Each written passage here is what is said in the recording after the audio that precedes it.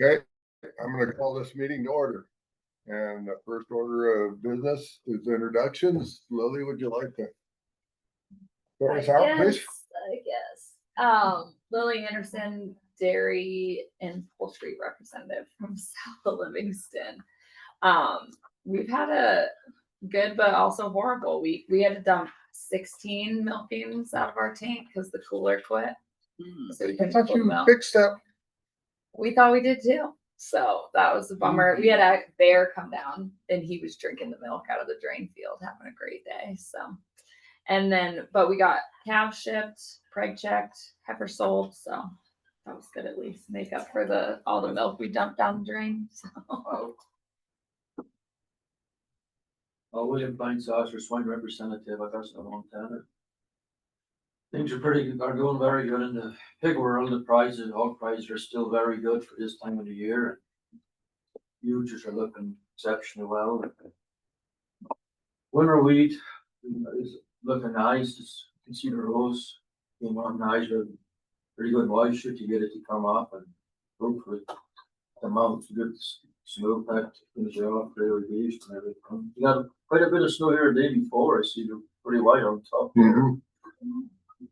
Yeah. Well, we had our open house for the Treasure State Sires yesterday. We had an exceptional turnout. And nice facility. So we'll be getting our first boars in the third week of November. We'll get first 80 animals. 80? 80. Holy cow. And 2 weeks later, we'll be getting another 80. And the third week of January, we'll be shipping out our first seeds. Wow. So that's 160 is kind of what is that your capacity or? No, 410 is the capacity. Oh, geez. Wow. So It's a multi genetic. We'll have 6 different genetics in the barn, and you have to bring them in separately and quarantine.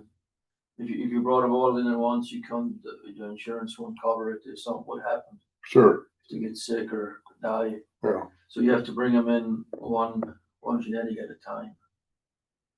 So, yeah, it's enough to breed 110,000 sows once it'll be full.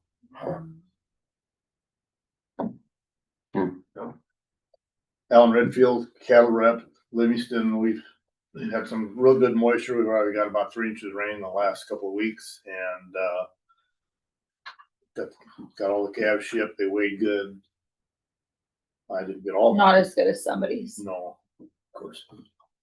Calves a month later. Still, mid-March calves at 734 pounds is not bad, but we got that. I don't have all my cows bred yet because they're not all home yet, but everything is done. And just getting rid of cold. Everything's moving along. Well, Gene Curry, cattle rep from Blair, and a lot of shipping going on in that country. I won't say all the calves are shipped, and ours aren't weaned yet. They're still on the cows. Feedlot's not ready, and we haven't found a feed truck yet for sure. So one burned up last winter. We still haven't. Turns out that they're worth about twice what they were when we bought that. For something not anywhere near as good. Yeah, that was 40 years ago. No, it wasn't. It was only about 5 years ago. Oh, wow. Yeah.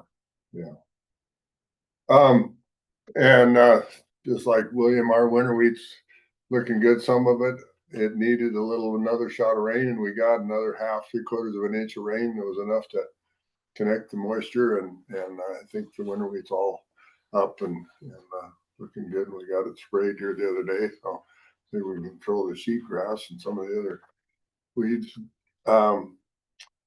I delivered some calves for a neighbor the other day that the steers average 803. 200 of them. Wow. And his brother's steers averaged about 790. Wow. About 200 of them. So, and that's heifers, after they took the replacements off, the heifers were 720 thereabouts. Wow. So there were nice efforts. Lynn Perry was receiving them and he said to me, you know, these would make, and I think they went for replacement salt, most of them somewhere. They went to Billings, so I don't know for sure who ends up with them, but I wouldn't be surprised to see that brand on some of Joe's. Yeah, it would be These a red surprise. heifers, but anyway, they were nice calves. The calves are coming in heavy in our country, and actually we shipped yearlings. Jeremy's yearlings have been coming in a little lighter than he had expected, so he dropped his weight when he sold them this year. He ended up giving away 24 pounds, I think. They hit the weight stop. Oh, yeah. And so, yeah, he sold them at 810. They weighed 875 or 870. Oh, wow. Probably had a 850 weight stop. Yeah. So, That's life on the farm. yeah, that's right. And I'm hearing a fair number, you know, that moisture came. I thought it was too late, but the crops turned out better than I expected, and the calves are coming in. So that rain that we had at the end of July and first August apparently green stuff up, and the calves really did good. It's pretty amazing. And there's some light cows that people that push the pasture too much, but if they had feed, the feed that was there was pretty powerful. So, and Jay asked me if we were caught up, and I said in our operation, I think if we just skipped a year, we might be able to say that we were where we needed to be. You know, it says the old adage, I'm so far behind, that thing come ahead. So, with that, I'm gonna ask for approval of the minutes of Just say something for you. oh, yes, you can. Yeah, I just wanted to make sure for the record, so since Oh, we're good, we recorded have and a all quorum. that, yes, we do have a quorum for today's meeting. Mr. Moore is receiving calves at the feedlot today and not able to join us, not able to get away from Miles City. He does have the Zoom link. It's possible he'll jump on during parts of the meeting today. Mr. Fettis is, I believe, doing a shipping for a customer over in North Dakota today. He has a Zoom link. He may be on or off during parts of the day as he can. And Mr. Witchman is also covered up at home in Hilder, and he has a Zoom link and said he'd be on when he could. So those three members are not with us yet this morning. We have a quorum, but I reminded the chair earlier, and I'll remind all the board that the policies and procedures for the Board of Livestock is not a majority of the quorum, but still a majority of the board. So anything we vote on today, a pass vote would mean all four of you. So, so if we don't achieve that, we may just put that on the agenda for the next meeting. We don't have very much to vote on today, but I just wanted to remind the board of that if we have a 3-1 vote and I say, well, we got to put that off to next time, that's why, because that 3-1 would not be a majority of the board, even though it's a majority of the quorum. So just some housekeeping items before you take your first vote of the day on the minutes. I figured I better point that out. So anyone that's thinking they want to assert a little authority that's in this room, there's your opportunity. I guess. vote works today. Yeah, but it will be noted. No hiding this one. Mr. Chairman, I move we approve the minutes from the September 17th meeting. All right. Second. All right. I have a motion by Alan, a second by Lily. Discussion. Hearing none, all in favor, signify by saying aye. Aye. Opposed, same sign. Motion carried. Thank you. And I'm gonna turn it over to Mike. I guess we don't have anybody. Lindsay's gonna be on later, so you can introduce yourself. And then that's it for the audience. You know, the adage is give the whole load when they only got half the herd. So Yeah. are we gonna suggest that to her? I don't know if you heard that, but I think he's saying you don't have to feed the whole load to have to herd. So yeah. I think that's the gist of what's going on there. Well, Mr. Chair, I'll move right quickly into, there's a little bit different structure I'll point out on the agenda as I was looking at it, as Donna sent it to me for my look before we sent it out to the board. And it was a little disjointed with talking about the OGSM first, so I just sort of folded that into my executive officer updates and make things a little cleaner. So I'll go through the items that I have here for you before moving on to Mr. Spatz and Miss Simonson, or Miss Simon, not Simonson, on the executive, all the things from the executive office for this week.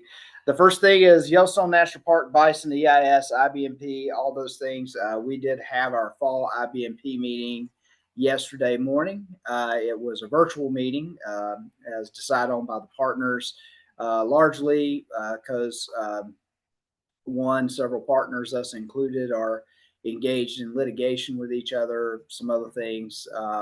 So that really restricts the agenda and what types of things any of us might want to talk about outside of actual just operations of the season and IBMP. The other factor is that we were missing one of our partners, USDA APHIS, was not able to participate because of the federal shutdown. So they were not able to be on the call. So without one of the partners there, there was really no point in taking any actions at IBMP because you didn't have a partner there.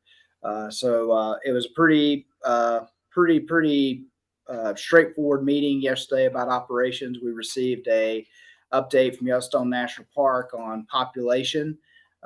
Still estimating that population to be sitting in the mid 5,000s area. Based on their counts. They talked about dispersal of the Yellowstone Park herd. There's the central herd in the Hayden Valley. There's obviously a much larger, the northern herd that is up in Lamar, and the one that we deal with on the northern side. And then straggler groups that kind of go from there, if you know the geography, down to the shore of Yellowstone Lake. But all pretty much in the central to northeast side of Yellowstone National Park is where that count took place.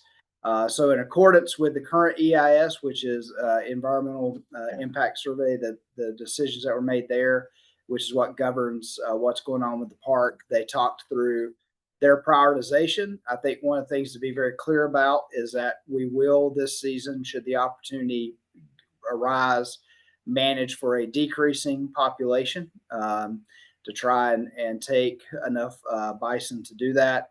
As you know, we can take up to 25% of the herd in a year. That's sort of the upper limit before you start doing any sort of damage to the herd itself. So, that puts us in the ability to do removals of around 1,500 in that neighborhood, 1,200 to 1,500 if we get a migration. From the park standpoint, obviously their priority is getting any openings they have in their bison quarantine, their conservation transfer program, to get that filled. So they talked about how they would do passive capture.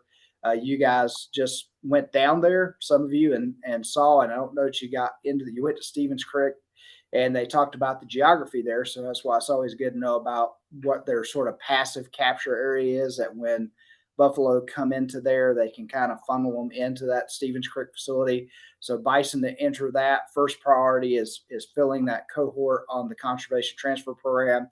Obviously, bison will go around another way on the other side of the hill and bypass where that passive capture is. Obviously, the next step is tribal treaty hunting. Once bison move out of the park, they have proven in the past that they can take 12 to 1,500 just through hunting if we get enough bison out. We didn't really talk about specifics or details beyond that, other than they'll also the park will try to achieve those numbers, needs to achieve those numbers. So even once their conservation transfer program is full, there will also be bison that will be captured for the food transfer program. I think one of the things we got yesterday that was good news was on CSKT, they're looking at opening up a processing facility. I'd mentioned that one of the bottlenecks we have with the food transfer program sometimes is finding outlets to get those bison to get them slaughtered and get the meat to the tribes. We have lots of facilities around the state that are working with us on that. Big Sky Processing and more has done that in the past. We've used a facility here in Helena in the past. We've talked a little bit to producer partnership. They're a lot closer about, would they have the ability to maybe help with that if we needed that. So they're right there, out of Livingston. But CSKT maybe opening up their own facility might be very helpful on that front of having somewhere to get bison to and find places, because it's the same problem that any of you have when you're trying to find somewhere to get cattle to. We have the same problem when we're trying to find somewhere for these bison to go. So is CSKT looking at state or federal? I would imagine it's federal, and I really don't know what the rules are when something's on the reservation. As long as they're on the reservation and only processing for the reservation, as far as I know, they may not have to have anything. But I believe you're correct, and these are wildlife. correct, these are different than our typical domestic bison, which fall under state law and have to be inspected. Classified as wildlife gives you a lot freer hand to do them without inspection. That's Yes. true. It'd be like deer and elk. Yes, be like deer and elk. Yeah, That is a key distinction, that this group is considered wildlife. So thank you. but Dr. they're not putting that facility in just for. No, wild bison. no, I wouldn't say. not just for bison. They're probably doing other things, but like I said, I had to look into that one time before with some things that were happening on one of our reservations, and it's my understanding that if you open up a meat processing facility on a reservation and it only serves the reservation, the meat doesn't leave the reservation, it gives them a lot, they can operate with a freer hand. But if they want to start marketing that off the reservation, then it has to go into USDA or state inspection, and most likely be USDA inspection because of the relationship the tribal governments have with the federal government. That's probably the route they would take. But that's good news to have another outlet for that. So we're, talking seasonally, that's kind of where we are. We have, 5,500 or so bison, we suspect, give or take a few hundred on either end there. We've got a season that we hope for conditions to allow for a migration so that we can remove probably up to 1,500 to start setting that on a course to a reduction off the number that we're at, managing for a declining population. And all the tools are on the table, but at least for the park, their priority is the conservation transfer program. And then next is tribal treaty hunting. And then next beyond that is the food transfer program. As for us, we didn't really have to talk about that yesterday, but I'll say that for the board. Now, many of you have been down there and seen the landscape, know where things are. Our primary objective is monitoring that boundary between zone 2 and zone 3, where there is tolerance and there is not tolerance.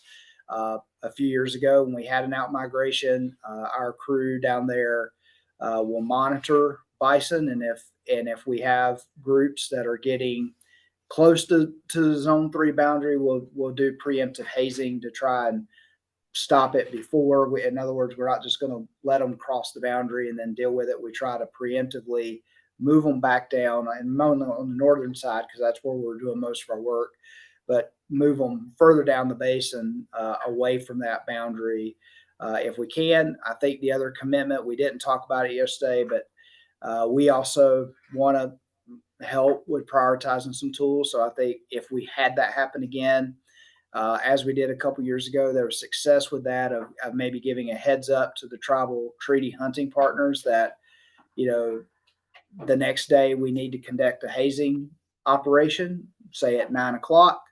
But if you get there, if they're where you can hunt them and you can get there and put some hunting pressure on them, we'll give you that opportunity before we haze them. And that worked very well. And I will say the tribal treaty hunting groups were very appreciative of that. We did that a couple of years ago, making sure they had a heads up. And if there was an opportunity for their hunters that were down in the area to take bison before they were hazed. And I think it works to our advantage too, because that hunting pressure makes the hazing operation easier because it serves as sort of a step. But Mr. Chair, I have a question for you, Mike.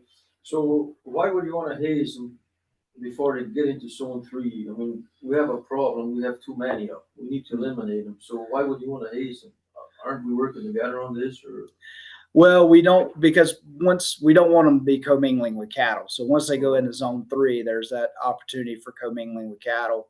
So we want to control that boundary. And the only thing we can really do with bison once they get into zone 3, it's very hard to haze them back to zone 2. So then lethal removal is about the only option we have.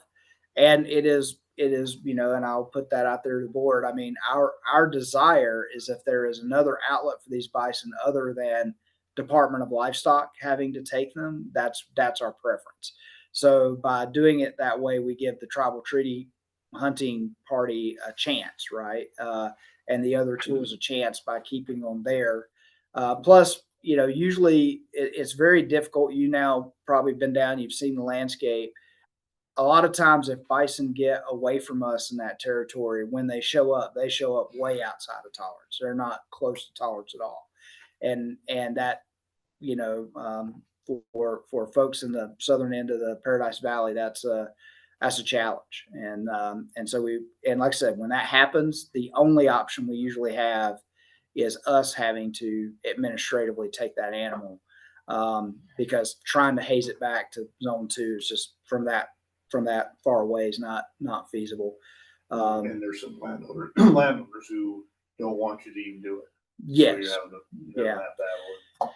That's also become another, we do with an area like that, we have challenges with changing landscape, changing ownership and what their tolerance is for us doing our work. And so sometimes if it's on private land and you really, although the law supports us having access, but and I'll say this just clear with the board in my executive decision making, I'm always very careful, even though we have the legal authority, how much do we want to be entering and doing work on people's private property without their consent? Yeah, I mean, that's a tool we may have to use, but it's a tool you want to use sparingly.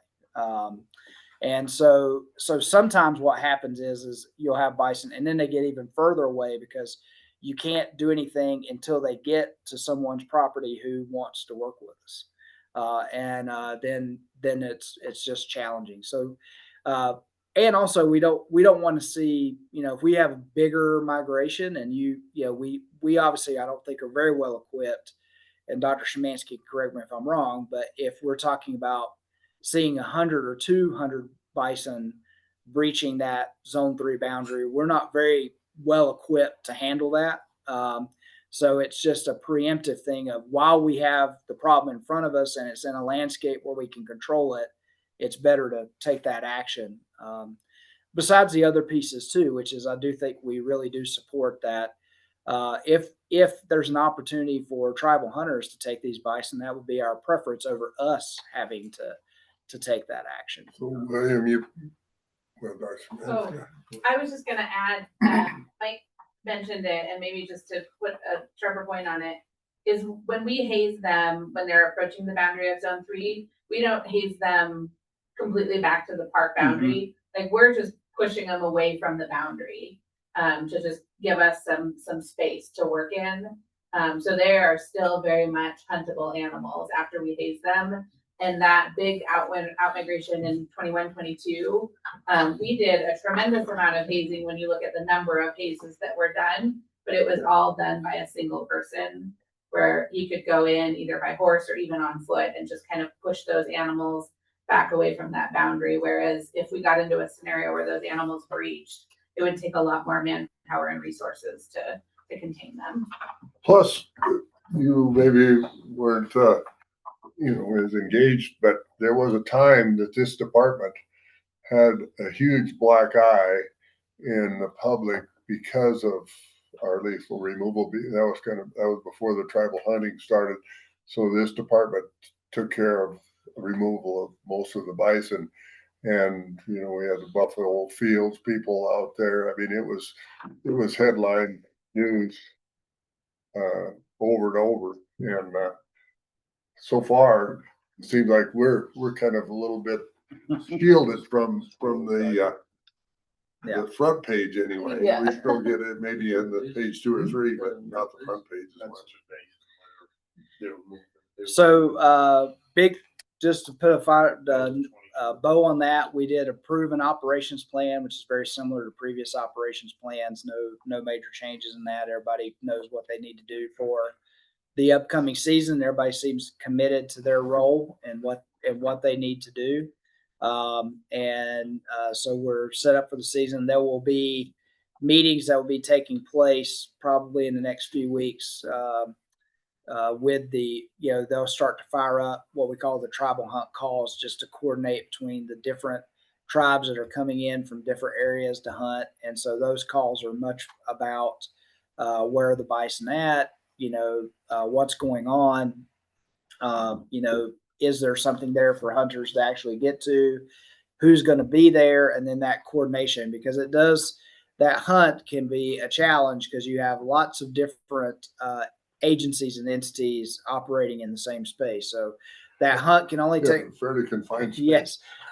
Yes. The Beatty Gulch area, which I think you saw is the primary place where that takes place. And part of it is that the tribal treaty hunting can only happen on federal unclaimed land. So really in that landscape, that's Forest Service. So the Forest Service is heavily involved. We're involved where we can help out.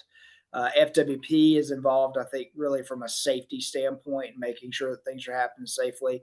But then you're also having to coordinate the different tribes who all have their own different game and fish people. And when they're there, they operate under the laws of their tribe. And so you have to have a lot of talk and coordination.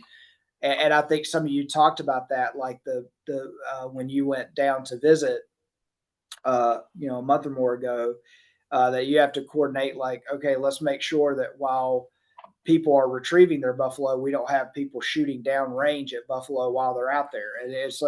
And surprisingly, those types of things have occurred. And so that's why there has to be that communication. I mean, and those tribal hunt calls, simple things like everybody needs to be on the same channel on the radio so that when one person, like, everybody's hearing what everybody's talking about. So there's a lot of coordination that goes into that. So are they weekly, Dr. Szymanski? Once we really get into the heat of the season, they'll do weekly calls to just make sure everybody's on the same page, who's going to be there, what's going on. So that process will be starting up.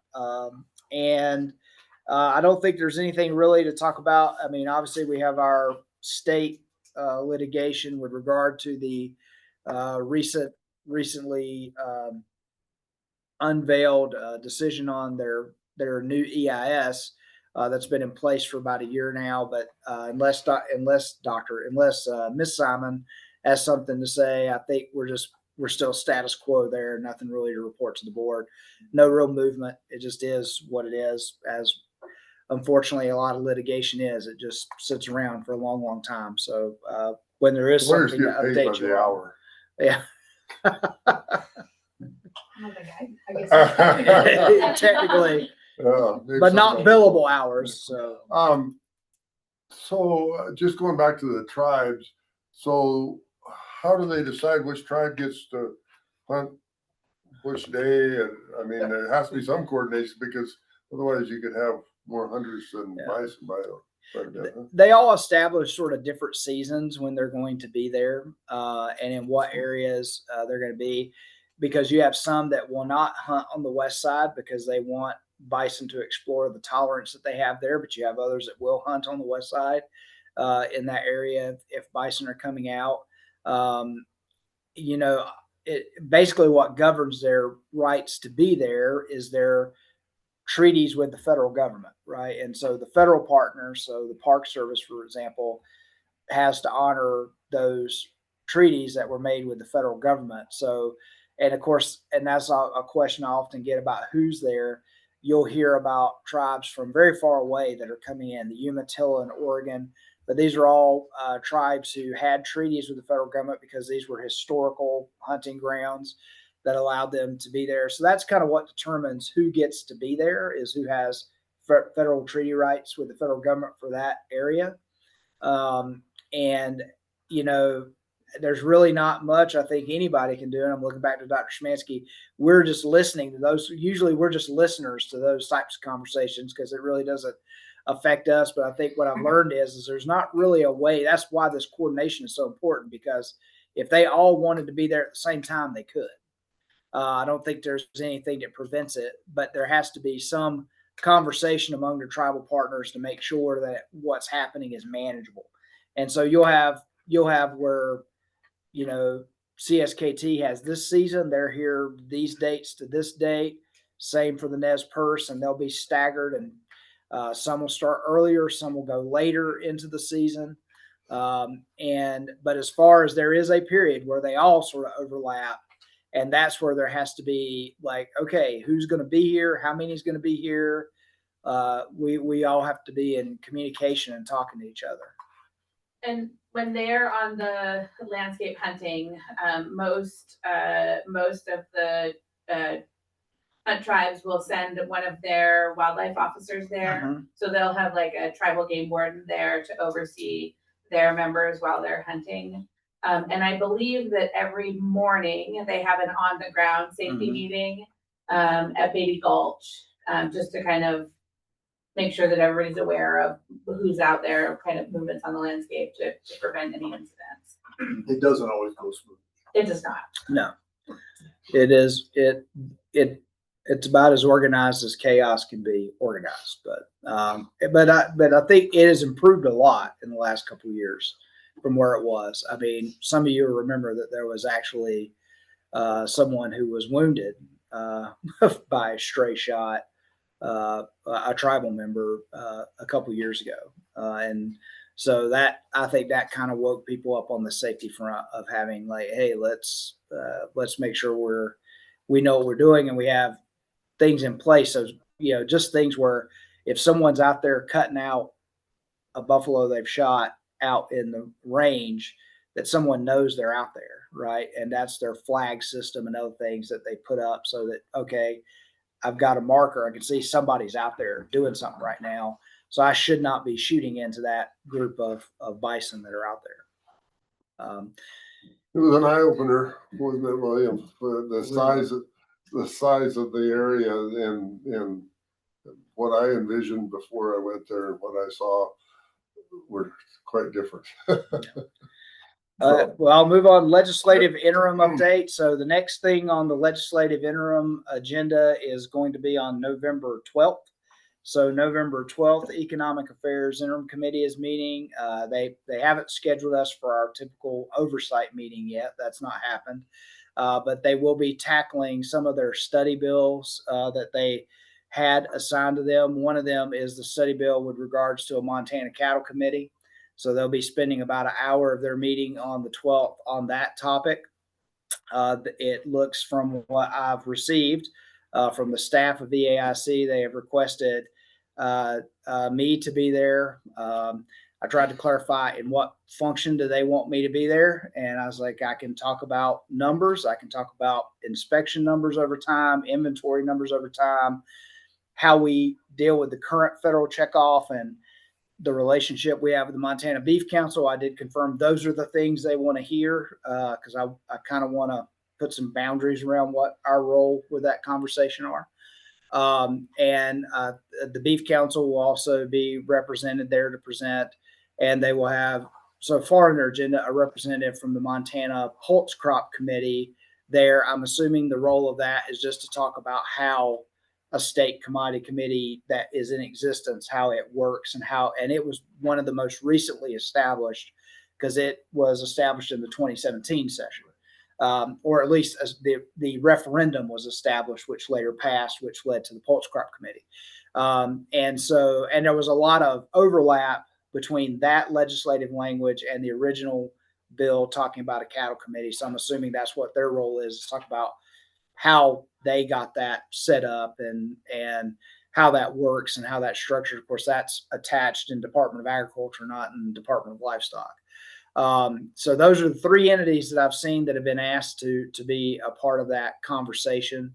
As far as I know, looking at their work plan, I don't know if legislation or anything will come out of it, but I think that's pretty much what they have planned to do in regards to dealing with that study bill that was assigned to them. So that'll be on November 12th. I don't know exactly what time of the day, but I will have to be there in attendance for that. we'll have, I don't know if we'll have a meeting before, we'll probably have one more interim budget committee here before the end of the year. As just to make sure everybody's aware, that's our section C subcommittee, not exactly the subcommittee we'll be in front of in 2027, because we're at this time where we're going to have several people off that committee term out. So we will have different people that we'll be presenting to in 27. And we'll have a different chair because Chair Schillinger will not be there in 27, but he's chairing obviously he's still in office and chairing the interim budget committee until, November of next year when we have elections again. But in those meetings, typically they get a report from their fiscal analysts and we come in and talk to them about how we're doing. And those meetings have gone very well. I don't suspect that they will not continue to go well. We'll probably have one more of those before the end of the year, maybe before we have our next meeting, depending on what you guys want to do with scheduling or talking about scheduling later today. One of the things on interim, that's not legislative interim, but I just would give this board a heads up. Surprisingly, we are not far away from legislative planning. I know it does not seem like we should be, but it's coming fast. Typically we'll be bringing budgetary items beyond, our new decision packages, those things that we think we need in the spring of this year. So we're only about 4 or 5 months away from us bringing to you the budget for the next biennium, even though we're not even really halfway through this biennium yet. And also legislative ideas probably in the spring if we have any suggestions. So if you yourself have ideas on things we need to do legislatively or out in your service away from this board and being a part of other organizations, I know policy meetings are coming up here in the next few weeks. I always and when I'm at those meetings, as I will be over the next few weeks, I always like to make sure I remind our stakeholders that, if you come to the Department of Livestock the week before Christmas in 2026 with a bill that's going to require $500,000 in new spending, I'm going to tell you no. And I'm going to say, I can't do anything about that. That's not in the governor's budget, right? But if you bring it to us now, if you get that together, and I know they're just having their policy meetings, but if you're talking to us about that in January, February, or March of this upcoming year, and it's something this board wants to do, then we possibly could feed it into our process, and then it's in the governor's budget, and it's much more likely to not meet a whole lot of resistance. Same with policy bills, right? If you want it to be an agency bill, if that's what you want, our stakeholders need to be bringing those concepts to this board in January, February, March. If they bring it to us in December of 2026, we're like, well, we can decide that we want to support it, but it's not going to be an agency bill because that process is already passed. I always because I know folks, in our world, we start thinking about 2027 session now. And I know in their world, they're thinking about it in November or December of next year, but that's already too late. It's already too late. So just make sure we help spread that message that if you want more than just the board to decide, yeah, we'll try to support that and we'll go support that legislature. If you want it to actually be coming from the agency or in the governor's budget, that our timelines are coming up. And on the budget timeline, I'll just say I did hear in a recent cabinet meeting from our budget director, Ryan Osmondson, that they're probably even going to move their deadlines up because there's some things they want to get done in this 2027 session, and they need to figure out where the money is and where money that can be saved is. So I think they're going to, for us executive agencies, they're going to be moving our deadlines up of when we have to be getting stuff to them so they can figure out how that plays into other priorities that the administration might have on spending and taxes and other things that they might try to achieve in the 27 session. So our timelines might even on budget get moved up faster, just as a heads up. So if we're here in February talking to you about the next biennium budget, it'll be because OBVP has said they want stuff earlier than they have in the past. So do you think we should spend some time going through our statutes again, the board, just to make sure that there's the language fits today's world? I think we should. I think we still have lots of things identified. You'll hear a report today from Jay talking about this feral horse issue. And as we have read through those statutes, there's lots of things even in that you read and make you scratch your head like, that may have worked 40 years ago, but that doesn't make a whole lot of sense today as a way to handle those types of issues. I think we still have lots of that. Again, I think I would be unfair if I didn't say there's probably some of those things we've decided purposefully not to address because, my example I give is agency legislation. And I've got a legislator sitting here with me, or a former legislator who will probably support me on this, is that once we give it over to the legislature, it's like getting out there on the interstate, getting up to 80 and then throwing the steering wheel out the window. We don't know. We don't know where it's going to be. And there are some things that we're like, we really need to change that. But we do have concerns that if we open that up, we don't know where it'll end. And we may not like where it ends once we open it up. So there's some things I know, for instance, one of the things that's always talked about is open range and herd districts. And those statutes are very antiquated.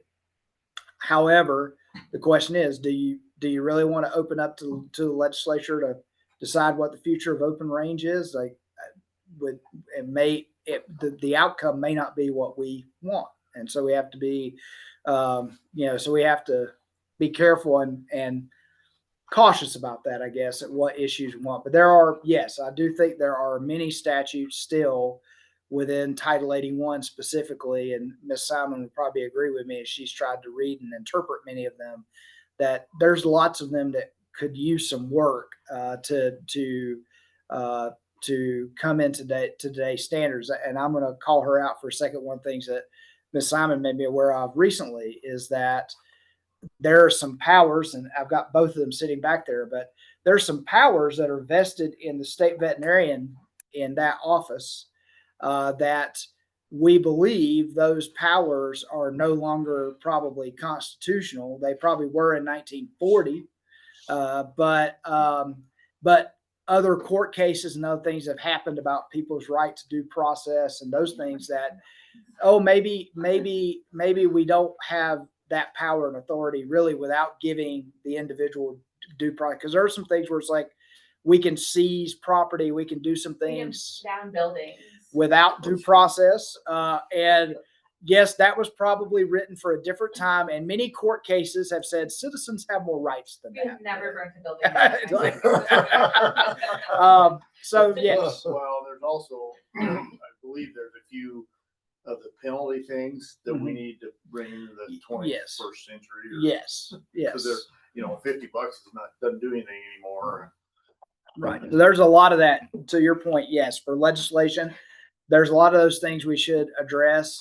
So big things there for the board is help us spread the word to those who want to work with us on legislation, or the different organizations as they're passing their policies and things they want to pursue, that engage with us early if you really want it to go through our process.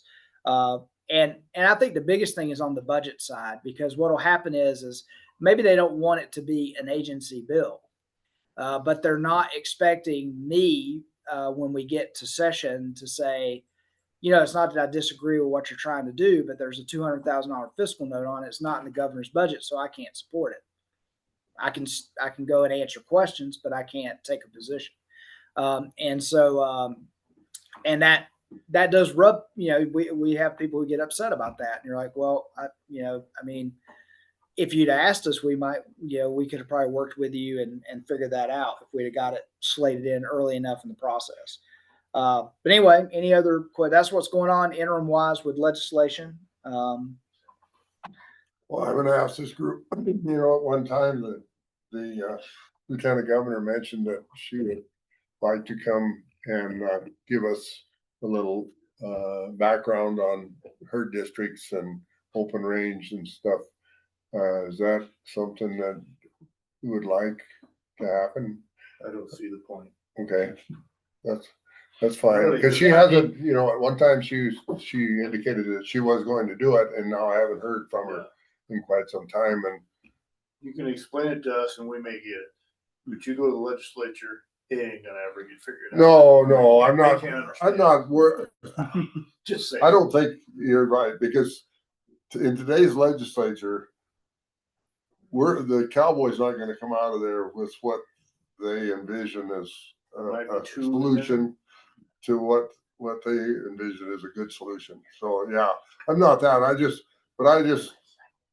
think about, in some counties, it's pretty convoluted, but I guess it's up to each county, so. Yeah. No, if you were interested, I would ask her to come, but if you're not, if she decides she wants to come, we'll listen to her, but I guess otherwise we'll. All right. Yep. Thank you. So on the federal shutdown, I put if needed, and guess what? It's needed. The federal government's still shut down. I didn't know if it'd still be shut down when we met today, but it is. I would say that largely we have yet to see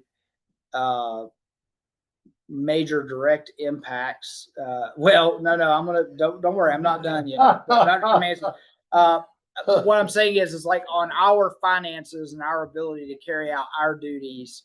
And of course, the direction from across the street in the governor's office is still to, where you can, use state special revenue or other resources with hopes we'll get reimbursed. But some of the rhetoric is that this time around they won't reimburse.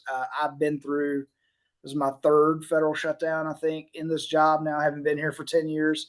And usually they do catch up. It does get reimbursed, but some of the rhetoric this time is that that's not going to happen. But the good news is that's why, and Brian's not here to defend that, but he and I have talked about it a lot. It's like, that's why it's good that we have put ourselves as a agency in the cash position we have, because we have the ability to sort of offset and make sure our constituents are not unduly affected by that and keep some things moving. Although we haven't in all cases been able to keep things moving. But as far as our major partnerships with wildlife services, like for example, I don't know if Dalen will join us today. I don't know what meetings he can participate and he can't participate in. We did have their help on our feral swine situation in Phillips County. They can do their cooperative agreement work, so they can fly. They can do coyote work because that's being paid for by cooperators, both at state and county level. But what I would say, their general fund work is where they have to be more limited in what they can do. With USDA APHIS, you've read my reports, and Dr. Szymanski can probably give more color to that we've lost our VMOs that we would normally count on. Some of them may still be working, but it's only because they've been deployed for specific activities, and they can only work on those activities, not the whole slate. For example, they might be turned on to respond to high path avian influenza, but if they typically worked on brucellosis, they may not be able to help with brucellosis testing because they're only deployed for that specific purpose. We have tried to mitigate that. We did have, and you'll see Dr. Szymanski has an action item for you later today, sort of in response to that, of how we pay back other states. But we have had some people come in from Idaho to help with some of our systemic brucellosis testing that we have to do in the fall time in Southwest Montana. Good for them. They want to get experience, particularly with bison. We have lots of opportunities for them to get experience with that they may not have. And so it's good for them to get some experience, but that's helping augment some of the staffing shortages we'd have, where we would typically have federal VMOs who'd be helping us with some of that. You saw in my report that Dr. Szymanski and Dr. Kalzak, and I actually think this is a good thing where we've stepped in and done some things that typically would be done by the federal government so that commerce continues to flow. I kind of joke about it, but I was like, maybe we demonstrate that they should just give the money to us, and we would hire all their people, and we might do it better than them. But they've been doing that, which is good for our producers, trying to make sure you don't have someone sit there with something they need to export and they can't because they're not getting the testing that they need. I know Dr. Szymanski can probably give more color. We had a little snafu at the Canadian border yesterday that she was working through. That's a product of the federal shutdown. And so, there are some impacts. But we've been doing as much as we possibly can to mitigate those impacts. And financially for the department, we don't currently have any concerns that the federal shutdown is causing this department angst about us being able to continue to pay people and do our job, because we have plenty of cash resources to do it, even if the federal dollars are not flowing in the door.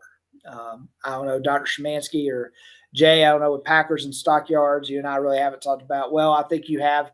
Yes, Jay had an impact with bonding because Packers and stockyards is not working. So how do people get their bonds renewed? You got to have your bonds renewed to be licensed as a livestock dealer in Montana.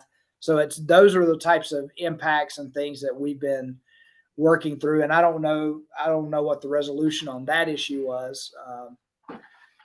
I think we're just saying we'll just trust you until the federal government starts back up. You can continue to be a livestock dealer, even though your bond's not been renewed yet. But yeah, the only one, we will do that. The only, Mr. Chairman, members of the board, Jay Botner, Brands Division Administrator, the only one that we are kind of in a holding pattern is one individual that wants to be a new dealer. He has to get authorized through Packers and Stockyards with the bond. So until that, we can't license him. So we are not licensing this individual. So he is in a holding pattern. We have communicated that information to them. So other than that, there's just one. For the most part, we're pretty unaffected for the most part. Timing probably was good for that, because most of them, their bonds probably don't come due at the end of the year. Right. It doesn't look like, yeah, we haven't heard anything, Mr. Chairman, from any of the other dealers. So I think you're right. It is probably a timing issue, and you know, hopefully we get through this and things resume, and you know, it doesn't affect a large portion of our dealers. That would be my hope, because we're pretty busy right now. That would be about They need to time. be operating. so I don't know, Dr. Szymanski. Oh, William had a question. Thank you, Mr. Chair. Yeah. So on these feral pigs in Phillips County, did you get that all, did that case get cleaned up or how? Yeah, we're gonna do a full update on that later during Tawny's time. So we'll save that for there. I think, yeah. We're close. Yeah. But I think the big thing is that, you know, there was some concerns as a result of the federal shutdown. Could Wildlife Services work on that? I'm giving preemptive, but kudos, and hopefully Dalen can be here today. Hopefully he's able to jump on so we can tell him that in person. But I do think Dalen and crew jumped over some hoops and cut through some red tape to be able to do what they need to do to help us. And again, just the strength of partnerships and how we work with other folks and get along with other folks. It pays off in tough times when you need each other. So that's a good example of that. But we thought for a minute there was a day, a meeting where it was questionable about, wow, can we get any federal help with that situation? But luckily we did. Yeah, I think that's the gist. If anybody has any other questions or points to make. Maybe two additional things regarding the shutdown, Mr. Chair, members of the board. One is veterinarians that are federally accredited to do like program work, so brucellosis work, tuberculosis work, interstate health certificates. If their accreditation is expiring during the shutdown, there's no mechanism to renew that. So technically they should not be able to continue with any of that program work. The collective agreement between kind of all of the state veterinarians at this point in time is we'll collect their documentation and then we'll just let them continue doing the work that they did. Right now is not the time to kind of put a pinch on our veterinary workforce. So that's one. And then maybe the most substantial one that we were able to gracefully move through was the diagnostic lab down in Bozeman in the serology section. Historically during government shutdowns, Doug Nope has continued to be able to come to work and perform his role at the in serology. During this shutdown, he was not able to, and we were really feeling that pinch in the serology section. Antonio, who has been, both Antonio and Doug are our two longest employees at the diagnostic lab, and they're tremendous in the fall during the run of brucellosis testing. We're really feeling that pinch, and with a little bit of pressure to USDA, Dr. Beetlecheese was actually able to get Doug called back up. So Doug resumed work in the diagnostic lab on Monday this week, which is a huge kind of stressor off as far as moving through brucellosis testing in a timely manner. Oh, I didn't realize that we had federal Yeah, employees in the lab. yeah, he's a federal employee in the brucellosis program, actually, and so I'll go ahead and set up. As we were talking about budgeting, don't be surprised if, because of the conversations I've had with Dr. Szymanski, is that if we have come to rely on that USDA employee as if they were one of our staff, then we may need to be adding some staffing because we don't want to be in a position where there's a federal shutdown and, of course, at the worst possible time when brucellosis testing is occurring and be a person short. We should view that federal person who's been assigned to be at the lab as part of their brucellosis program as an augment, as something extra, not as something we count on as if they were our own employee. So don't be shocked if I'm greenlighting Dr. Judah to come in here and ask for an additional person to work in serology at some point. At some point as part of our budget conversations for the next He's not asking biennium. for a lot of money. He's not normal. Because I think yeah. he's listening. Yeah.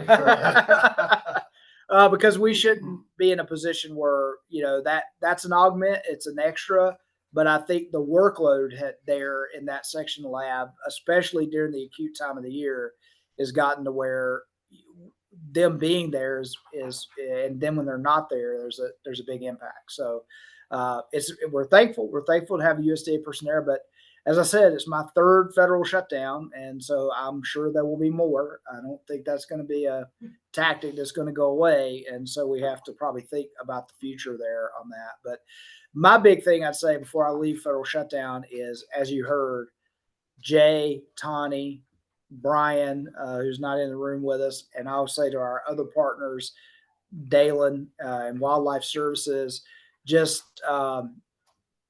I'm just very pleased with the work that is being done to try and keep our industry moving, keep commerce moving, minimize the impacts on our Montana people as much as we possibly can.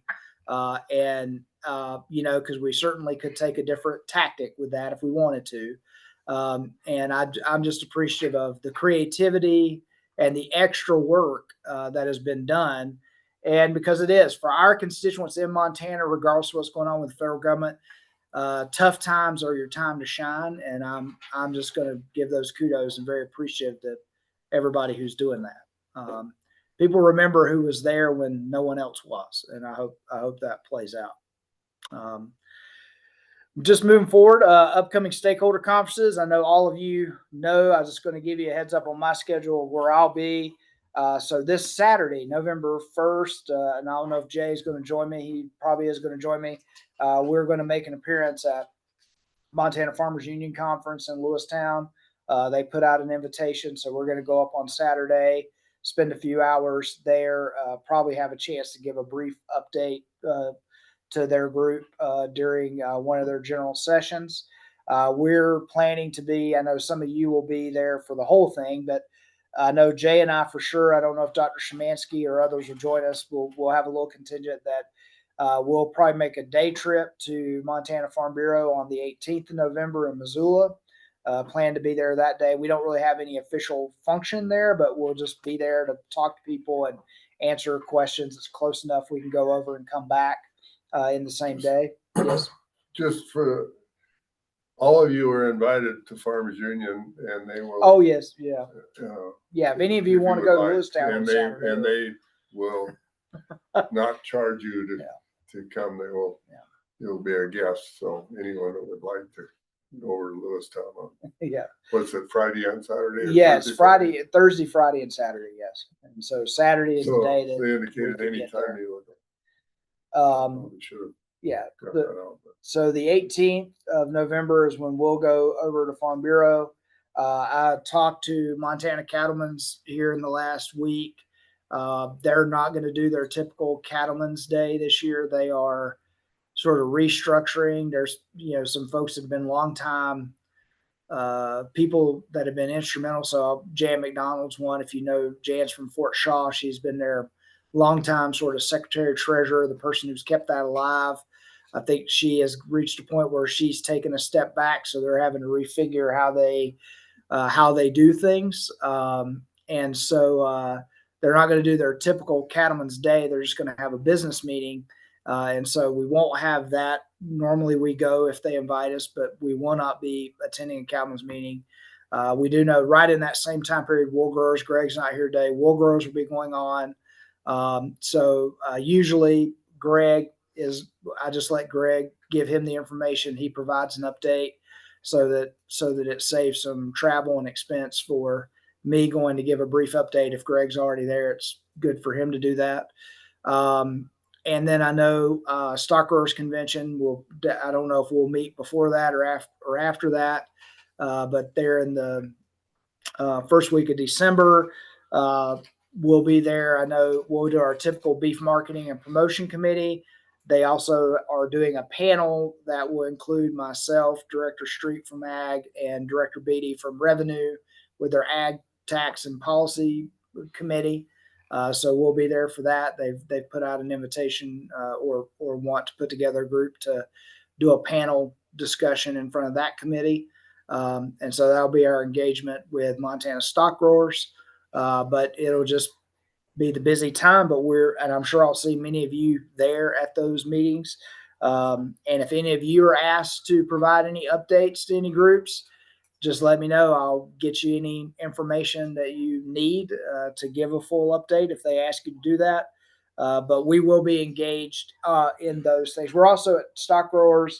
Again, this year we're doing a Stock Growers College. So, it's like an hour and a half sort of dedicated session. Sometimes you get 15, 20 people. Sometimes you get 2. It just depends on what else is going on in the schedule. But we're going to be we did get one of those time slots. And Jay's going to talk about the new brands lookup. I think we're going to have Alicia come down and talk a little bit about what's going on in meat processing and again, helping our producers who want to market their beef and lamb and pork locally to understand what are the rules of the road, what types of processors based on what you're trying to do, should you be working with, those types of things, because not that we can catch everything. We still know there's lots of things across the state that are probably out of bounds in that area that we just don't have time to catch. But I think part of the thing is educating producers about, for example, probably the most common one I come across, you want to sell burger to the local restaurant in town and you've got a custom exempt processor that is doing that for you. Maybe your county sanitarian's never going to give you a hard time. You're not in Park County. So you can get away with it. I'm picking on Park County, but but one day somebody might walk in and say, what is all this meat in your restaurant cooler that has no mark of inspection on it? Where did it come from? And why is it Not for resale. and why is it and not for sale packages? So I know I have found, and I usually, when I approach that, I know Alicia will be there. I know Marty and I several years ago did one of those. We did one at Farm Bureau and we did one at Stock Growers. And the first thing I said when I do that is, okay, today is full immunity. You say whatever you want to say. You can ask whatever question you want to ask, and we'll forget it as soon as we walk out of the room. And there were a number of people who were like, well, wait a minute, I can't use a cut. No.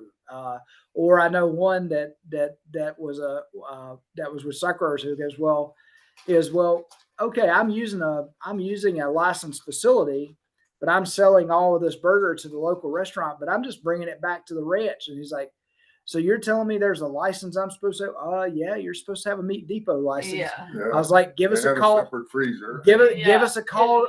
Yeah. Give us a call next week, and we'll start getting you on the right. We'll start getting you on the right path. So I think that type of education with actual producers actually goes a long way, because I mean, you may have processors that are going to say like, well, I'm not supposed to do that. They're probably just going to be like, okay, you want me to do that? I'll do that. So I don't know. It's your neck, not mine. Yeah. So that's what's going on with the upcoming stakeholder meetings. And then last, I'll be real quick on the governor's OGSM. Not much to really share there because not much has changed on that document. We did have Brian and I had an October meeting. It's real early in the year on these dashboards, but I'll just say I think some things, and I don't worry about the budget one this time of year because, as you know, the vast majority of our revenue is going to roll in here in February and March when it's per capita time of year. So we're always a little out of balance at the head of the year. But I think one of the things that's interesting is noting that in the first 3 months of the year, we are right on the same, we market consignments like at the commission companies is right at almost the exact same number it was through September last year. So there's another indication of things aren't rebuilding. There's stuff still moving Actually, and for the being last, sold. if, Yeah, it's right on. 23. Yeah, It's it's almost. yeah.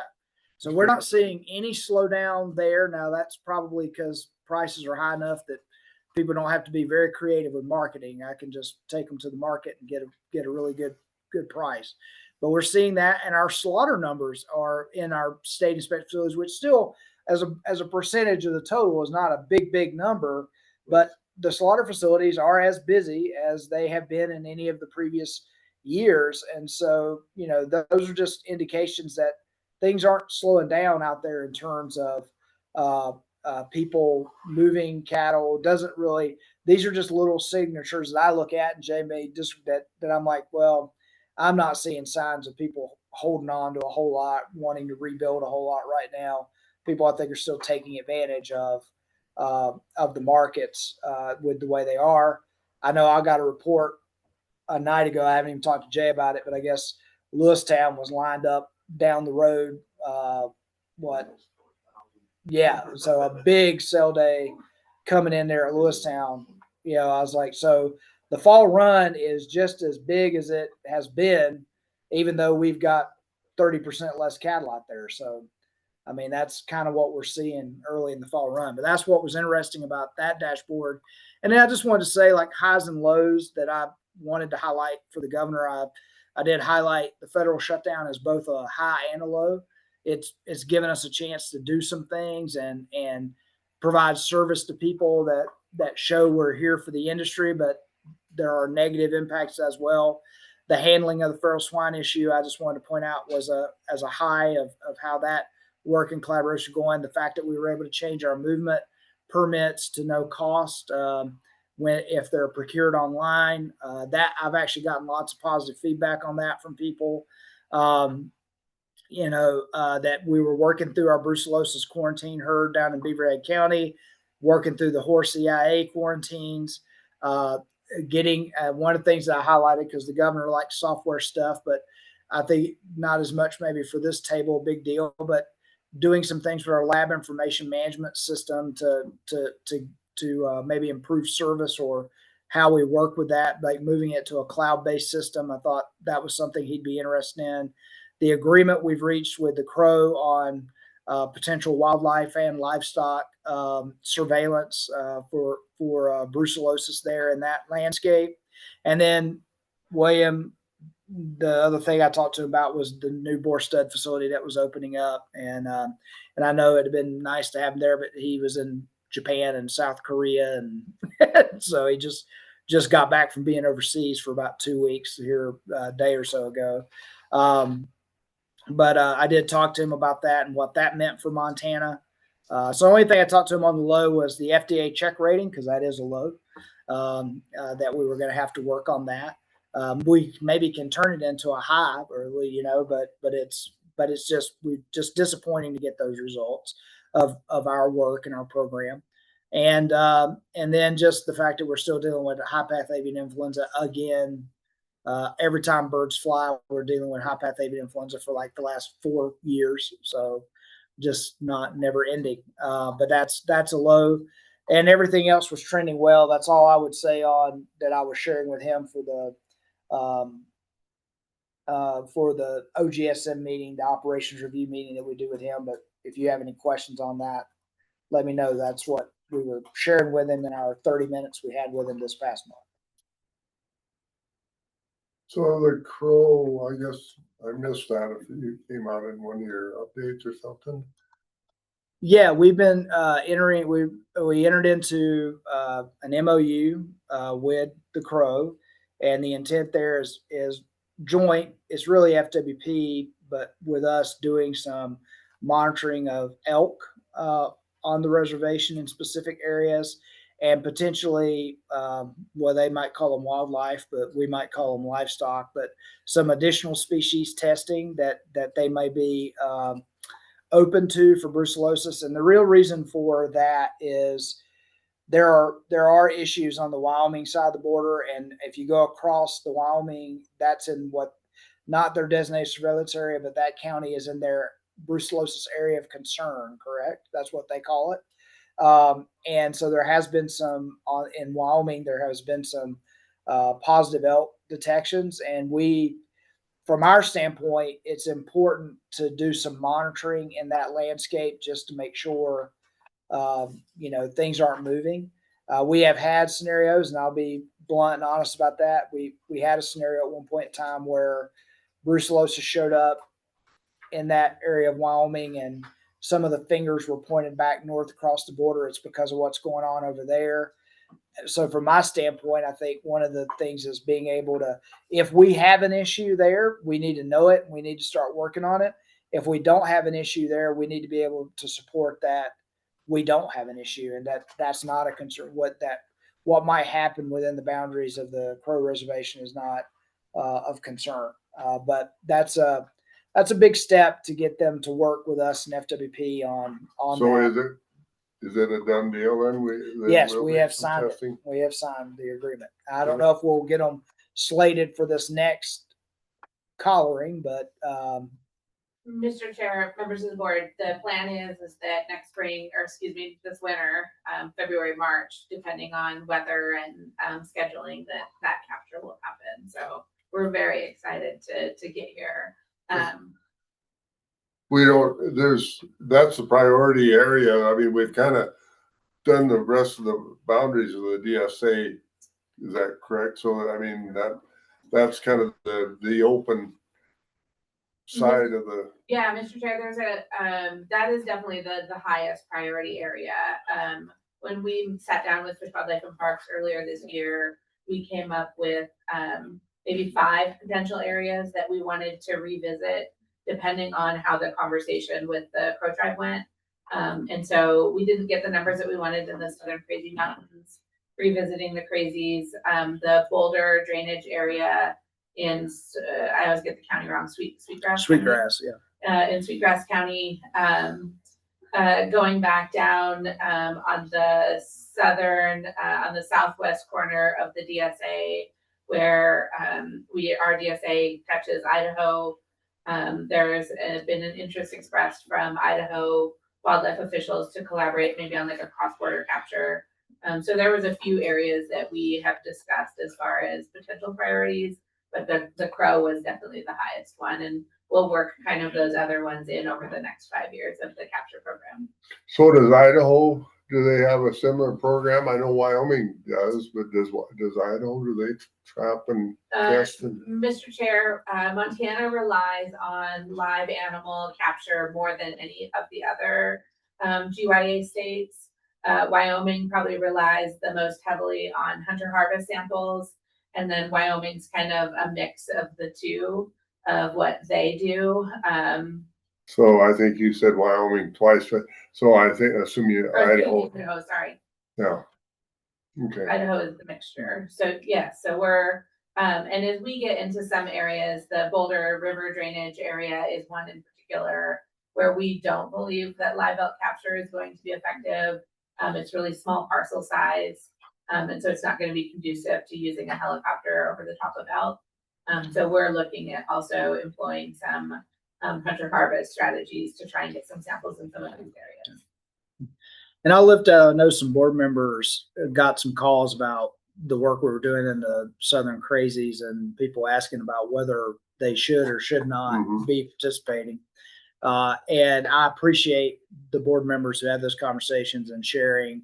You know, the big thing is as we go into these new areas where we may not get all the cooperation from landowners we want, it's just reminding them that, yes, there's always a potential of finding something that means we have to do more surveillance or more work in that area.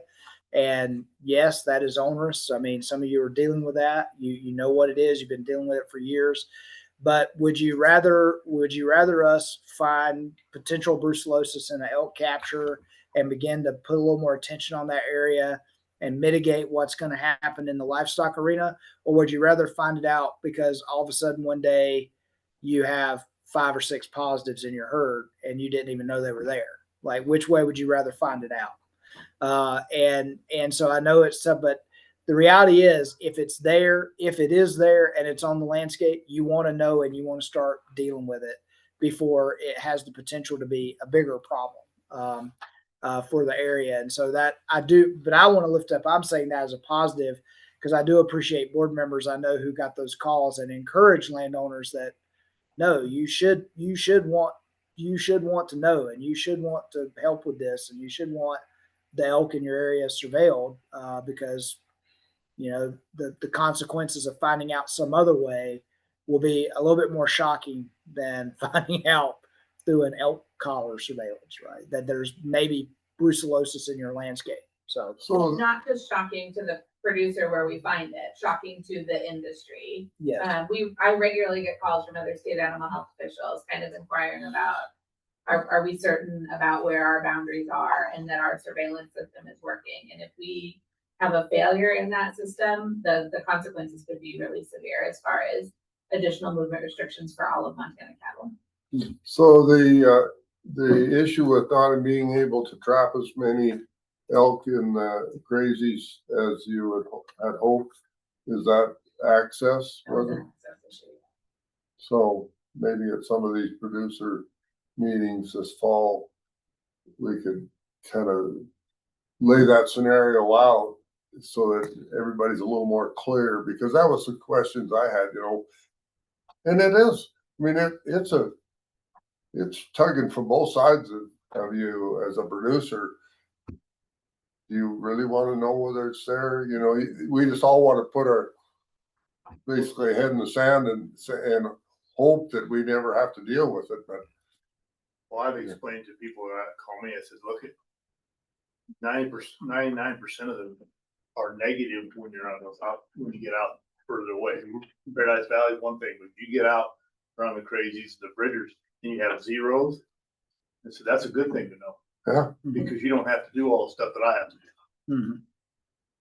But you could say you get one and you got to do all of Park County, those guys in the north are going to try like cut panthers compared to what we have. Yeah. Because all of them have to herd test and then all have to put the tags in their calves. But having your herd quarantined and all your neighbors have to, because of a positive that shows up, a slaughter positive, that's not. We've been there. Yeah. But Quarantine you have, but yeah, we were quarantined, didn't even know we were quarantined. It yeah. was a good time because we didn't know it. We weren't going anywhere with anything. Except I did take some of the sale. I would say, Mr. Chair, and there's an opportunity there, I think, to talk about how far we've progressed with management of brucellosis infected herds, as far as the duration of quarantine and how we're able to move these herds through. And surveillance is our best friend in getting there. Early surveillance, a history of surveillance allows us to make decisions when we do pick up a positive that can really streamline that. Our shortest quarantine in the brucellosis program is 4 months that we had a herd under quarantine. And we've got several that are in that 7 to 8 month range. And it's over the winter months when you are home, kind of not traditionally doing large amounts of movement. So we have very rarely, or actually we've never impacted somebody going to grass. And so that's the strength of that program and the way it's structured and the herd testing in particular. And I'll say I am always surprised as much work has been done by folks like Dr. Szymanski over the years, that even in Montana, but I'll say it's almost 100% when I talk to somebody from another state who, we have these cattlemen groups that come through the state, and occasionally I'll get to go talk to them. And that's the one thing they want to talk about is, oh, we read you got brucellosis here. And so obviously they have a very decades ago mentality about brucellosis and how it's managed. But I've even run into people in Montana that's where education is always helpful. They're like, well, I guess, what happens if I get a positive? You depopulate my whole herd. And you're like, no, No, Not yeah, no. Like, well, we've moved way far away from that. And that is like, so that also could maybe give some relief, because if people are still thinking that is the way we manage it, I can also understand why you'd be hesitant, because you're like, well, if you find one positive animal, you're going to come in and depopulate my entire herd. Right? No, that's not what's going to happen. 2007 was the last time we did that. And it wasn't required. But I mean, that was the last time. Yeah. It was that one herd. The Wyoming has depopulated one herd in their 15 years of having a DSA, and Idaho similarly has. And both of those herds have been herds where the bulls are in with the cows year round. There's no defined calving season. They can't tell you what their breed up is. Like, they can't tell you when animals should be calving. So like a kind of a backyard menagerie of a herd are the scenarios where depopulation may still be on the table. And how many of those are in the DSA anymore? I mean, that's getting to be a, Minimal. you know. So, all right. Anything else, Mike, on your? No, we're ready for Mr. Spat. I hear him over there talking. There he I'll comes. tell you what, he's on the. Not for the record, I had some brand employees bugging me in my office. Oh, okay. Yeah. Oh, They didn't want any man. attention, so. Look out, that bus is coming down the hallway, so. For the record, they were no problem. Oh, okay. Very professional. Good morning, Mike Spatz, HR officer for the department. Morning to Mr. Chair, members of the board, people online. Something I don't get to say often in my world, but hold on to your hats, because we have a jam-packed and exciting agenda today. Not just numbers, we get to talk about people, so it's good. So jumping right in there, if everybody's ready, we can talk about some recruitment real quick. So I didn't see the board last month, but heard Mr. Bodner and Dr. Schnapsky did a good job of introducing some new hires, our new assistant state vet or rehire, and some market supervisor positions. But into this month, we're staying busy with recruiting. Currently, we're still sitting at 8 positions that we're recruiting for. I can say that a lot of those positions on that list, we do have a couple offers out and interviews happening, so we'll clean those up. A lot of part-time stuff going on around in the brands world. That's what we're looking at, but they're cruising through those. Meat's getting some key positions filled. We do have a offer that'll probably go out to a meat inspector supervisor this afternoon, so we'll get that filled up. And then in the lab, we still continue to recruit for that microbiologist section head position that's out there. So we had 2 new hires since last month, since the last board meeting. We had 2 positions that opened up just due to internal movement, some internal promotions that we had on the brands and animal health side there. And the list has been updated. So since yesterday, in fact, we do have 1 separation and 1 future resignation that will happen coming up. So that's CSD and the brand side. There were those positions will open. Some of the highlights there, the department has welcomed Dr. Kelsey Martin as a program veterinarian here in Helena. She's started with us on October 20th, so we're glad to have that. Again, the highlight in the brands area is that veterinary microbiologist section head position out there. This will be our 3rd time recruiting for that round. We're going to get that posted. We're changing some language, seeing if we can get someone to fill that, but that's kind of the 3rd time posting. That kind of tells us that we need to, if this doesn't work out, we've got to start looking at some change of duties or something different with that position. So is it the duties you think, or is it salary and cost of living and that? Probably could be a combination. So that will include that if we need to look at something. Pay will be maybe a consideration with that for duties. So just a heads up for the board, that's something we'll probably need to look at if we can't fill that for that team there. Yeah. So One of the things I would point out is the process now that changed 1.5, 2 years ago, Mike, that as far as the executive, so has exerted a little bit more control over salary, trying to control cost and expenses and budget. And so in requesting changes in salaries for positions, there's a little bit of latitude on new hires, but you still have your range you have to work within. And if you want additions to that, we actually have to make that request to the Office of Budget of Program Planning, OBPP, and get their approval on that. So it's a little more convoluted. So one of the things that when we do that is before we would be making that type of change, we want to demonstrate that we've done everything we could. So that's where, you want to have some documentation of, hey, we've got 3 failed recruitments. We've tried everything we can try. And at this, and everyone who's turned us down, if they have, everyone said it's money. So here's what we need to do. Right. And so you want to have some documentation, because I'll say in our new process, you just don't roll to the budget office and say, we think we need a salary increase. They're going to say, how do you justify that? What's happened? What's changed?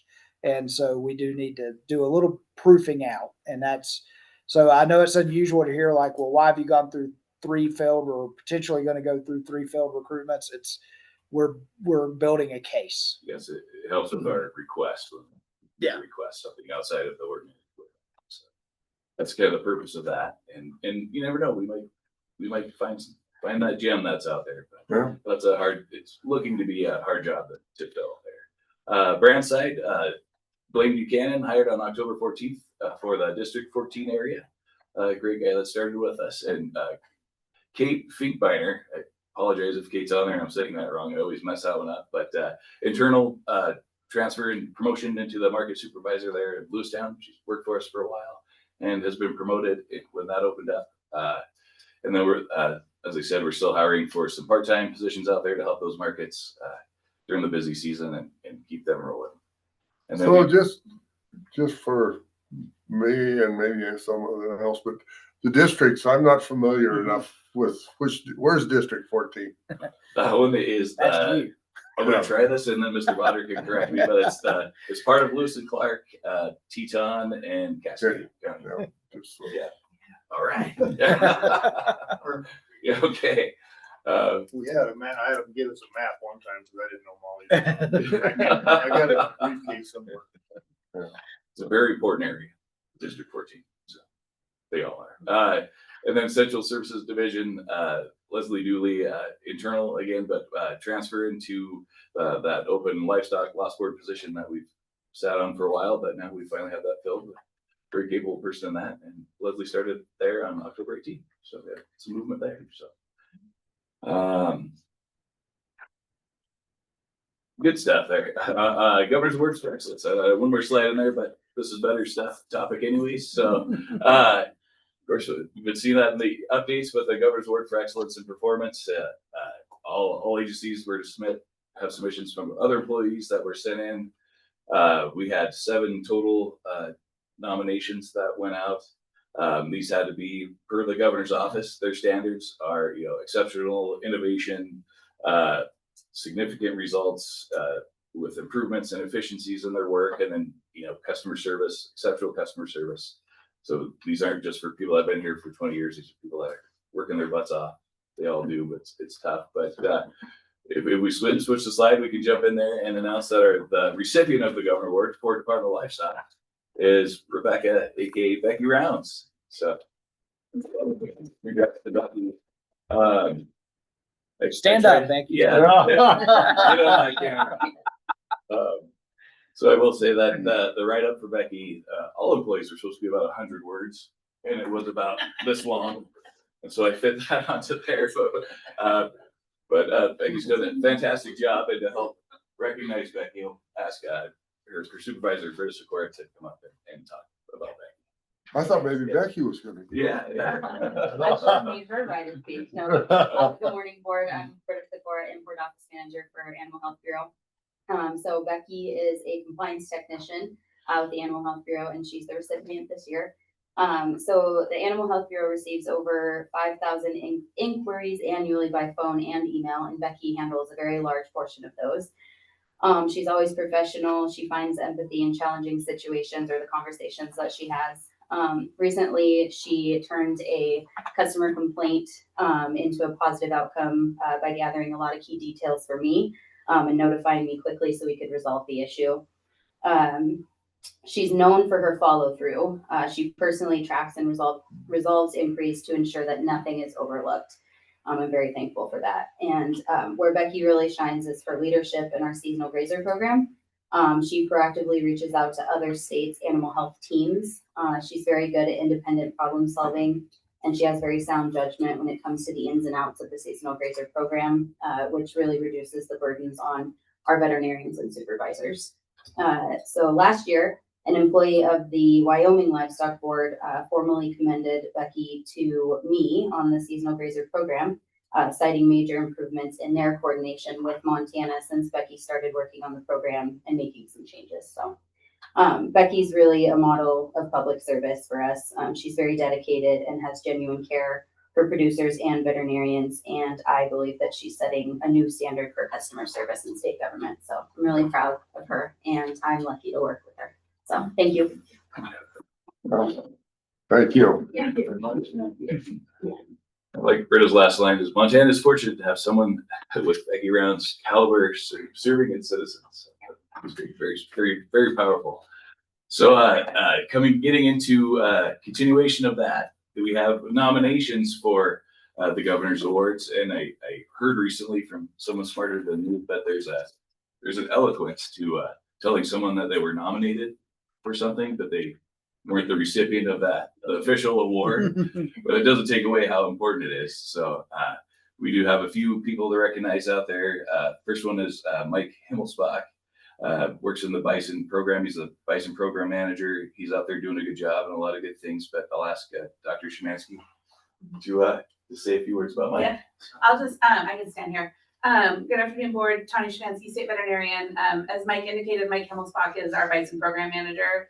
And he does a tremendous job down there. He's built really strong relationships with all of the partners down on the landscape, and just has performed really tremendously. We often borrow Mike for other duties as assigned in that job description because of some of the lag time in bison season, like in the fall. So he has been on 2 different depopulations. He's helped out with the feral swine efforts in Phillips County, just countless examples of times where he showed up for things that aren't related to bison. He brings a really tremendous skill set and work ethic to the job, and has just always been an asset to us. So it always feels like we're torturing him a little bit, but I can't emphasize enough like how valuable he is to the animal health team and what he contributes. So much appreciation to Mike. Do you know if Mike's out there online? Or? No, I don't No, think so. did see him on there. Check. He's guiding an elephant. He can. If he'll watch the recording, you can laugh it out. You'll see him at the store. You can tell him congratulations. Yeah. Next on the list is Jack Sema, another animal health compliance area. Yeah. Britta wants to come up and Yes. talk about that again. Just again, for the record, Britta Sikora, Animal Health Bureau.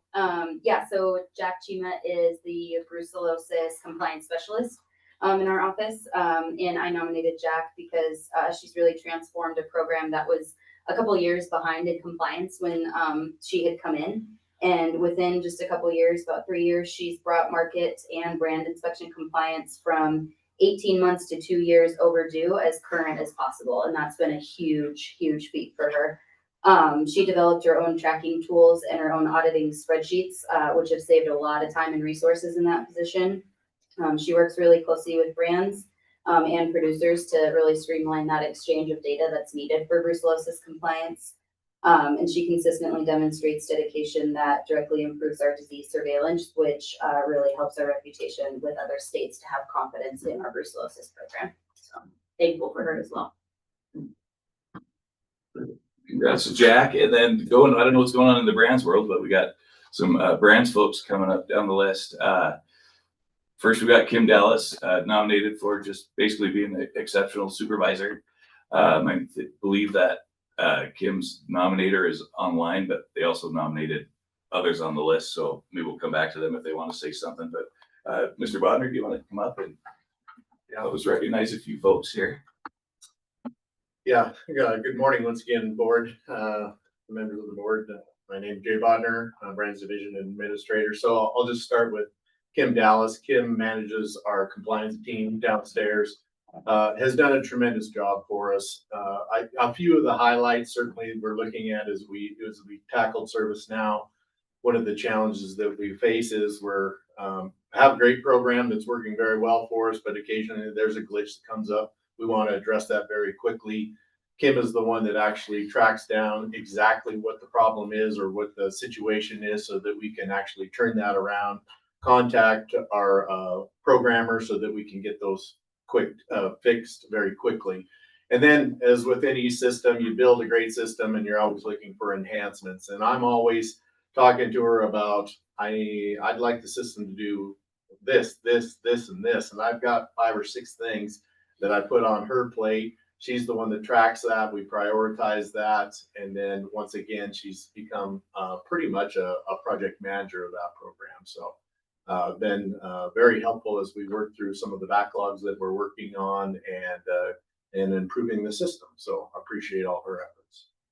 Perfect. And then just since you're standing, Mr. Wilder, I'll just keep you up here and we'll save the best for last. Yeah, Wes Seward, Wes messaged me he couldn't be online. He had to run and go do something important out there. But Wes Seward was was nominated. Basically, just being super helpful. He's really rolling into that area supervisor role and doing a good job there. But yeah. So once again, Wes, he is our central area supervisor. So he covers a very wide swath of Montana. Montana's a big state. He is relocated. He is settled into his new position. So he's not only supervising, which all our area supervisors do, district investigators along with the market supervisors. So he covers a wide swath all the way up to Glasgow. He does have a very good demeanor about how he works with customers and producers. And he's a problem solver, helps people work through things. If they're at fault, and sometimes people do deserve citations, is willing to deal with those occasionally too. But always education versus enforcement. Does a great job for us. Very well versed in ServiceNow and the mobile app. And with his help, I think we will integrate that to more markets along the way. So appreciate his efforts also. That's great. Thanks, Jay. And then we got a list of, it was a team nomination. It was our market supervisors. I think they've been on here before, but it's because they do a good job. But we got Tom Plant, Chris Undum, Newt Larson, Jess Sibumaki, Kevin Ramsey, Don Behrman, Steve Kiewat has since retired, but part of that list, John Camps. And then because of the timing of this, we've also have people, Kate Finkbeiner and Jordan Pruitt are also supervisors that are out there. Although not on this list, they are doing those things that are on that list of exceptional customer service and knowledge and working those. So I think they should be on there as well. But Jay, if you want to say anything about your. Yeah, so we work very closely with our market supervisors. And if you looked at the numbers, you can see that the number of cattle have not necessarily decreased any and been pretty steady. So we have high volumes of cattle. And we occasionally, this volume of cattle, it does put a lot of stressors on our system. And that requires good supervisors to be able to manage those cattle as they come in, big sales as they come in, to make sure that we're inspecting every one of those those individual cattle to make sure that people get paid correctly. We catch a lot of strays. It's amazing when you look at some of the holes that we do that our folks catch. And I'm very impressed with the volume of cattle that go through there.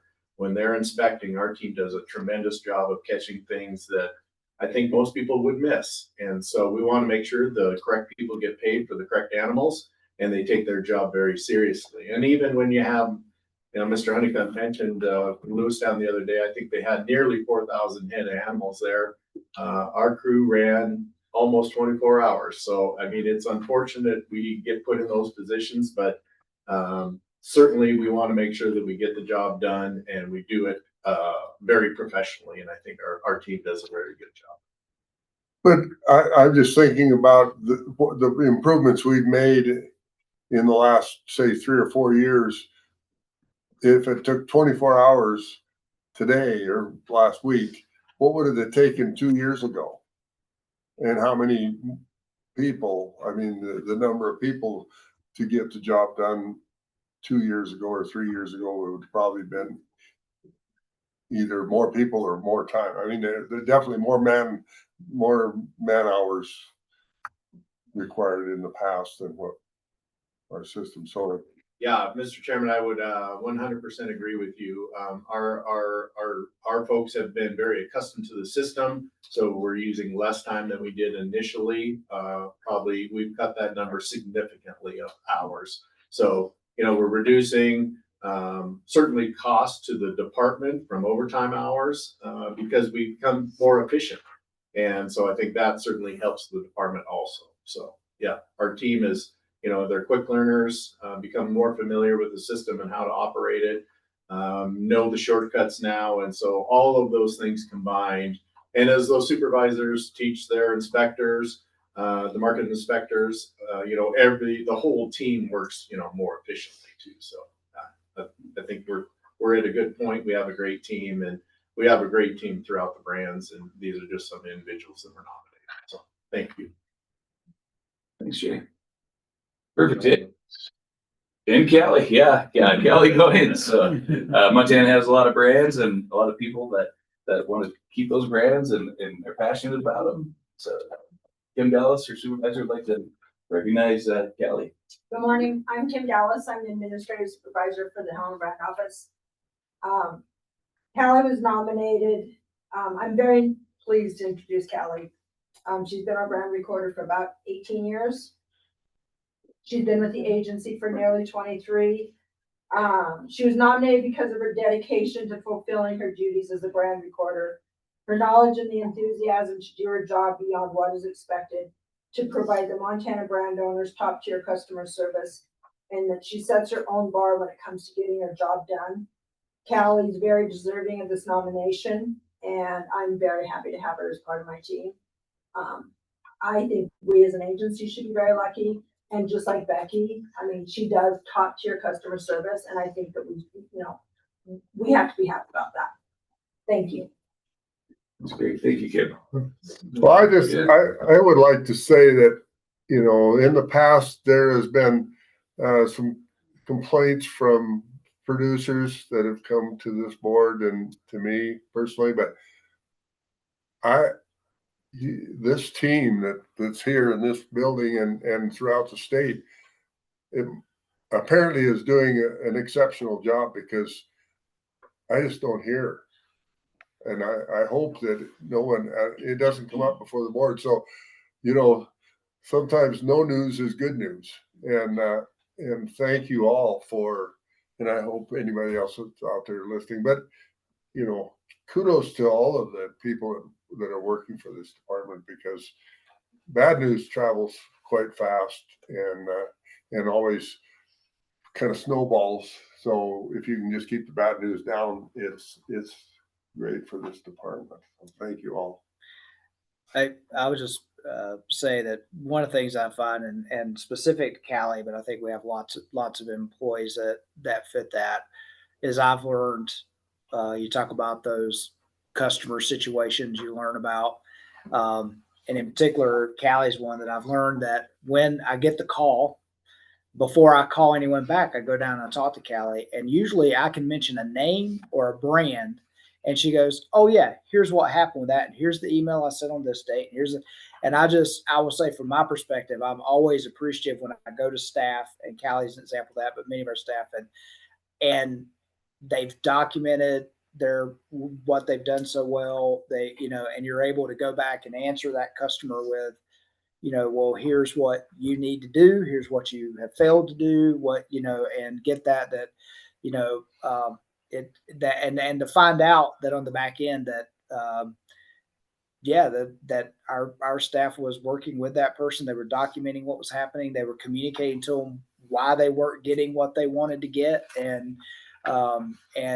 So it's changed for me where, where I typically now, if a complaint gets to my office, I'm in someone else's office going, okay, what's going on? And they always seem like, oh, I know exactly what you're talking about. I know who you're talking about. And they have all their ducks in a row. And it just puts you in a much better position when folks are doing a good job documenting and communicating with people. And we're always going to have customers that don't like the result because they didn't get what they wanted. But if if we can just, if we've done everything for when we could and our folks have followed the laws and rules, then that is what it is. So, and I do appreciate that our staff does a great job of that. That's great. Yeah, just thank you to everyone that's out there doing the hard work, the stuff that I can't do, and thanks to the nominations and Becky for being good examples, and thank you to the board for helping us recognize these folks. That's great. Very good. Now, less fun stuff, but actually, employee engagement survey, we had good results this year, so otherwise it wouldn't be in this information. No, 2025 employee engagement survey covered 6 different topics of employees. They talked about the agency, their supervisor, team, the work they do, how they get recognition, and then their customers that they work with overall. Those are just explanations of those. But overall, the kind of the trending insight onto that is that livestock had pretty good numbers. Our overall participation rate was consistent, probably with other state agencies. It's not the highest number on out there, but overall the numbers are trending up in just about every aspect of those categories. If Mr. Honeycutt, if you want to flip a slide for me, if you're still reading that or words into that, but we can move that around. So it kind of shows that there's the overall scores. This is out of 5 points. But you can kind of see that the positive trend scores are rising steadily up from 2022, from basically 3.65 to 4.01, reflecting growth in a lot of those different factors. And they basically say that on just about every other piece of that. And they give us some info on some things that we could work on. One of them, was our recognition piece. That's hard across a lot of agencies. And when people are out there doing that work, it's hard to recognize everybody, and I hope they know that we appreciate them. But that's basically what it tells us. Their strengths are our culture. People love the work they're doing. So much so that they're very passionate about their work. As I can say that the people that are doing that and the customers, supervisors are out there doing a great job. They're actually engaging in those performance talks with them. It might not be all the time, or something that the HR book people tell you they should be all the time, but any discussion about it is better than none, and it shows that we're seeing improvement in that. They're doing that, so we appreciate that. And then our again, the areas of improvement are just the agency having advancement opportunities, but we're a small agency. It's tough when those open up. We do have a lot of internal movement as we can, but we try, and we would do more if we could, if we had that. But that's what people want, and then that recognition piece is something that we could do better at. We always do better at recognition. So other than recognize them here at the board meeting, what else do we do? Do we give them something to have on above their desk, or what do we do? Yeah, a lot of it's informal, with us, but a lot of managers are good to. There's nothing that beats a compliment of something that employees did immediately on the spot, and examples of how they're doing good work. And when we do that, we try to get out some, when we hear about it. And that's the other thing, is that people, if that's an excuse or not, that they're so busy that these things are happening.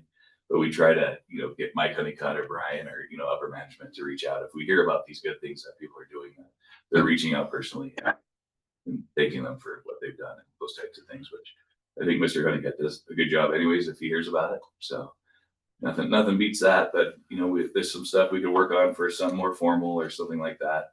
That's something that we need to work on. Yeah. And I think it has to be fluid. And what I mean by that is because different individuals like to be recognized in different ways. So some people, just a phone call from somebody or email saying you did a good job of that is enough. That's all they ever need. Some people want a plaque. Some people want,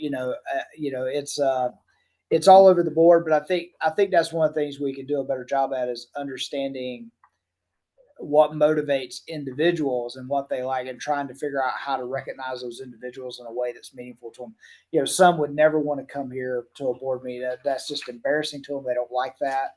But, and so that doesn't always, they view that as maybe a burden when they'd like to be recognized a different way.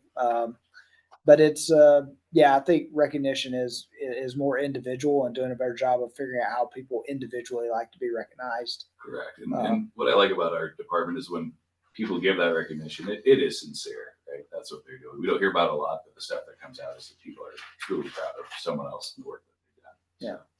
I think before we leave employment engagement, it was just the biggest score on there that matters to me that I think I should highlight for the board, and I'd highlight for anybody who's in the industry, is that probably the thing I'm most proud of is that score around our customers, right? And I think that is a strength, a real strength of the department, is that because it was 0 disagrees. So that the folks who work here really believe in what we're doing and who we're doing it for. Many of them are actually somewhat engaged in the industry themselves. That's maybe different than a lot of government agencies would be. And so when people feel that way, the care they take with the work they do, believing what they're doing is good for the industry, I do think that yields higher work. And that's why we also, I mean, yes, we've had some turnover, and I know to some folks it seems like a lot, but we have lots of folks who have been here 15, 20, 25, 30 years. We have people who have left and are now coming back when opportunities opened up. So those are indications I look at that something's going right. People wouldn't be sticking around if something wasn't going right. They'd be leaving in droves. So It's all good news. We're going in the right direction. So, and then the last segment, just on the year-end performance evaluations, that's of course, the board, just to be aware that that's coming up and that process is happening. But then I just hijacked this time to say it when people are watching online to be ready that it's coming. So on November 1st, those year-end performance evaluations are out there. Our mid-year participation rate, I was proud to say that we're 98% participation in that, Mike. We were number one agency. Participation rate. We'd like it to be 100%, but we had the highest completion rate on the mid-years evaluations of any other agency, and Absolutely. which is surprising because it is something that probably should be 100%. So I don't know that I can be proud of 98%, but I guess I'm proud of it when it's 10% higher than the next competitor. So correct. And then So what kind of bribes did we use? What's that? What kind of bribes did we use? Nothing other than They were threats. Not bribes. I think the thing is just making it a priority that it get done and following up. So one of the things I know I do, and as a part of the management team that meets on a weekly basis, I'd be asking Mike for our stats, and I'd be like, okay. And we've got some anomalies that are like, so in the markets, for example, so with our market inspectors, it's not like these people are sitting in an office and have their own computer. They have to use the one computer that's there. So it does take a little extra effort on some people to make sure you make time for those people to do it. But I think the big difference between is just stressing that it's important and we want it done. And even in the year, the purpose of those evaluations is, one, to make sure we're recognizing good work that's being done. If there are any disagreements about how well someone's doing, we want to make sure that those are addressed and we're working to improve those. We want people to improve. We don't want things to get worse. And I think all of you have had enough experience in work and life, or owning a business, or employing people, that that when supervisors and employees aren't talking about those issues, they don't get better. And it's not wine. It does not get better with age. And so, so if there are issues or disagreements, they need to be addressed so that the employee knows what they need to do so they can move forward and get that corrected. And if they have problems with their supervisor, there needs to be a forum for them to say, here's some things you should be doing better as well. And so that's why those conversations are important. And we just put a lot of stress on, this needs to happen, and it's important to us. It's important up at the management level, and we're tracking it. And if you don't get to 100%, we're going to want to know why you didn't. And then Mike did say the 2%, there were valid reasons, or justified, but there better be a reason, because this needs to happen. And I'll say, when I got here many moons ago now, but I don't think we had done performance evaluations of employees, and I don't know when. It'd been a decade or more, if ever, with some employees, that they'd ever had a formal evaluation of any type. So, or conversation with their supervisor. And so those mechanisms are important. And the engagement survey results show that employees like being talked to. So the supervisors are actually talking to them and telling them how they're doing. So kudos to the supervisors, though. That was a big deal to get that completion rate. But so I'm positive we'll do the same thing here, or maybe even better on the year end. Just some things that we've always done, but DVA is kind of brought up as an important piece of, so the board is aware. But the employees' performance evaluation has certain competencies that they look at. And then the leadership teams use a totally different set of competencies, more related to their role and specifics for that. So, and that's how that'll roll out this year. So November 1st, that kicks off. And I think I'm done bugging the board. Is there any questions or anything I can answer for the board? Well, thank you for your time. Yes, thank you, Mike. All right. Thanks. Good. So, I guess, we'll take a break Mm-hmm.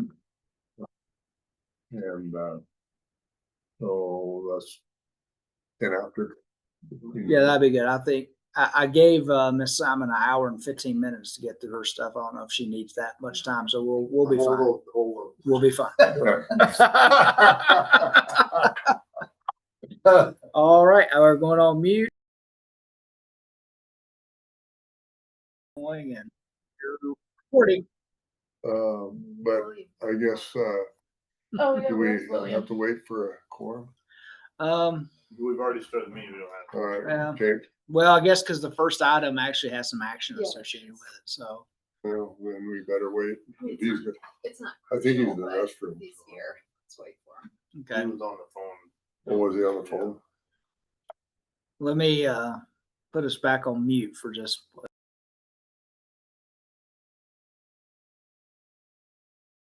Unpaused and you're ready to go. Oh. Okay, I'm gonna call this meeting back to order. And, our next item on the agenda is Ms. Lindsay, if you would like. You'd like to introduce yourself and. Thank you, Mr. Chair, and members of the board. Lindsay Simon, Agency Legal Counsel. The first, I don't really have a legal update for you. I don't think there's any changes to update you on since the last board meeting regarding pending legal issues with the department. So I think we can move into the first agenda item, which is to review a proposed animal health administrator order that we've numbered 25-01 that is attached. So just to give you some context. Is it in this packet somewhere? Mm-hmm. It's in on tab 1 in the back Oh, it says that. behind Mike's stuff. I pointed out for you last night that Donna Yeah. didn't put your tab numbers on there to help you out this I knew time. that, but I On just, thought we were in, it'd be in the tab 2 or not. It's a little quiz. Quiz in the middle of the meeting. Yep. So just a little background information and context of why this is coming to you. So as you are probably aware, we have a statute, it's 81-115, that designates certain information as confidential information that the department is restricted from disclosing. And the easiest way to explain it is animal diagnostic tests that identify the owner are supposed to be kept confidential. And so this came, I was working with Dr. Judah at the lab, and he forwarded me a confidentiality agreement for one of their vendors to review. And that kind of like tipped me off by asking questions. I was like, well, hey, does this vendor have access to confidential animal diagnostic test information that identifies the owner? And they explained to me, yes, they do. So in an abundance of caution, I thought, well, we should probably go through the procedures of that statute because I think that access could be considered a disclosure that triggers the requirements of the statute. So what we ultimately decided to do is to do it through an animal health administrator order. One, because that kind of gave Dr. Szymanski and I a chance to kind of, dip our toe into the water of those orders and the procedure of them. So we're like, this will be good. We'll address this issue and we'll figure out the order process. Because I don't think we have issued an order since she became the state veterinarian and the animal health administrator. So the purpose of it essentially is we have two software vendors at the department. One that provides the lab space management, management information system. And then the Animal Health Bureau here in Helena that does, you know, disease tracing, import, export, they have their own database case management system as well. So one is the labs is ATC, it's Advanced Technology Corp is the vendor. Animal Health is Trace First. So for when those software case management programs have any kind of issue, like we have a service contract with them. So they help us resolve those issues. And oftentimes that requires them being able to get into the system and help with whatever bug or issue we have going on. So that's the access that is happening. And so Dr. Szymanski, as the animal health administrator, made the determination that that disclosure is necessary because we need these case management systems in order to effectively run our lab and our animal health bureau tracing programs. And we just don't have the capacity to do that internally, to set up a system, run the system, and service the system. We contract out for that. So she's made the determination that that access, that disclosure, if it is a disclosure that falls under the statute, is necessary for the administration of the animal health program here at the department. So we set it forth in an order, just making that public. And what we plan to do is, if approved, we will put this order on the website to provide the notice to people that when you submit a sample to our lab for testing, there's going to be a disclosure. There's going to be a disclosure, limited disclosure potentially to this vendor for the purposes of maintaining the case management system. And because that is a requirement of the statute, is to notify the person whose information is disclosed. So we thought the easiest way to do it is through an official order. We'll put it on the website. I think hopefully we'll link it to on the lab's, submission page too. So anyone that's going there to look at it is put on notice that your information may be shared with our vendor. But we do have confidentiality agreements in place with both of those vendors. So they are contractually restricted from disclosing that information any further. But we have made the determination that it's necessary to run our animal health programs. So we are coming to you as the board because there is also a statute that says any of the orders issued by the animal health administrator are subject to review, modification, or revocation by the board. So Dr. Szymanski didn't sign this yet. It's not in effect because we thought there's really no pressing need for it. Like there may be a situation where she issues an emergency order that's effective immediately and then we come to you at the next meeting for review. This one's not effective yet. We just figured there's no reason to put it into effect before we bring it to you. So I will say that if you vote to approve it, I'll probably change the language a little bit and include something in there approved by the board. And I'll probably take that last paragraph out that says this official order is subject to initial review by the Board of Livestock. I'll revise that a little bit to say it could be subject to, revocation in the future by the board. But we are asking for a vote to approve this order, and then we will get it dated, signed, put out onto the website so the public is put on notice that this is a potential disclosure of animal health diagnostic tests that identify the owner.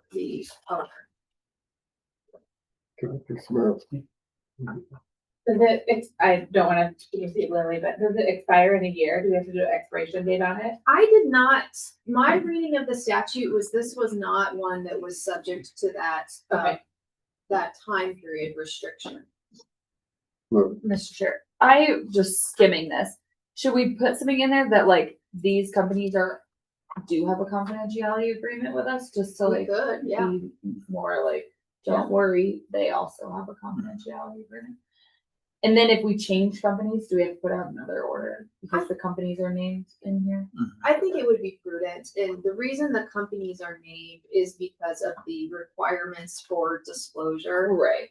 I think it does say you need to notify who it's being disclosed to. Okay. Yeah. The name of the person to whom the information was released is in the statute as having to be part of the notice that's provided. Okay. Well, So, Mr. Chair, so basically the way I understand it, what this means is if, let's say, a farm breaks with bird flu or something else, you publish that somebody broke with bird flu in this county, but you don't publish the name itself. Is that correct? Correct. Yes. And if it's, depending on, generally speaking, our policy, Mr. Chair, members of the board, generally speaking, our policy in regards to 81-2, 115 is that we only publish to the county level. However, for some instances, the county level is identifying enough. And so we'll do like a geographic region. So there are occasions where we'll do kind of like north central Montana or eastern Montana, something along those lines. But this is just more to just cover CYA. Yes, and the difference between those disclosures is we're not identifying the owner, so it's not triggering the requirements of the statute. And my understanding is these vendors are not going into our programs and looking at owner information. It's just when they have, like, the potential for it is there. They could, because they have to have the access to fulfill the requirements of their service contract.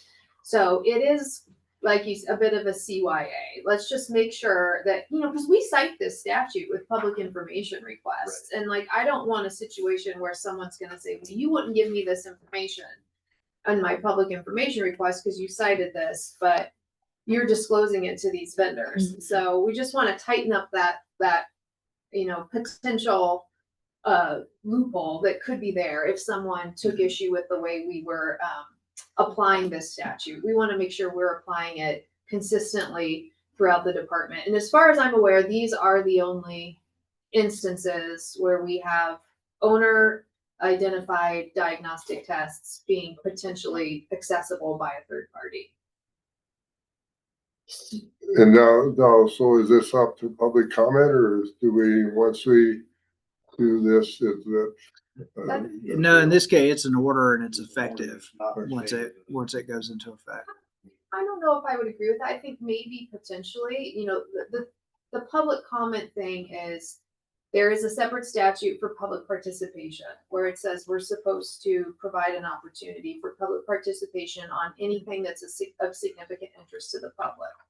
I think you could arguably say this is of significant interest to the public. So maybe just to cover our bases there, we have noticed it in the agenda. It has gone out and been published. So we could open it up to anyone who's out there listening if they wanted to provide public comment on it, just to be safe. I think this could be considered an issue of significant interest to the public. So, Yeah. And there's no one on the meeting now that doesn't work for the department of Landscape.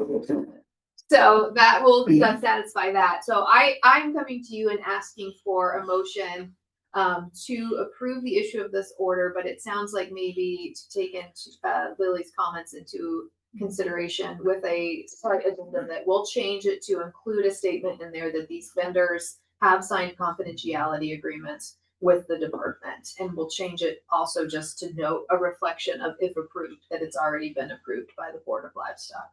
Because that protects us if they have a data breach in their system. I mean, it's To a degree. to a degree, yes.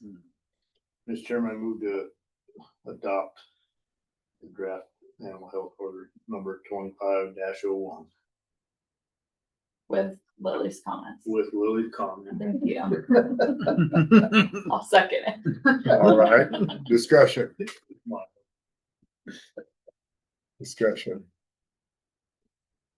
Hearing none, all in favor signify by saying aye. Aye. Opposed, same sign. Motion carried. Thank you very much. And, maybe now we've gotten this order process worked out, maybe we'll come to you in the future if we need to. So I think the next item is not an action item unless anyone feels compelled to make a motion on some topics. But I thought after we went through a couple of contested cases recently that it might be a good opportunity to just have a little bit of a broad overview training for you as board members to understand kind of like some of the legal things that are going on here and what your role is as the head of the department when it comes to issuing a final order in a contested case hearing. So, Yes, well, Mr. Chair, shouldn't we have done that when everybody's here, or? well, that would have been ideal, but it's on the agenda. We have the time, and it's unfortunate. And I guess Mike and I will encourage the board members that aren't here to go through it on their own and then come back with questions to Ms. Simon or Mike or myself, I guess, or whoever. But we will make sure that they are aware and should. And Mike has already talked to one of the board members that's not able to be here. He asked what was on here that he should be on. Make sure what time he needed to make sure if there was some action item. And Mike said this would be something that you should review. Because they're, You need to go. back everything's and watch. recorded, so they can go back and listen to this on their own at any time. So, And this is intended as a resource, so yeah, like as Mr. Chair said, it's recorded, it's available for them to watch. It's just to give you all some context, so, and hopefully if in the future a question comes up, like I said, it's here, it's public, it's recorded, so they can go back and look back at it. So that was my thought. So to just kind of jump in, I thought I would, oh yeah, I guess Mike, I'm gonna have to learn to tell you to advance. So I thought we would start with why we have contested case hearings. Let's start at the highest level. And really the best way to describe it is because of something called procedural due process that is in the federal constitution. It's also, I think the next slide is our state constitution. But essentially, anybody that studied constitutional law will understand that like the language of what's actually in the Constitution is very limited based, and then what the courts have decided it means is much, much, much broader. But procedural due process is there because the Constitution says no state shall deprive any person of life, liberty, or property without due process of law. In the context of the Department of Livestock, we're pretty much just dealing with property. We're not criminal law where someone's being deprived of their liberty by going to jail or anything like that. So we're mostly concerned with property and what due process we have to give before we deprive someone of that property. And so the state constitution also says it. It's just worded a little bit differently, but it's kind of the same. So at its core, procedural due process requires two things: notice and an opportunity to be heard. And the form that those can take vary on a number of factors, but you need to provide notice and an opportunity to be heard. And as we'll get more into contested case hearings under our state law, you'll see that like really those two things are the basis of all of it, is providing notice and an opportunity to be heard. So that's the one takeaway that you should take through all of this, because I do not expect you to be constitutional scholars after this. I'm just giving you a very high, broad overview of how this works. So Mike, you can go to the next one. So like I said, the form that the notice takes and the form that the opportunity to be heard takes can really vary. You can, in some situations, you have to provide the notice before the intended deprivation of property happens. Sometimes you can provide that notice at the same time. You can say, hey, I am depriving you of this. You are hereby notified you've been deprived of this property interest, versus, hey, you are notified that we intend to deprive you of this property interest if X, Y, and Z. And we'll get into when one happens over the other. Sometimes the opportunity to be heard can just be you get to submit a written statement or an argument. But sometimes the opportunity to be heard is there's got to be a hearing. And that hearing can look like, it can be formal, it can be informal. So there's a wide variety. Sometimes the law says you have to have a hearing. Sometimes the law says you just have to give them an opportunity to request a hearing. And like I said, sometimes the process is informal hearing, formal hearing, or going into the judicial branch, like through a court action. So what process is due it varies in every case. It's very fact specific. So but how you figure out what notice and what process you have to give depends on three factors: the nature of the property interest, the risk that you're going to make a mistake if you deprive that them of that property interest and in the interest of the government. And that sounds very loosey-goosey, but basically what it means is like the more serious your property interest is, then the more process that is due. You know, for example, this is kind of analogous to what we'll get into, but let's say you have a medical license from the Board of Medical Examiners, like that's your livelihood, you know, and you've put in a lot of education and time and money, and you make a lot of money. So like that is a significant property interest in your medical license. And if it's taken away erroneously without due cause, you're going to suffer some really severe consequences, right? Not only you as the physician, you know, losing out on income, but all of your patients that you can no longer treat and all of that.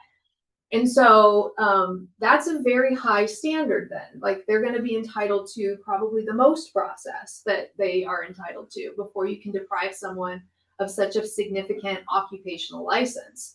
But there are some situations where the government interest might rise to the level where you can take a more quick action. Whereas, you know, like if this doctor is committing egregious instances of malpractice, harming patients, you know, when the government interest is higher, then the process that you have to give goes down a little bit. It's not in our statutes, it's in their statutes, but like the Board of Medical Examiners has the opportunity to summarily suspend the license if certain situations happen. So they'll give notice and say, we're suspending your license. And then they have to give them a hearing very quickly after. There's all sorts of things, but this is how you make these determinations. So an example that just comes to mind is Dr. Szymanski's statement that we could burn Yes. something. That's pretty final. I mean, that's hard to replace that property. So I would assume that there would be a little more. And that's a good point too, because a lot of these statutes, like it came up in the context of, I want to say it's our grade A dairy licenses, where there's a statute that says, I think the department may issue a temporary restraining order, like restraining the operation of the dairy. And I thought, okay, I'm curious, like how old is this language? And so I dug into it, and it's like at least from the 1920s. And most of these United States Supreme Court cases that are dealing with procedural due process came about in the 60s and later. So I'm thinking like, yeah, our statutes say this, and this is what Mike was alluding to earlier. They say we can do that, but we actually can't do that because we have this constitutional restriction that the case law developed decades after these statutes were written. So you do have to consider that as well when you're reading some of the powers that we have. But that is a good example as well, because when there's an animal health emergency, an outbreak, then the government's interest is stronger in acting. And it also depends on like, well, what is the property? Is it fungible goods that can be easily replaced? Or is it something, you know, so then the property interest at stake is a little bit decreased, and the government interest is, so then you are able to take action without providing as much notice or as much opportunity for a hearing. So it's all very much a balancing factor. And you can see the next slide, you can see examples of what is required really varies depending on what's at issue. And if you can find it in our statutes. So the first one cited there is if before you cancel a livestock market certificate, the law says that it tells us what we have to do. There has to be a written complaint filed against the livestock market with the board, and then that complaint is set for a hearing before the board. So in this case, the statute tells us what process is due. Sometimes the statute might describe a process that doesn't meet due process, that doesn't meet constitutional due process, but sometimes it's going to tell you, it's going to set a higher standard than what the Constitution would. So this one tells us if before you cancel a livestock market certificate, you've got to give them notice through a written complaint, and you have to set a hearing. So that is what we would consider a pre-deprivation hearing. Before the cancellation takes effect, there has to be a hearing. Versus a situation maybe where you say, I'm suspending your license, and you get a hearing. after. So that would be a post deprivation hearing, which is considered like a lower level of due process than a pre-deprivation hearing. Suspension or revocation of a livestock dealer license. It also tells us what we have to do there. A hearing has to be held before. So in these situations, we know, and it tells us the deadlines too of what we have to do. In these situations, we know we have to do a pre-deprivation hearing because that's what the statute tells us. Next one, I mean, these are just all examples of various statutes in Title 81 that tell us what process is due statutorily. And, you know, it tells you how quickly you have to act. So this one, it says the department shall give the licensee a time limit of 10 days to request a hearing to show cause. So this is a situation where we only have to provide them an opportunity to request a hearing. You know, we don't have to give them an actual hearing. We just say, if you want one, you've got to request it within 10 days. And then if they request it, we have to hold it. But if they don't request it, we can revoke their license. You know, if they don't contest it, we can revoke their license without ever holding a hearing. Because So, but in that, we have to wait the 10-day, according to the statute, we would, there's still a time frame where no action. correct. So the way, you know, and we'll get into it, but the way that it works typically, what I do, because I model it over after these I model our licenses after professional licenses over at DLI. And they have very specific statutes that they have to follow. And theirs say, we'll send out a notice giving you an opportunity for a hearing and you get 20 days to request a hearing.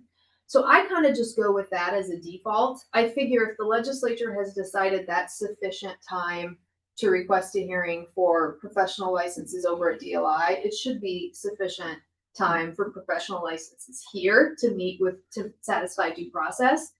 But in this case, the legislature said, I'm going to shorten that time. They only have 10 days to request it. But I put this in here because this is kind of an example of the previous ones I showed you said you have to hold a hearing before you can pull the certificate or the license.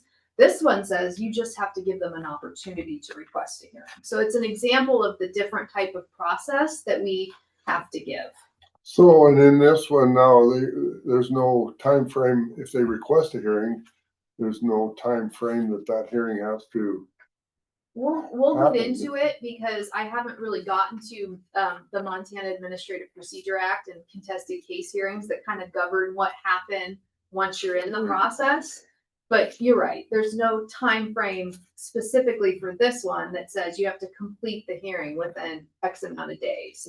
But we do have some situations where we do have time limits on that. I could be wrong, but I believe the pasteurized milk ordinance, which we have adopted and incorporated for all of our grade A dairies and grade A dairy plants, like that document has some restrictions in there of, okay, if somebody requests a hearing, you've got to hold the hearing and complete it within X amount of days. So there are some situations where it will be laid out by law of how quickly the hearing has to happen. But not every type of license that we have comes with a time frame on how quickly you have to complete the process. These are just more examples. There's a statute about condemning a carcass. It talks about what you have to do and all of that. So they're just examples. And I included the next one you can get to because this is from the federal CFR. So this applies to our inspected meat establishments that have a random inspection. And because we have adopted and incorporated the federal standards there, because I'm sure, as you know, there are situations in an inspected plant. So these are meat products that they're eligible to go into retail, to be sold to the public. Unlike custom exempts, where the distribution is limited just to the owner of the animal, they're the only ones that can get the meat. Like meat that's coming out of an inspected facility has a much wider distribution, and therefore it comes with a greater public health risk, right?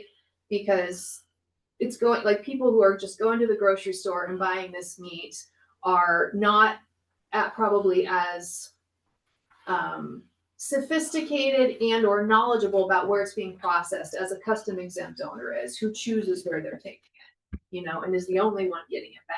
So because of that, because the government interest is higher, right? We're dealing with foodborne illnesses, like people can die from meat-based foodborne illnesses. The government interest is much higher because the public health risk, if something goes wrong, is higher.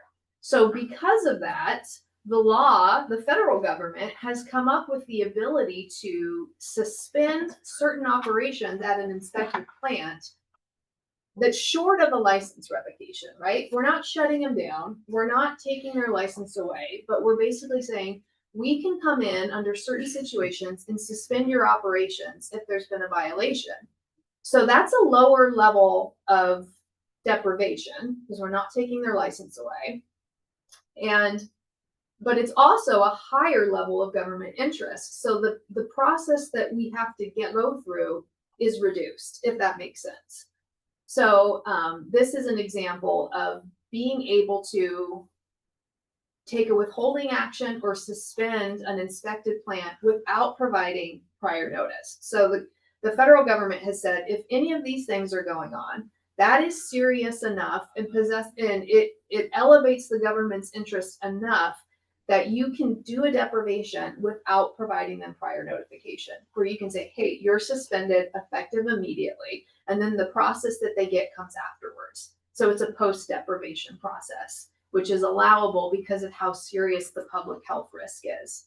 The next slide. So is there protocol to exactly how that notice has to? Yes.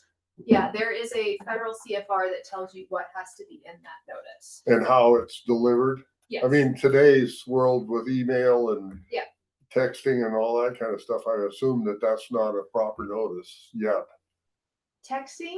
Yeah, I mean, my understanding is that meat, milk, and egg inspection always confirms receipt, like that they make sure that they have confirmed receipt by the plant when they send a notice like this.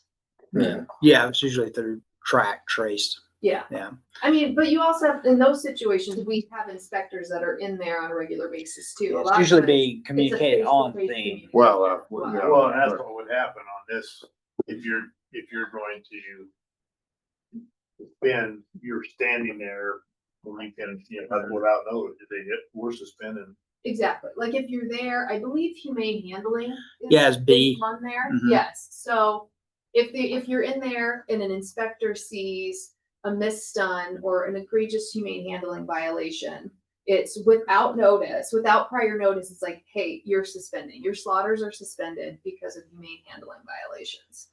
Misbranded product. And then there's a sequence of what happens, and we'll get into it a little bit. But the next slide. Well, before we go on, because I know Williams, I remember back months ago, you had gotten some feedback about humane slaughter, and people like, well, why is it done this way? And just to go it, so what happens on scene, that's a great example. So the federal law that governs humane slaughter says that the federal law reads that you can have no misstuns. It's like every animal must be rendered unconscious one shot. We know that's not possible. We have developed accepted a scientifically validated standard, I think, which came from Temple Grandin about what is that a lot of people use. But when that happens, exactly what she's talking about is like, that is immediate. We see it and it's stop. Don't process anything more. You have to submit corrective actions. How are we going to correct this problem so it doesn't happen again? That could happen in a matter of hours. Yep. It could be days if the person sits on it and doesn't respond to it. But that's how and why that's happening. And that's where right here is where the authority for that immediate action of, okay, I've seen it. It's a violation. Stop. And that happens immediately, verbally on the scene. But there also has to be some other documentation besides verbal. Yes. Then it gets, but that comes after. Yeah. So it's not like we say, well, we saw this and we're going to send you a letter and you keep doing what you're doing. Next slide covers that situation. So this next slide is also a regulation under the CFR, the federal regulation, where it basically says, okay, these are violations that you see them, but you have to give them prior written notice of before you suspend them or take a withholding action or whatever. So they're considered serious enough to warrant a suspension, but not so serious that you can impose the suspension without providing prior notice.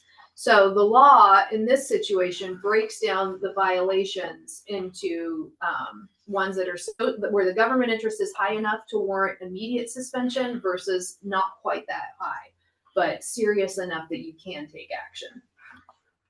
And one thing, I don't think I included that slide in there, but like the CFR also covers like once you've suspended someone, what do you do? So now we're in the realm of post deprivation process. And so they have an opportunity to submit corrective action. And then we get to either accept that and hold the suspension in abeyance, or say, no, this is not good enough. We're not going to hold it in abeyance. And if we hold it in abeyance, then that's kind of the end of it, right? Because that's considered, I think the legal theory there is that, well, this isn't much of a deprivation. They get to continue operating, so there's not much of a deprivation. So we're not providing them an opportunity for a hearing and all of that, because if we decide to hold it in abeyance, then they're kind of back to the status quo. They're just under a verification plan where we're continuing to monitor these types of violations. However, if they submit a corrective action plan and we come back and we say, no, this isn't sufficient, we are not going to hold this suspension in abeyance, then under the federal law, that triggers us to give them an opportunity for a hearing. That provides them with the option of going through a whole hearing process, because at that point, the deprivation is really serious. If you're not holding it in abeyance, they can't operate, and it's kind of indefinite until you do that. So the law says you can't do that without giving these people an opportunity for a hearing to really work it out. So these are just all examples of how due process plays out in regulatory government affairs. And so now we're kind of getting more into the contested case, but MAPA is a state statute, it's the Montana Administrative Procedure Act, that really addresses two main things. It does a lot of other things, but I'd say the biggest parts of MAPA is it sets forth the procedures for how agencies adopt rules and how they hold their contested case hearings. So we're not concerned about rules today, we're just concerned with contested case hearings. And so this state law tells us that whenever a proceeding before an agency to determine legal rights, duties, or privileges of a party is required by law to be made after opportunity for a hearing, then it's a contested case under MAPA, and you have to follow the MAPA contested case procedures. And so what's interesting is it just says required by law. So I showed you some examples of statutes where the statute itself says you have to hold a hearing first before you can do this.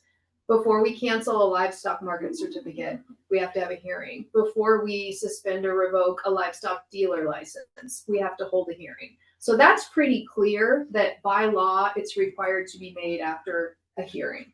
So we know those have to be MAPA contested case hearings. But sometimes our statutes don't say that at all. Like our meat inspection licenses say nothing about a hearing. It just says the department can revoke, or actually I think it says shall revoke a meat establishment license if it's been determined that there's a violation of a rule or a law by the board. It says nothing about a hearing. But because I've just gone through this very convoluted explanation of constitutional due process, law includes constitutional law and case law. So if the court law says you've got to give them an opportunity for a hearing before you do this, that's law, even if it's not written in the statute, that we have to take into account, and that makes it a contested case hearing, if that makes sense. So when I want to revoke a meat establishment license because they have violated some law, I have to follow the MAPA contested case procedures, because under constitutional due process, a occupational license is a property interest that that requires a pre-deprivation hearing. So that's why we do contested case hearings, because constitutional law says their interest in operating their business is so sufficient, is such a high threshold, and we think the risk of an erroneous deprivation is serious enough that we're not going to let the government come in and take it away before there's been an opportunity for a hearing. So same question again then on timing. So would you consider this in that 10 to 20 day time frame that, I mean, there's gotta be, Yes. if you're gonna have this contested case, there's gotta be a time frame of getting stuff done. Yes and no. So the 10 and 20 day time frame. So it has to do with the time between when the notice is sent and when they have to request a hearing. So in some situations, some statutes are going to say you have to hold a hearing full stop. It's not just an opportunity for a hearing, but you hold a hearing full stop. In those situations, we don't give them any time to request a hearing because a hearing has to happen by law. They don't have to request it, so we're gonna set the hearing. So that 10 and 20 day time frame doesn't come into consideration in those situations. Where it comes into play is if we have a statute that doesn't tell us that we have to hold a hearing, or if it's a statute that tells us we just have to give them an opportunity to request a hearing. So that time frame deals with the time between when we give them the notice that we intend to take action against their license and when they have to request the hearing. Because Well, I just looking at your bold, print here on this, and it says required by law to be made after an opportunity for hearing. right. So, I mean, that's pretty open-ended. It is, and that is like MAPPA does not set a set time frame between when a hearing is requested and when the hearing must be completed. There is no set time frame that is set forth in MAPPA for that. And sometimes they drag on for a very long time because when you think about it, I keep analogizing to DLI, but they do the most contested case hearings, I think, probably, because they have a huge array of professional licenses that are all subject to this. Sometimes those drag on for years because it's essentially a mini trial, especially if you're trying to take away, like I said, a physician's license. They're going to fight that tooth and nail, right? Because, like I said, they've gone to school for a minimum of 8 years to get their medical license, to get their medical degree, and then they've probably done 3 to 7 or 8 years of a residency, right? Like they are so invested in that. Most of them aren't giving it up without a fight, and you don't want to set a rigid time frame. I think the idea that probably behind the legislature is we're not going to set a time frame because these contested case hearings can run the gamut of what we did with the Dillon and Headwaters livestock markets, or taking away a medical license or a dental license or an engineering license, right? So some of them are simple, but some of them are going to be really complex and need more time. Well, I'm thinking more along the line of a health issue, public health issue, rather than a licensing issue with a doctor or something. The timing of something happening that could affect public health. Yeah. So I'm thinking a little more compressed time frame than. But as far as timeframes, MAPPA is going to fill in any gaps in the law. So if the regulations or the statutes don't set that time frame, then MAPPA doesn't fill that gap. But like I said, we do have some statutes that tell us you need to complete your hearing within X amount of time. And PMO is it's a short time frame because they're very concerned about health, especially if it's a sanitation issue at a dairy, a fluid dairy plant. They set those time frames short because they're get this resolved because, it is a public health issue. It's just MAPPA doesn't fill in the gaps and tell you how quickly you have to do it. It's, but you can still, and we'll get into it because you can still do that. The regulatory agency that's bringing a case that is subject to MAPPA's contested case proceedings can basically tell the hearing officer or whoever's presiding over the hearing, this is an urgent matter of public health and we need to do it on an expedited basis. There's still room to do that. It's just there's nothing in the law that really concrete tells you have to do it within a certain time frame. But there's no restriction on the other side that says you have to give this other party X X amount of their time. Not really. No, not really. There are time limits on when the final order must be entered, but that's a little bit different and we'll get to it later. But as far as like going from notice to completing the hearing, MAPPA doesn't tell us that it has to happen within any amount of time, short or long. It's pretty open. And this next quote, I guess I put in here, we kind of already touched on it, but it says, like, so this is a quote from the Montana Supreme Court. It says, only under exigent circumstances where the government's interest requires immediate action may a post-deprivation rather than a pre-deprivation hearing satisfy due process. So I read that to basically mean I've got to give an opportunity for a hearing in every case. Like, we can't deprive before we give an opportunity for a hearing unless it's a matter where the government interest requires immediate action. That would be something like for example, if we found out that one of our dairies or one of our meat processing plants was doing something doing something so egregious that created a real public health issue, we would summarily suspend that license and then have expedited proceedings. We would tell them, stop operating now, and then we would hold a hearing very quickly.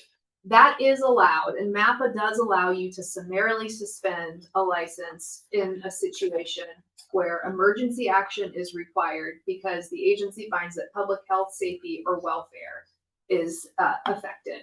So we don't do that very often. Like, there might be a situation where it occurs, but for example, the most recent contested case hearing that we've gone to final order on involved refusing to allow inspectors into the facility and some what I would characterize as somewhat minor sanitation violations. Those are sanitation violations that matter, but they were not of the level where we would have come in and said, we've got to shut you down right now and we'll deal with it later. Right? So we didn't do a summary suspension for that license because we didn't think that, I mean, that's a high standard. We didn't think that like there was enough evidence to show there was an imminent threat to public health and safety. So we just went through the regular process where they were able to continue operating until that final order was entered. So throughout the whole MAPPA process, they were still able to operate. So we actually don't deprive them of anything until that final order is entered. And Lindsay, just for practicality, one of the things that I have figured out as we've navigated through these things through the years, and before Lindsay showed up, we didn't navigate through them well all the time. So proving her worth and giving her some recognition back to our earlier conversation about the value that she provides. But that's where I'm always sort of cautioning staff too, as we're executing on things that we need to do, to be very careful with the language that we use, because the example she just gave, and she talked about a lot of times when you hear the word suspension, people automatically go to suspending a license, when really what we're doing in many of those cases, and I'm thinking more in the meat and poultry world, is withholding inspection services. We haven't suspended their license. They're still licensed. We haven't taken that away from them, but we're withholding inspection services and putting the mark of inspection on something until the problem is solved. And that's a different withholding, but we sometimes use that interchangeably a lot. And that's what I think creates some confusion when somebody goes, well, and I've heard it around the board table where we'd even have board members be like, well, wait a minute, we suspended their license and it hasn't even come to the board yet. And you're like, no, we did not suspend a license. They are still licensed, but we withhold inspection services until, like on the humane slaughter, we're withholding inspection services until we get corrective action in place. So we suspended their ability to perform. Yeah, but they're still licensed. They didn't lose their license. Yeah. And sometimes what we're suspending or withholding inspection on is limited. Like sometimes we might say slaughter is suspended, but processing is not, right? Because the issue was a slaughter issue. So any carcasses that they have in their facility, like they can still continue to process those. Their workers can still come to work, earn a paycheck. All of that product goes out the door. You know, so we're not shutting them down completely. It's just, and that's an example of when you look at, okay, what process do I have to give them? Well, you look at, well, what property interest is being affected here? It's not the entire business, it's just slaughter, and it's just inspected slaughter, maybe, you know, because sometimes we say you can continue with custom exempt operations while we're suspending inspection, but you can still accept animals and slaughter them and process them for custom exempt customers. So it varies. But I just bring that up, maybe a little out of context, but it's also like, that's where we've not, and I'll just admit past errors, where we've not always been very careful with our language when we talk about it. And that's created confusion. And so that's one of the reasons for this training is, so we're talking about contested case hearings, suspension of licenses. But sometimes we've been, and I'm just admitting a fault here, we've used some of this language interchangeably when it didn't really apply. Yeah. And so you hear somebody say, well, they suspended me, but it might be, no, we're withholding inspection on a very limited scope to get that corrected, and everything else is continuing. Right. And you still have a licensed business. Nobody's taking your license away. And that's why it has and in some cases for constituents who would say, well, why didn't this trigger a hearing? Well, because we didn't suspend your license, so it didn't trigger a hearing. And that falls under, and I don't know if Lindsay's going to address that some other time. I think you are aware of that. There's all kinds of other agency actions that are not contested case actions that have rights to appeal, right, to the board, operational type decisions. Yeah. And sometimes many of those things fall under that. They don't fall under a hearing. They fall under well, you can write an appeal letter to me or the board, and we'll look at that decision someone made and analyze whether we think they made the right decision or not. But it's not a contested case hearing. Like a non-compliance report that will get issued at a facility. They have the right to appeal that, but there's no property interest that's being affected. They're not being told they can't operate. They're not being told they can't do something. So that doesn't trigger constitutional due process because they don't have a recognized property interest in not receiving a notice that you're, non-compliant. So those situations, we have an appeal right, but it doesn't implicate due process because we're not taking away any property interest of theirs. Yes. And so sorry for butting in, but I was just like, I just feel like sometimes there's good to make those distinctions because these things all go down different paths, and figuring out what path they're going down is sometimes important because that's the purpose of the day. That's what determines how we handle a particular complaint or situation.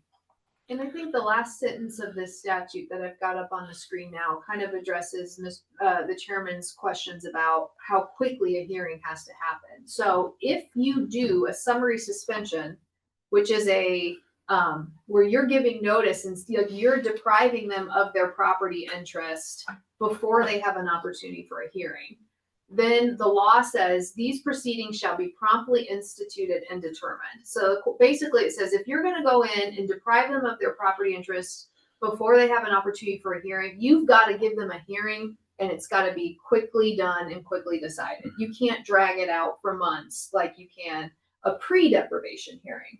Because remember, while we're going through the big long process of trying to revoke someone's license, if we haven't done it under a summary suspension, they can operate while these proceedings are happening. They haven't actually suffered a deprivation yet. That's why we call it a pre-deprivation process versus post-deprivation. So the reason why I think you can have a contested case hearing that lasts for a very long time is because usually it's going to be a pre-deprivation hearing where they haven't even lost anything. And so before I get to this, I don't have a slide for it, but MAPPA basically tells us we have to send them notice and we have to tell them what the issues are, the basis for the proposed government action. And we have to tell them, if there's a statute that says we have to have a hearing, then we've got to tell them where the hearing's going to be, when it's going to be, and all of their rights. If it's just an opportunity for a hearing, then we have to tell them you have the right to ask for a hearing. Here's how you ask for a hearing. Here's how much time you have to ask for a hearing. Here's what will happen if you don't request a hearing. All of those are required under MAPPA to be in the notice that we send. So one example, I think the first one I brought to you after I joined the department was Belgrade Custom Meats. They had a custom exempt license. So what we did is we followed MAPPA and we sent them a notice that said, we propose to revoke your license for noncompliance. You have the opportunity to contest this. If you send in a request for a hearing within 20 days, we will go down the hearing process, the contested case process. And it said, if you don't request a hearing, we will default you. And it will go to the board and they will enter a final order by default. And the reason we can do that is because MAPPA tells us that you can resolve a contested case proceeding through informal disposition. You don't have to go to a hearing, even if they request it. The parties can reach a stipulation and agree to it, or they can settle it, or consent order.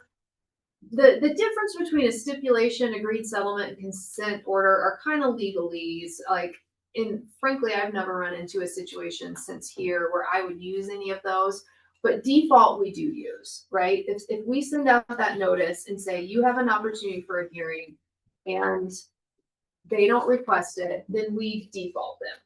Or maybe if it's a situation where the law says you have to hold a hearing, we'll send out a notice and saying, we're holding the hearing on this date. And if they don't show up to the hearing and don't participate, well, we would default them as well. We wouldn't have to hold the hearing. We could enter an order by default. So you don't always have to go through the hearing procedure. And a lot of times, again, at DLI, a lot of times, the difference between them and us, though, is their professional licensing statutes have this whole range of sanctions. It can be something like go to take a couple hours of continuing legal education. It can be you're going to be on probation for a year, or da da da da da da da. So a lot of times they use stipulation when the parties agree. Just say, okay, look, we'll just agree. This is the sanction that we're going to use. Like almost nobody stipulates to a revocation. Some people do, though. If they just want to give up their license, then they let them just stipulate to a revocation. And so you don't have to hold a hearing. It just goes before the board and they enter a final order of revocation because the licensee has stipulated in writing that they consent to that and agree to that. So that can happen sometimes too. And you can go to the next slide. And so once you're in the contested case proceeding, once the agency has issued the notice and said, this is what we're going to do, we're either giving you an opportunity or we're holding a hearing. There's two ways that you can have the hearing. It can be formal or it can be informal. And formal proceeding, I guess, I don't know why I put default proceedings in there. I'm not remembering. But basically a formal proceeding is like, you're going to have a live hearing in front of a hearing officer and the rules of evidence are going to apply. It's going to be like a mini court trial. But the parties can both agree that they want to use a more informal proceeding as well. Maybe they don't want to pay a lawyer to do a whole hearing, but they still want to come in and present evidence. Both parties can agree to an informal proceeding where you can, maybe one way you could do it is just instead of showing up for a live hearing, it's all just written argument that's presented. And the rules of evidence don't apply, but there are some constraints on what the hearing officer can consider. So you have a lot of options. I'll be honest, on the licensing cases, I consider those to be so serious, like when you're taking away someone's business license and putting them out of business, that I, as the department counsel, I'm not going to agree to an informal proceeding. I want a formal proceeding with a really well-developed record because it's a serious matter. And I would note that the law, MAPPA says that for any professional licenses over at DLI, they're not allowed to do informal proceedings. So I kind of follow that. You know, if a licensee came to me and said, hey, I want to do an informal proceeding, then I might consider it. But like, usually I'm not going to agree and I'm a party to it. And the rule says both parties in writing can agree. I just kind of feel like we're trying to take away somebody's license. We need to do it formally. But one thing to keep in mind, sometimes you'll have contested case hearings in front of an agency where the agency is really not the party. Sometimes it's two private parties fighting it out together. And so in that situation, the agency doesn't really have a stake in it. So if both of those parties say they want to do it informally, then the agency needs to do it informally. But we're always a party in our licensing revocation proceedings. And so I don't really use informal, and no one has ever like really come to me and pushed it and said, I really want you to give me an informal proceeding. So if you have, once you go to a hearing, there's two ways that it can happen, and we've kind of touched on this. MAPPA allows the agency, whoever is at the agency who's going to make the final decision, can preside over the hearing. And you guys did that with the Dillon livestock and the Headwaters livestock market. We elected not to assign a hearing examiner, and you guys heard the hearing, presided over the hearing. But for a lot of times, that's just not practical for an agency head to do, especially again, going back to like DLI, the number of licensing proceedings that they do. There's absolutely no way that Commissioner Swanson has the time. Well, she's not the head of the agency in that respect because the licensing boards are the head, but like one person cannot handle all of those. Like especially on those boards, like they're volunteer boards as well. You know, the Board of Medical Examiners has a bunch of physicians on it. They don't have the time to preside over every single licensing hearing that comes before their board. So they use hearing examiners. That is an allowed procedure under MAPPA, where you choose somebody else to preside over the hearing. They're either, we use hearing examiner and hearing officer pretty much interchangeably. And the law says you have to choose your hearing examiner with due regard to the expertise required for the particular matter. So, sometimes like the Board of Environmental Review is doing very scientific and in-depth contested cases. They should pick a hearing examiner who has some kind of, substantive knowledge of the subject matter at issue. The law also says that it must be from a state agency. So we can't just like hire a private person to be our hearing examiner, theoretically. But when there is a difference. When you use a hearing examiner, they do not issue the final order. All they do is issue what's called a proposed decision. So they make findings of fact, they make conclusions of law because they preside over the hearing, but that's not effective until it is adopted by the head of the agency. And since the Board of Livestock is the head of the Department of Livestock, we come to you to issue those final orders. Other agencies that have a director head might come to their director to issue that final order. So why it's on here as a potential action item, which this can be a subject for another day. You could, as a board, decide that you want to designate your final agency action authority to somebody else. Like you could say, I'm going to designate it to the executive officer, and he gets to hear all cases and issue the final decision. Or you could say it's going to be the bureau chief. So if it's a brands issue, it'll be Jay Bodner. If it's an animal health issue, it'll be Tawny Szymanski. You could do that if you wanted to, but in the absence of any formal motion and designation, we come to you as the agency head to issue the final agency action. So that's the two ways a contested case hearing can happen. You either use a hearing examiner or you use the agency head to preside over it. And some agencies do so many of these that they have their own offices that they employ their own hearings officers. So DPHHS has their own, they call it the Office of Administrative Hearings. DLI has it, they also call it the Office of Administrative Hearings. Revenue calls it the Office of Dispute Resolution. And DNRC has their own Office of Administrative Hearings. So agencies that do a lot of contested case hearings employ their own hearings officers to do this. But we don't do enough of them, and it would not be financially prudent for us to hire our own. So that's a big overview. So I thought, let's run through the basic procedure. Yeah. So if you were to assign it to, say, Tawny for a thing, could it still be an appeal to the board or to Mike and then to the board again? I mean, because you're looking at, I'm looking at the steps. No, Because under MAPPA, once the final agency action is entered, then the aggrieved party has a right to petition for judicial review in the court system. So the final agency action is the end of the administrative agency process, and anything after that is going to be in the judicial branch. So as long as they're designated as a hearing officer, and so whoever would be that The hearing. designation matters less than it being the final agency action. So it's just who, once there is a final agency action, there's no more recourse in the agency because it's final. It's like who issues the final agency action may vary depending on what you want and what you designate. But once it's final, it's done. Yeah.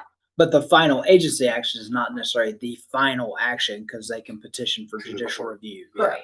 Correct. Yeah. Yeah. The legal term is final agency action because it's like you're done with the agency. Everything else, if you want to continue to challenge it, has to be in the court system. Lindsay and I've discussed about the only time that we feel like the designated individual, and that would probably be case by case on certain types of actions, was if we had some sort of very short timeline. Right. Like if there was a thing that said this has to be decided in 48 hours, the likelihood of getting a quorum of the board together in 48 hours to hold a hearing. Well, Yeah, you have to notice that you're doing it. too. Right. Yeah, you have may. 40-hour Right. limit on Right. that. And so you may not, that may be a case where in that type of a case, you would want to say, if we had that time frame or timeline, the board might choose, I'm not saying they would have to, but the board might choose, hey, for that type of action, we're going to designate that because there's no way we could meet our obligation through board action because the timeline's too short. I will say that without a compelling reason for you to designate it to someone else, I like it being the board. That's our doing the preference. final order primarily because you're not department employees. You're not here on a daily basis, and you are factually usually removed from the case. And we like that. We want to keep you as objective and out of the loop as possible until it comes to you for a decision. It could get messy, like sometimes when there's usually a large amount of lead up that precedes us even deciding we want to initiate a contested case. Like we're not just willy-nilly deciding we want to revoke someone's license. We're only reaching that decision after probably months and months and months and months of dealing with them that usually Dr. Szymanski is looped into, Jay Bodner would be looped into, and Mike is looped into. So it's hard to keep those people totally out of the loop when we have issues with somebody that we regulate. And so in my personal opinion is it's better if it's you that issues the final agency action because you're usually not intimately involved in those things. The thing I'd say, and I don't know if I see in your other slides here, but I think the elephant that sits in the corner of the room on contested case hearings with a board like this is just the understanding that our constituents have, right? They're used to dealing with their stakeholder organizations or maybe the legislature, which operates under different rules and procedures. And so it's hard for constituents to understand, oh, I've got a contested case going in front of the Board of Livestock. I know Alan. Let me call Alan and tell him what I think. And that puts you guys sometimes in a bad position because we said we want to keep you objective. But in those cases, when we're talking about contested case hearings, it's incumbent upon all of you to remember, I'm sorry, I'm going to be sitting in judgment on that. I can't talk to you about that. I can talk to you about the weather. I can talk to you about the cattle market, but I can't talk to you about that. And that is sort of off-putting. And I say it's the elephant in the room. It's off-putting to our constituents because they want to think about it like, and I'll use this example, like being the Stockgrowers Board or the Farm Bureau Board. And it's like, no, you're my representative. I call you. It's like, but no, I'm actually sitting in judgment. I can't talk to you about this. Which was sort of trying to happen with the Headwaters. Yeah. Yeah. No, that's exactly right. And that's the thing I think puts you guys in a difficult position, but that's also why we want to do these trainings and try to arm you with, look, here's what my role in this is. I can't discuss this with you. That would be inappropriate. And we know that there's some people who won't take that for an answer. I just know some of the people we deal with, but it's just important that you keep that in mind on like a contested case hearing and kind of keep in your mind, in contested cases, that's a little bit different of a role than your role that you serve of being representative of a certain part of the industry on the board, right? It's and how you keep those things separate is important. But it is the elephant in the corner of And the we room. call that ex parte communications. Yes. That's communication that's happening outside of the formal process. And there is a statute in MAPPA that explicitly says that's a no-no. Like you should, if you're part of the body that's going to issue a decision or make findings of fact and conclusions of law, you should not be communicating with any party or representative that is part of those proceedings.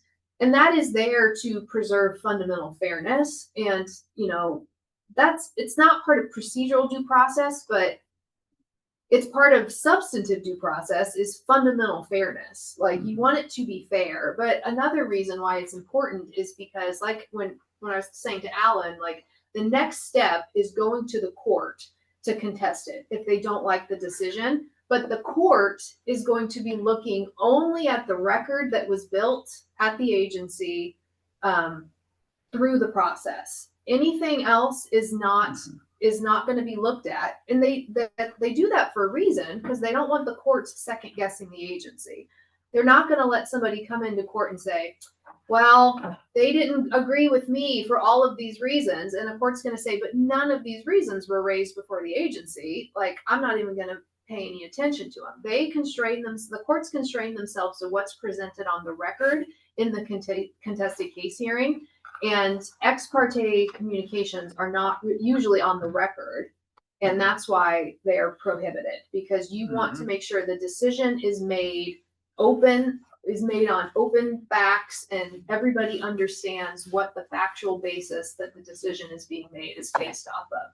And having side conversations that are not fleshed out through this whole process is not going to satisfy due process. It's not fair for there to be side communications that affect a decision. And honestly, if there are side communications that were not part of the record, I do think a court on review, if they found out about it, could say, well, I'm gonna axe this agency decision because it wasn't procedurally correct because you allowed for all these side communications. So we're trying to preserve fundamental fairness, but we're also trying to preserve the integrity of the process so that we don't spend all this time and energy getting to a final order that's then going to be just, knocked out by a court because we didn't follow the right procedure. So the one that I think of, not that, and you brought up a market situation. So we have these requirements with markets that if they're changing ownership or, so a new owner, it requires, some documentation on their part. It requires a public hearing. It requires all these things that are actually in the statutes around that. And I think the challenge for you guys is that as a board is that there are many people, and this is just me and my knowledge of our constituents. There's many people who would have, let's say, and I'm going to use, everybody loves Gene Curry, but let's say Gene Curry is going to buy a market and he's applied and he's put all of his stuff in. We've scheduled a hearing, but there's people out there who just have an animus about Gene Curry for one reason or another. And they're more than willing to call people who will be making the decision on whether we grant that to say, and this may not be in the contest, but it's just in the realm of good ethics for the board, that they'll want to call and say, these are all the reasons I think Gene Curry should not be allowed to own a livestock market. Well, the answer would be, that's a decision that's going to be in front of us. We're holding a public hearing. That's where you would come and make your comments as a member of the public. But folks don't want to show up and say what they want to say about Gene with everybody listening and on a record and documented. And that's the challenge of, you just say, well, nope, you've got to, I can't consider those points. You've got to come say those in that public hearing so they're a part of the record.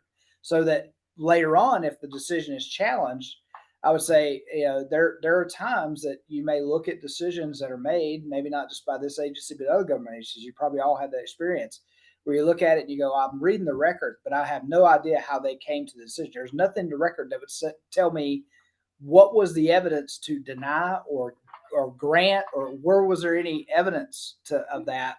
And those are things that I will say as a layman, looking at it, I go, well, I would bet there was some communication somewhere that people formed opinions before they ever got to the meeting.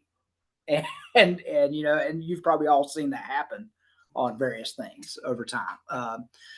So anyway, I'm sorry I'm hijacking Lindsay again, but I think these are just for the board, you know, and these are all good points about. I do recognize the pressure that you're under, and some of this information is hopefully helpful to arm you with.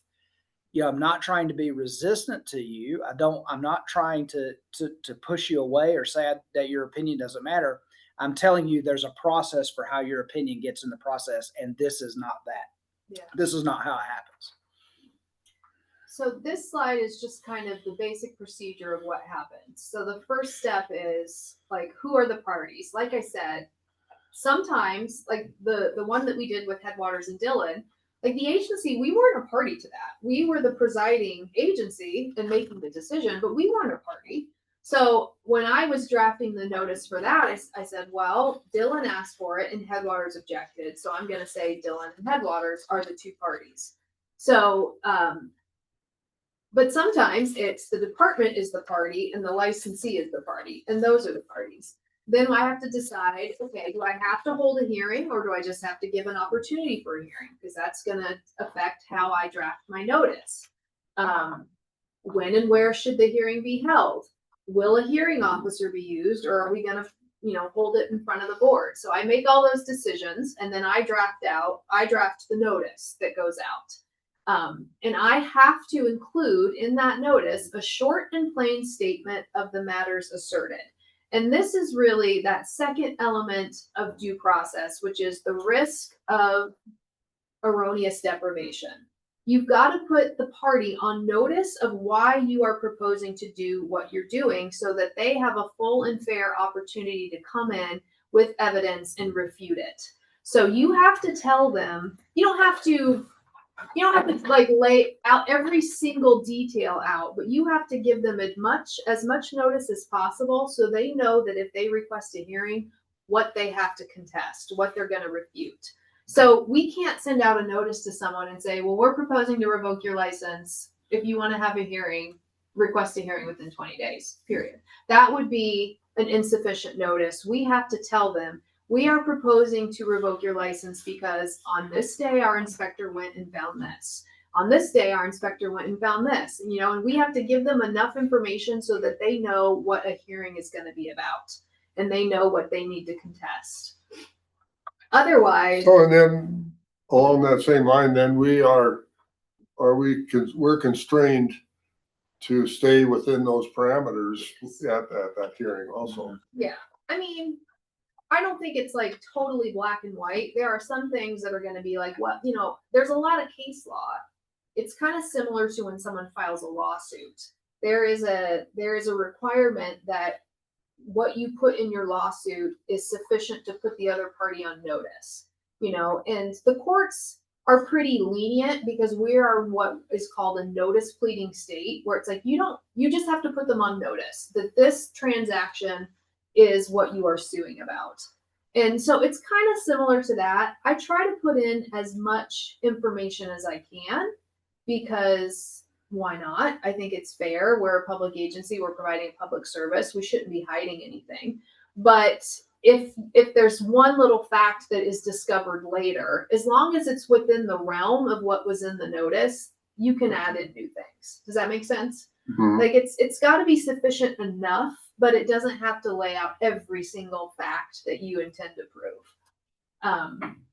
And so after that notice goes out, if it's one where a hearing, we only have to give an opportunity. If they request a hearing, then what we usually do is we, go and get a hearing officer. So if they say, I want a hearing, then I go and I find someone who's willing to be the hearing officer.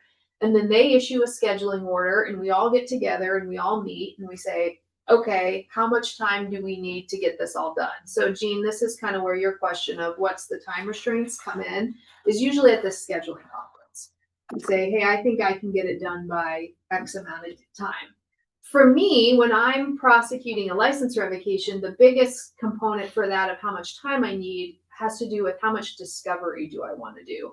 Because when you're in a formal contested case hearing, we get to do discovery, which is like requests for admission, interrogatories, requests for production, depositions. Those are all procedures in the court system for how parties get information for a lawsuit.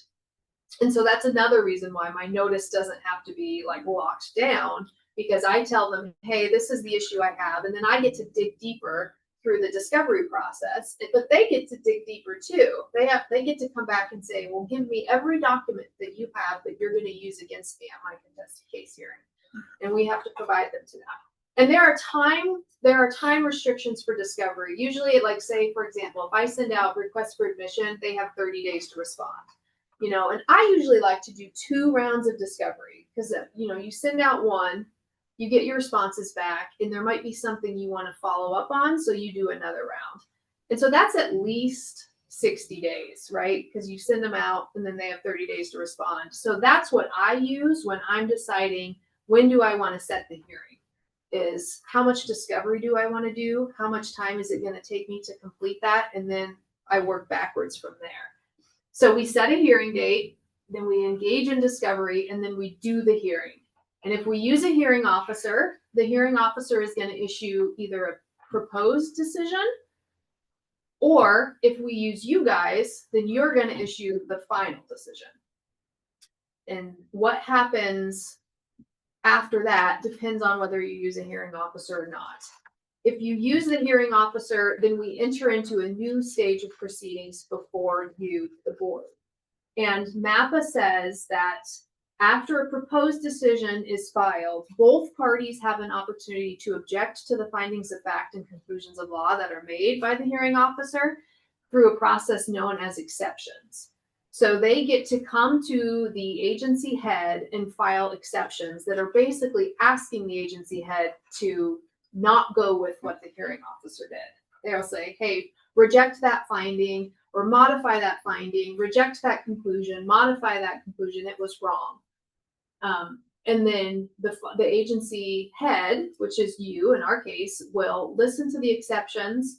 Usually there's an oral argument if either party requests it, and then you issue the final agency action. None of that happens if you are presiding over the hearing. That process is just skipped over if you're presiding over the hearing. So there's no right to exceptions when the body that is presiding over the hearing is going to be the one to issue the final agency action. Does that make sense? It's just kind of like this built-in appeal process in the MAPPA contested case when you use a hearing officer. And I think it's good sometimes because most hearing officers are not going to have intimate knowledge of the livestock industry. So sometimes you want that built-in procedure to let them flush it all out, let them make the findings of fact. But if they get something totally wrong, there's still a built-in review before you, the board, before it becomes effective and final. But probably the most important thing for you to know is that when you as the board are reviewing a proposed decision that comes before you, MAPPA restricts what you can do. You have your hands tied to some extent. Now you can adopt the proposed decision in its entirety and just say, nope, we think everything's good. That is the simplest way to do it. And that is what you did with both the ABARS processing case and the Highline packing case. You just accepted the proposed decision with no modifications whatsoever. Or you can modify the conclusions of law, or you can reject the conclusions of law. Like you can say, nope, they got that totally wrong, I'm gonna reject it. Or you can say, that's kind of right, but it needs a little tweaking, I'm gonna modify it. You have a lot of freedom in modifying or rejecting conclusions of law. But conclusions of law are different than findings of fact. And sometimes it's hard to tell the difference, but your hands are very tied when it comes to reviewing findings of fact. If you want to modify a finding of fact, you can only do that if you decide that the hearing officer's finding was not based on competent, substantial evidence, or that the whole proceeding did not comply with the essential requirements of law. And that's the same for rejecting it. So that basically what that means is you've got to give a lot of deference to the findings of fact that the hearing officer makes, unless it's just totally out of the blue, not based at all on competent, substantial evidence. And that's a difficult concept for, I think, a lay board to understand. Like, that's something that judges deal with very frequently, but this is probably the most difficult part of your job as reviewing a proposed decision is, if you wanted to modify or reject it, you'd really need to get into the nitty gritty and look at the evidence. You should review the entire administrative record. If there's a transcript of the hearing, you should look at that. So that can be tough if you decide that you want to modify or reject a finding of fact.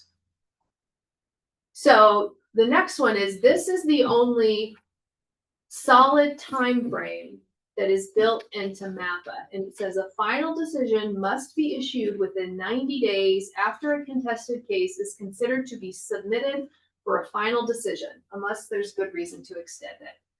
So the Montana Supreme Court has basically interpreted that to mean that when, like for you, for example, when you meet and the parties to a contested case issue, make oral arguments to you, and then you guys, then that's when that 90 days starts.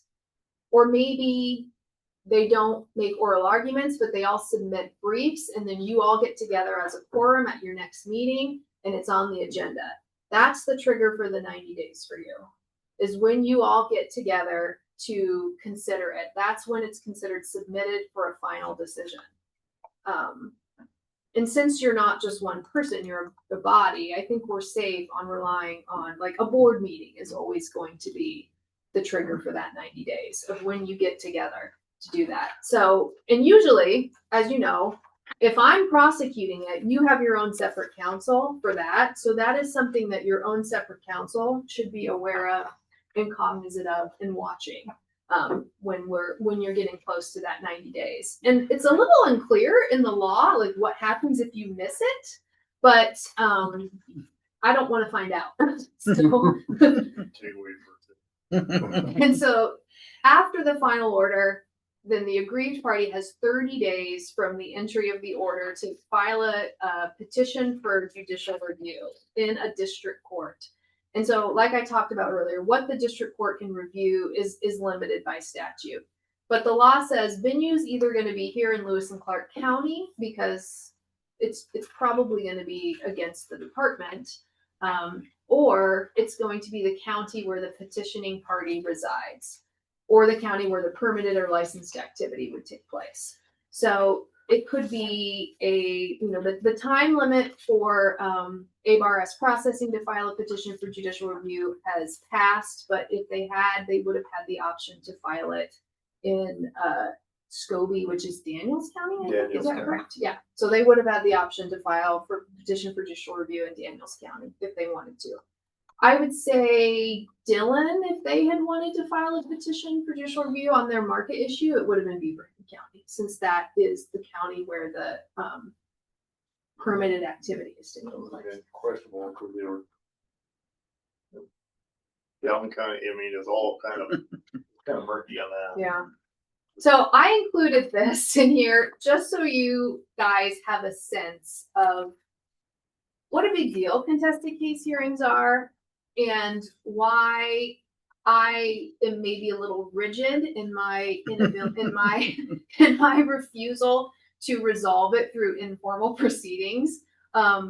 We've had a couple of cases. Well, let me just say that. So for example, because it's over and done and the period for judicial review has passed, but in ABARS, they wanted to voluntarily relinquish their license after we had the proposed decision, after we had filed exceptions and all of that.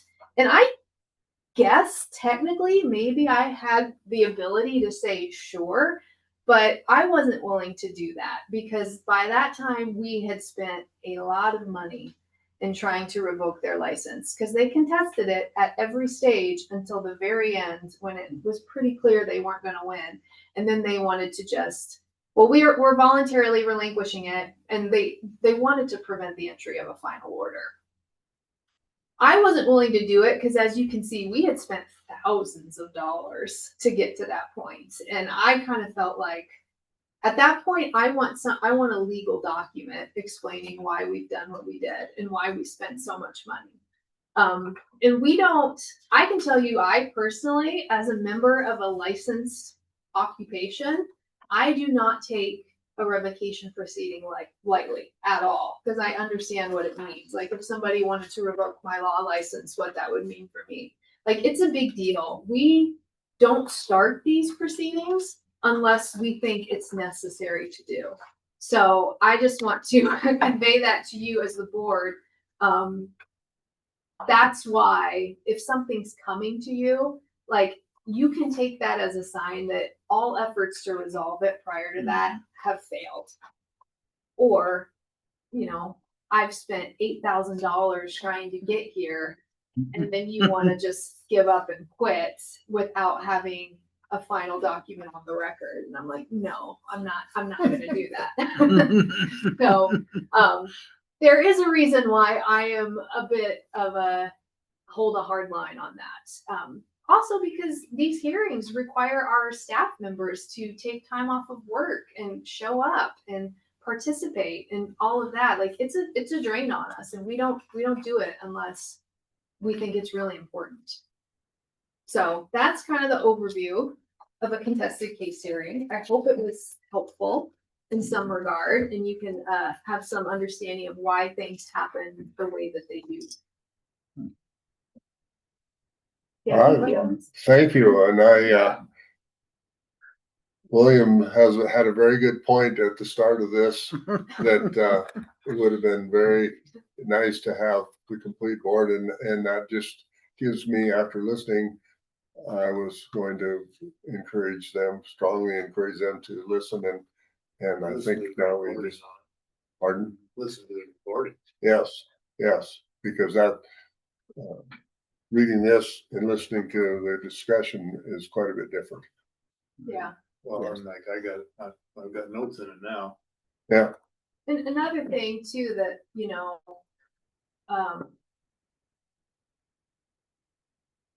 under the law, it's not just revoking a license that triggers the requirement for a contested case hearing. Like if somebody applies for a license and we deny it, we also have to give them an opportunity for a hearing. So, and that's like the example I gave earlier of someone trying to establish a new market or gain ownership of a market. They're trying to gain the license.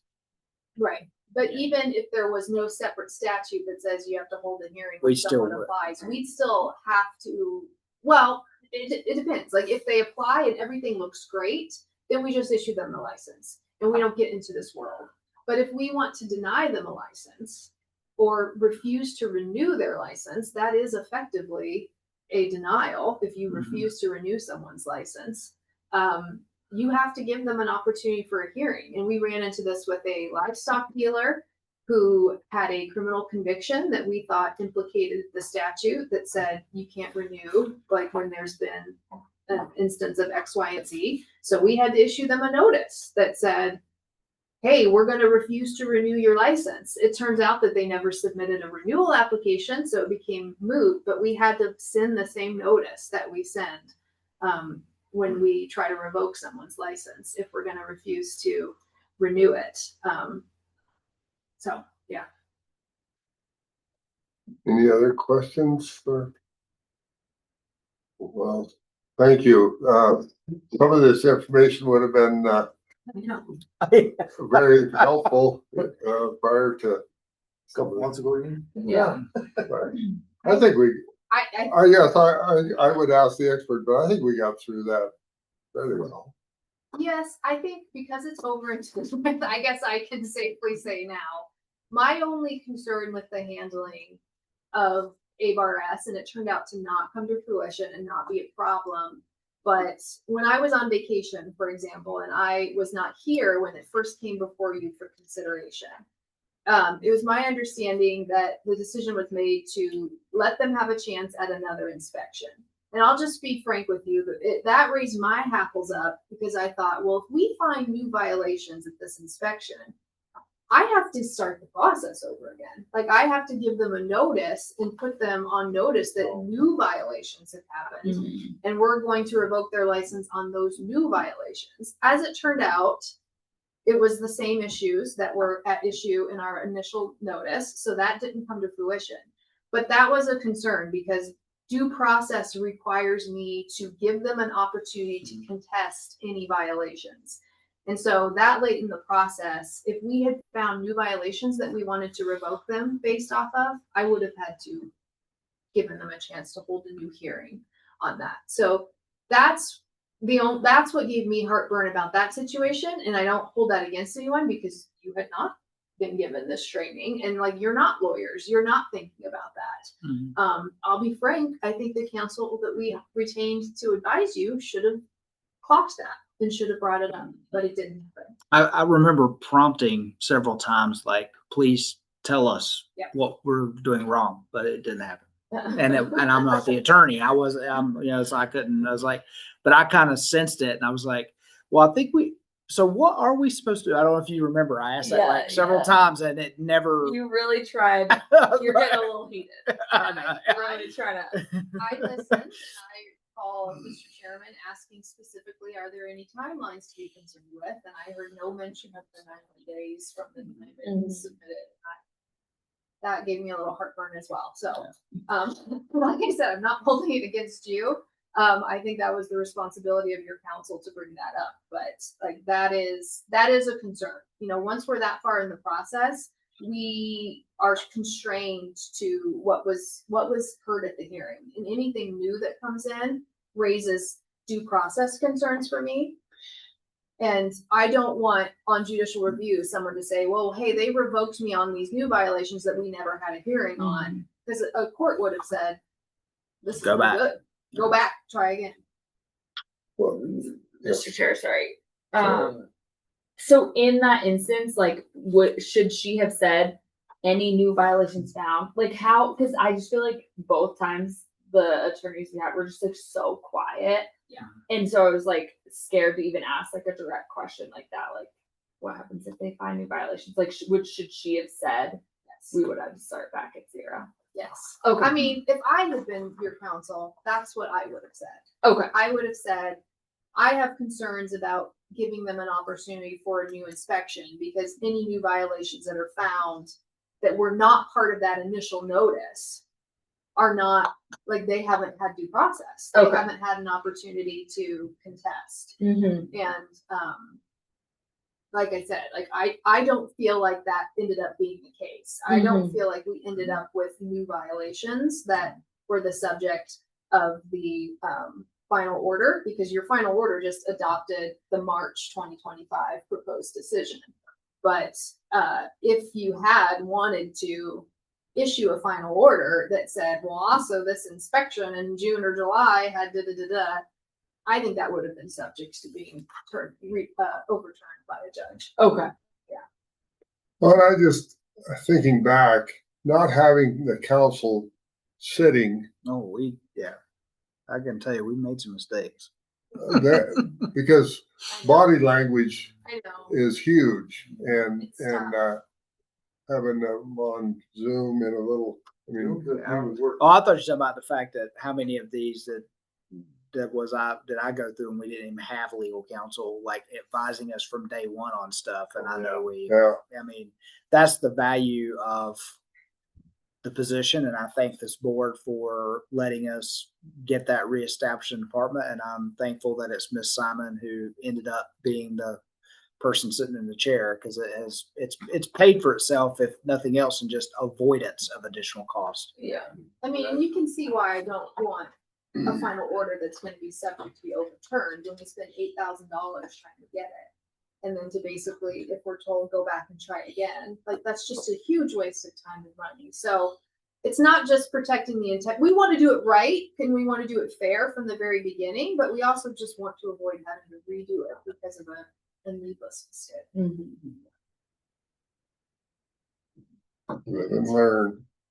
Okay, thank you. Thank Thank you. you. Glad you're a lawyer, and I'm not. Okay, Brian, you stand between this crowd and lunch. I was gonna say, do you need caffeine or Yeah, the legalese?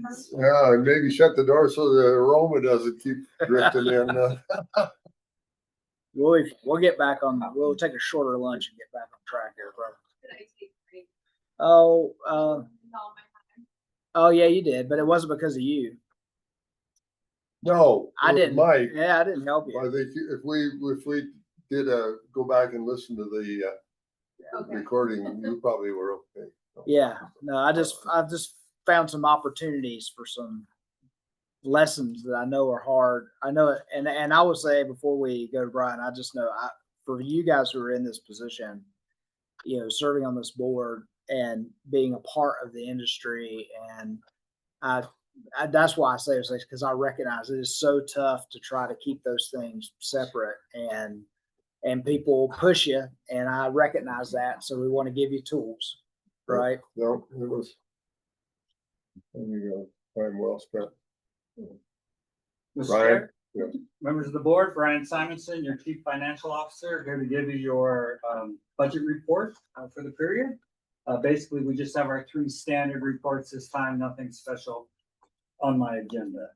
So we're going to go to tab 2, page 1. Mike's got it up there, the multicolored state special revenue report. I'd say a couple things first.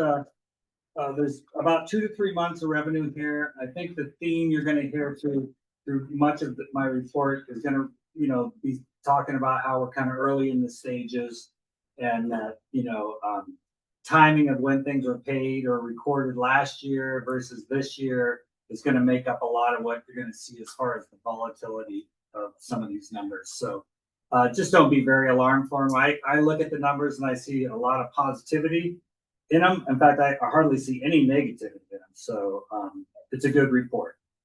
I told you last time we were here that we had to do some work on the budget revenue. That's column E, the far right column. Evan got that done. And so there's quite a bit of inflationary adjustments in there. I do want to call attention because of the dollar value change, and then the opportunity to just reinforce what we're doing with per capita fee. I want to call your attention to row 13, per capita fee, that $5.68 million budget number. That's up a little over $1 million from what it was reported last month, and reflects accurately where we are as far as the budget that's in the system. And then you can see the bottom number there in the green. If you add up all the things that fall into the per capita fee, is now 6.6. And I just want to give a little bit of education here, because if we turn the page and we look at, I want you to look at row 30, per capita fee. This is on the blue, right? Mm-hmm. This is our budgeted funds. This page here really represents House Bill 2 for the most part. So this is our ongoing operations for running the department as it pertains to per capita fee. So if we look at the budget number there, it says 5.9 million. I'll round up. Well, 5.9 million doesn't really equate to 6.65, right? So it gets confusing as to what's missing in that number. So I just want to add to that 5.6 what other things are in this book that account for per capita fee and how much per capita fee we're spending annually.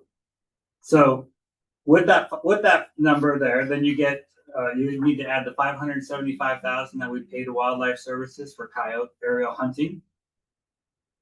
You need to add the $400,000. So you're talking about on this page, the 5 point. Well, what I'm just trying to do is tell you how much because you might look at the blue sheet and say, I'm sorry, 5.9. We're only spending 5.9 million and we're bringing in 6.6. We're growing it. Mm-hmm. Well, why the hell did you ask for more per capita fee if we're growing it, right? So that's why I want to no, we're not growing it. We're not growing it. So just and most of what I'm going to talk about here now is on that other brown sheet that is relatively new to the program, which is the statutory appropriations and budget amendments. And how I'm on page 13. I don't really want to stay on this page. We could stay on this. Well, so if you're gonna jump around, Brian, you got to give us time enough to find. You got tabs on yours, we know. Page 13 on the bottom of it. In the branch. Yep. So on the bottom of it, the line. I mean, what, Okay, yeah, we're gonna Yeah. be in, column B, and we're gonna go down, to the bottom half of the page and just look at the budgeted funds that are there, so we can see what the budgets of those funds are. So to that 5.9 on the blue sheet, we would add the 5.7 or the 575,000 in column or row 27. We would add now I'm on row 31, we'd add the House Bill 10 number of 395,000, so 400,000. And then for the last one, we'd add the next row down, per capita fee, one time only. This 863,000 is what we approved for the lab for casework and some other things that weren't budget, that we didn't meet the budget. The contract came in over the amount, and so we had to make up the difference. Yeah. So it was about $1 million. So we're planning on spending that 863,000 also. So let me see if that's everything. I think it is. So all of that. so adds now up- all of a sudden our numbers did a little bit of a flop there. So all of those add up to $7,638,000. So essentially, we plan on spending 1 million more than what we're actually going to bring in this year. And we kind of knew that, and most of that's driven by the lab and House Bill 10. Those aren't things that are going to repeat themselves, Or right? yeah, they're just one time. Yeah. So the 6 million that is in House Bill 2, that is the real number to kind of, the 6 million plus the predator control, the wildlife services dollars. Add those two together, and we're pretty much at our budget number that we're projecting to spend, or in the revenue that we're projecting to bring in. So, but we're going to lose $1 million. This The year. cash Well, out of our We're gonna our spend. balance sheet. Yes, there you go. We're gonna spend into our cash balance, which is healthy. But where we're coming off good though on the lab side is that when Brian and I first put together a financial plan in 2021 for the lab, we were planning to give about $5 to $6 million that fund balance to the legislature to help us build a building.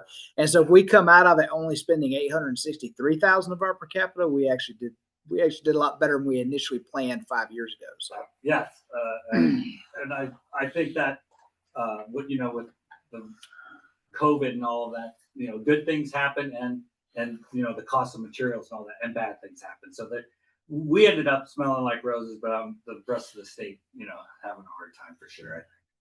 But I had the opportunity there. I want to be like, I don't want people to think we're packing away $1 million of excess revenue based on this. and ask for an increase at And the ask same for time. Yes. Okay. Some legislatures do Yeah.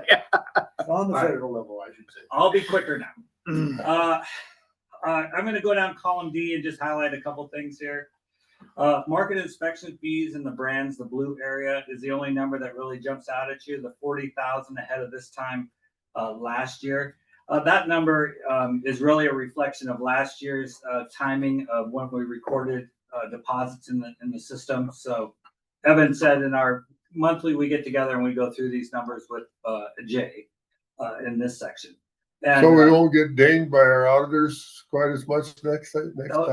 this is not about anything that the brands folks are doing Yeah. as far as deposits. This is just how internally. Just how it the is, how it ended paperwork up. Yeah. gets done. Yeah, the deposits have to be done when they have to be done physically. So we'll see that number come back because both Jay and Evan, are saying that the markets pretty much look like this time last year, and so they'll meet each other here in the next couple of months for sure.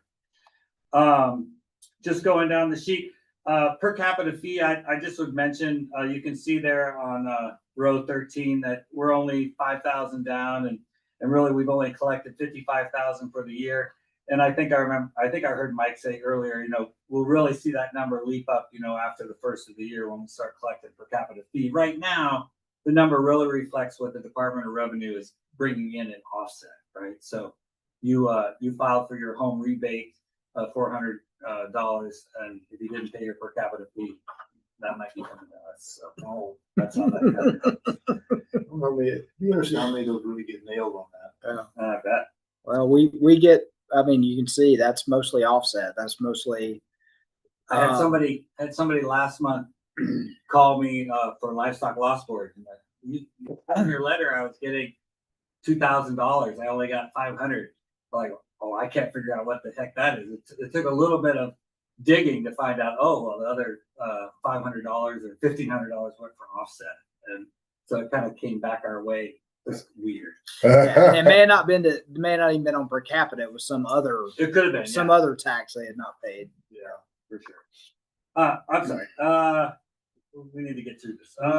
This takes it out. I made the mistake of Boy, looking that- at lunch, that- so. The system takes the money out. Yeah. Yeah, when you fail to pay your per capita fee or fail to report that you don't have any livestock, there's a couple situations where you end up with a bill. That then goes to the Department of Revenue's collection side of the house. And then that's what offset essentially refers to, is those collection efforts to bring that money, your tax dollars, to fulfill those bills. So any rebates that you would apply for or be theoretically in line to Income get. tax return. Yeah, if you overpaid and you should get a rebate back but if you didn't pay something else, they got that They got locked that in. figured out. Yeah. It's one of the benefits of having all this, housed over at the Department of Revenue as far as the fee collection goes. All of a sudden you had a better memory then, huh? Well, I told them what I thought they were gonna get. I didn't know what they were not paying. I'll just go down, not much here left. Milk inspection, you can see that number is positive, and it shouldn't be. We collected 2 extra payments compared to this time last year, so that number will go negative as expected. Egg revenue that's traditionally what that looks like.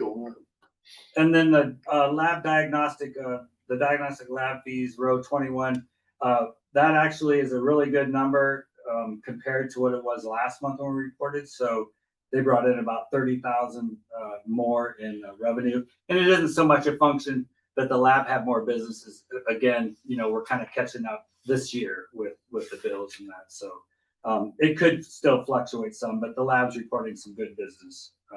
So we're going to stay optimistic on that one. Okay. So when did some of those fee increases kick in? Over 1 October is when I think the so that isn't showing up it yet. is, yeah. But yeah, Is that correct, Lindsay, on the lab fee rule when it goes effective? It should be effective on November 7th. November 7th. So we'll start seeing that after November 7th. Yeah, so December would be I January. don't think before we Greg have it. knew that was the date. They told me October 1st. Yeah. Well, there was a snafu in the timing of Secretary of State's. I got it submitted at the one round of publication later than what we initially thought it was. Yeah. Mr. Chair, that is my state special revenue report. I'm going to move on to page 2 if there's no questions. Okay, page 2 here, and a lot about anything else I report on here is going to be driven by the personnel number there. Essentially, we've had an extra pay period compared to this time last year. So I don't know exactly. I think we're at like 7 pay periods, and last time we were at 6 pay periods. So that on the blue sheets, an extra pay period tends to drive your number up, your expectation up higher, because you're not taking it out as fast as you should. And on the brown sheets, it shows you're spending way more than you did the last time too. So I think it kind of works together negatively in both instances. But furthermore, that total personnel cost of $400,000. I mean, that is about what a pay period. One pay period is probably $425,000. So that is in this mix. Also in this mix is we have the 4 new FTE from meat poultry inspection. I believe the first hire on there came in September. There's going to be another hire that's going to come here in the next month or so, and then the last 2 could be, a little bit more TBD as far as out there. So that's leading to a positive projection also. Just going down that column F, then a few of those bigger numbers. The 204,000 for contracts. A lot of that's testing with the DSA federal umbrella. Tawny says that that's going to catch up. That we're really kind of right where we or better than we were last year on that. And then the other half of that, or some portion of that, is from the egg inspection plant, and that's always kind of historically in that number. So that number will come down, 100,000 at least when testing catches up. Let's see here, rent. That 142,000. That's another kind of historical CSD, centralized services, my division. We just have rent has inflationary gone up, and we're not spending that as much as we were before. Tawny isn't doing she had a West Yellowstone. She had a Duck Creek facility. Right. I think that, and now we're out of that. So that saved us quite a bit of money also. And so as we're saving money, our authority really isn't changing. So that's kind of what's happened over history. And we've gotten more efficient. And I don't think, are we leasing anything on the north side for Bison anymore? I don't think we are. And if we are, it's gotta be. Because we had some leases, but we lost them when the landowners traded them for Forest Service elsewhere. And so so I don't think we have any leases there anymore. Let's see, 55,000 for repair and maintenance. One of the functions, just so we're kind of aware here, the budget numbers for each of these, especially in the operations side, the budget numbers here can fluctuate, and are the only number that can't fluctuate is the total operations number, the 5.8 million. But and so Evan, creates these numbers based off of what we spent last year, or in a kind of a weighted average of the last 2 years. So we had a lot more vehicles last year that had to get new lights and sirens and all other stuff. And so I think that number is artificially a little negative there, but I think that'll correct itself as we move through the year, or it'll stay, in that kind of direction. But it's artificial. Let's see. I'll go down to the budgeted funds. So row 27, you can see there we got 365,000. We're projecting over authority in general fund. 82 of that is in the livestock loss because we didn't have compared to this time last year. DSA, like I said, with the testing, that's that number is about 135,000 to the good there. And then milk, because we got the influx of the 150,000 of general fund in the milk inspection fees. That's a little bit more than what we really are projecting needing. We were projecting about 90,000 being in the hole as far as if we're just relying on the fees. So half of what we got pretty much is going to show up here in a positive for a bit. We'll catch up to it eventually. Per capita fee. Well, we're going to do some additional hiring there and some other stuff that'll catch some things up. And we've lost 2 more dairies this fiscal year already. So, and Big Creek is kind of a larger dairy, so that'll have some effect on our revenue stream coming in too for milk inspection. The 262,000 for per capita fee, we talked about that a bit, but that's in CSD, animal health and brands, kind of split up there. Just some we're just doing well in those areas, so that's good. Maybe vacancies has something to do with it there. And then lastly, the only other number that looks big to me is the diagnostic lab fees of 104,000 less than what we budgeted. So that's always kind of the case with supplies, especially this time of year, because we buy a lot of CWD and brucellosis testing supplies, and then go through the whole hunting testing season. Bottom line, Brian is projecting he's going to deliver you $726,000 of expenses under authority this year. He's going to go ahead and take it. I've been here 6 years, and that it seems like this time of year that's always the number.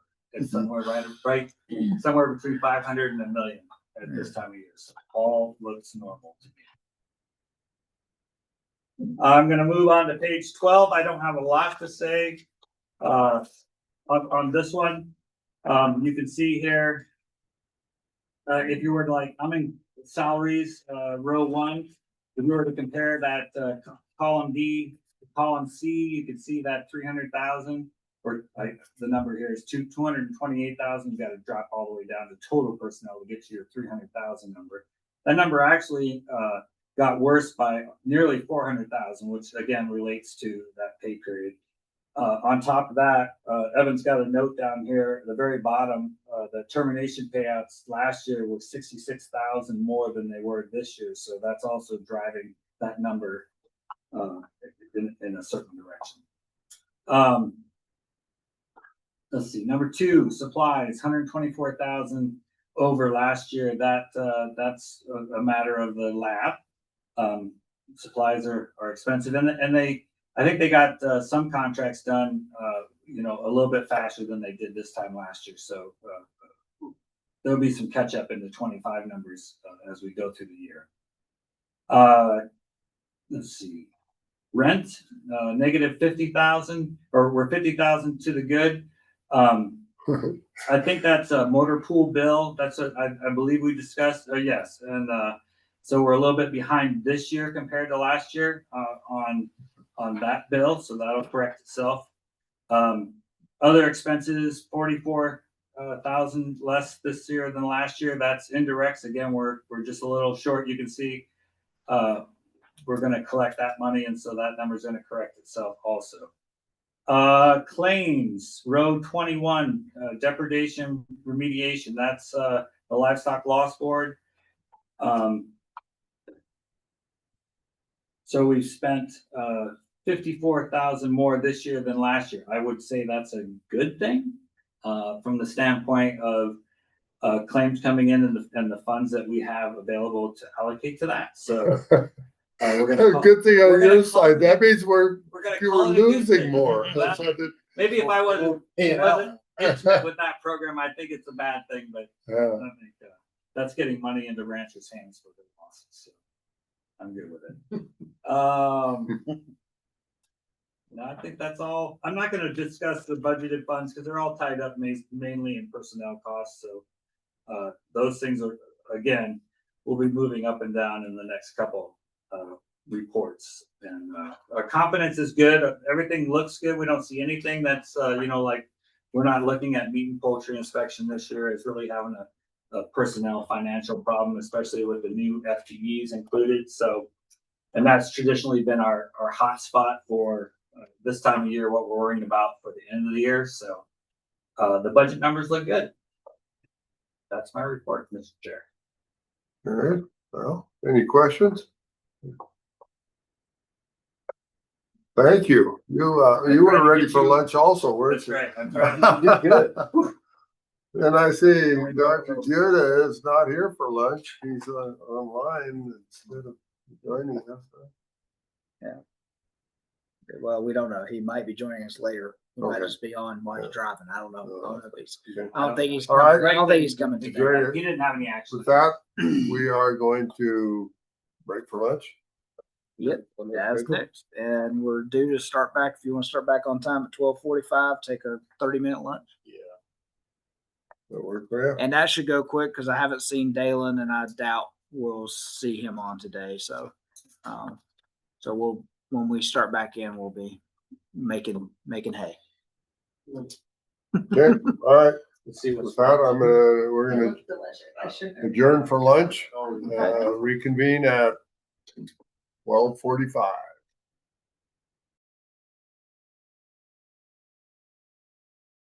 Recording going again, and you're ready, Mr. Chair. All right, I'm going to call this meeting back to order, and our next order of business is Mr. Tidwell, and I understand he's online. So, Dalen? Would you like to There he comes. address us? There, I see you. See you. I'll pin him so you got his face big on your screen. Oh, there you go. Okay. Sorry, you missed a good lunch. I'm sure. Uh-oh, I you're did. muted. Well, thank you. It's good to see everybody. Uh, Oh, For the you're record, not hearing you. You're muted. Somebody muted. He's off mute though. Or he Oh, just- there. There he is. See what it says. Try it how again. about that? Is that any better? No, something's wrong. You got him muted? I don't know. I don't have him muted. It shows It him. was good. You don't know. I can hear Dalen just fine in here.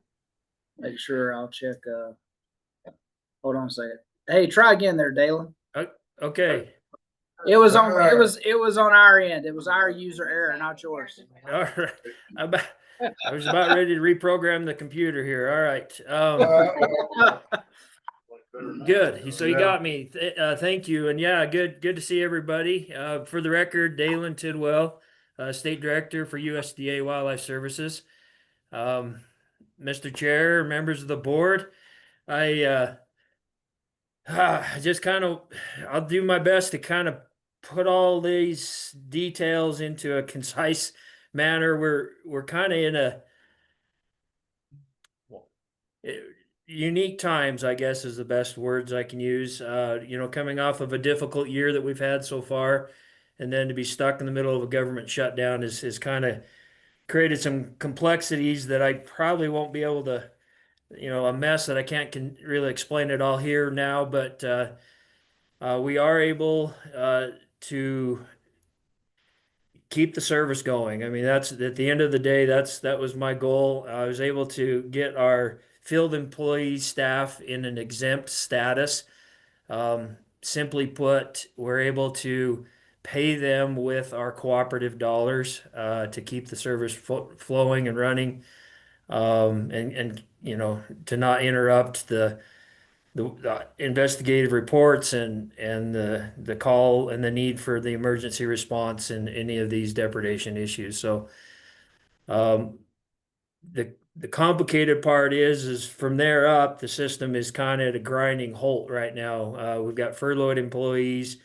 Most of our office, the staff, well, three of us are all furloughed and then accepted on call. Basically, I have the ability to call them in to work without pay to get those necessary functions taken care of. Payroll, those trying to get some bills out and just what we can to keep the support for the staff going. The frustrating part is from us up, it kind of hits some walls of other furloughed employees that are making processes pretty hard. So with that, I'll just kind of describe. We got most of the team is on the exempt. The non-lethal initiative team, they are actually 100% federally funded, and so they are sitting on furlough. And with a positive note overall, though, with this year being what it is, we were able to fill all but one of our vacant positions.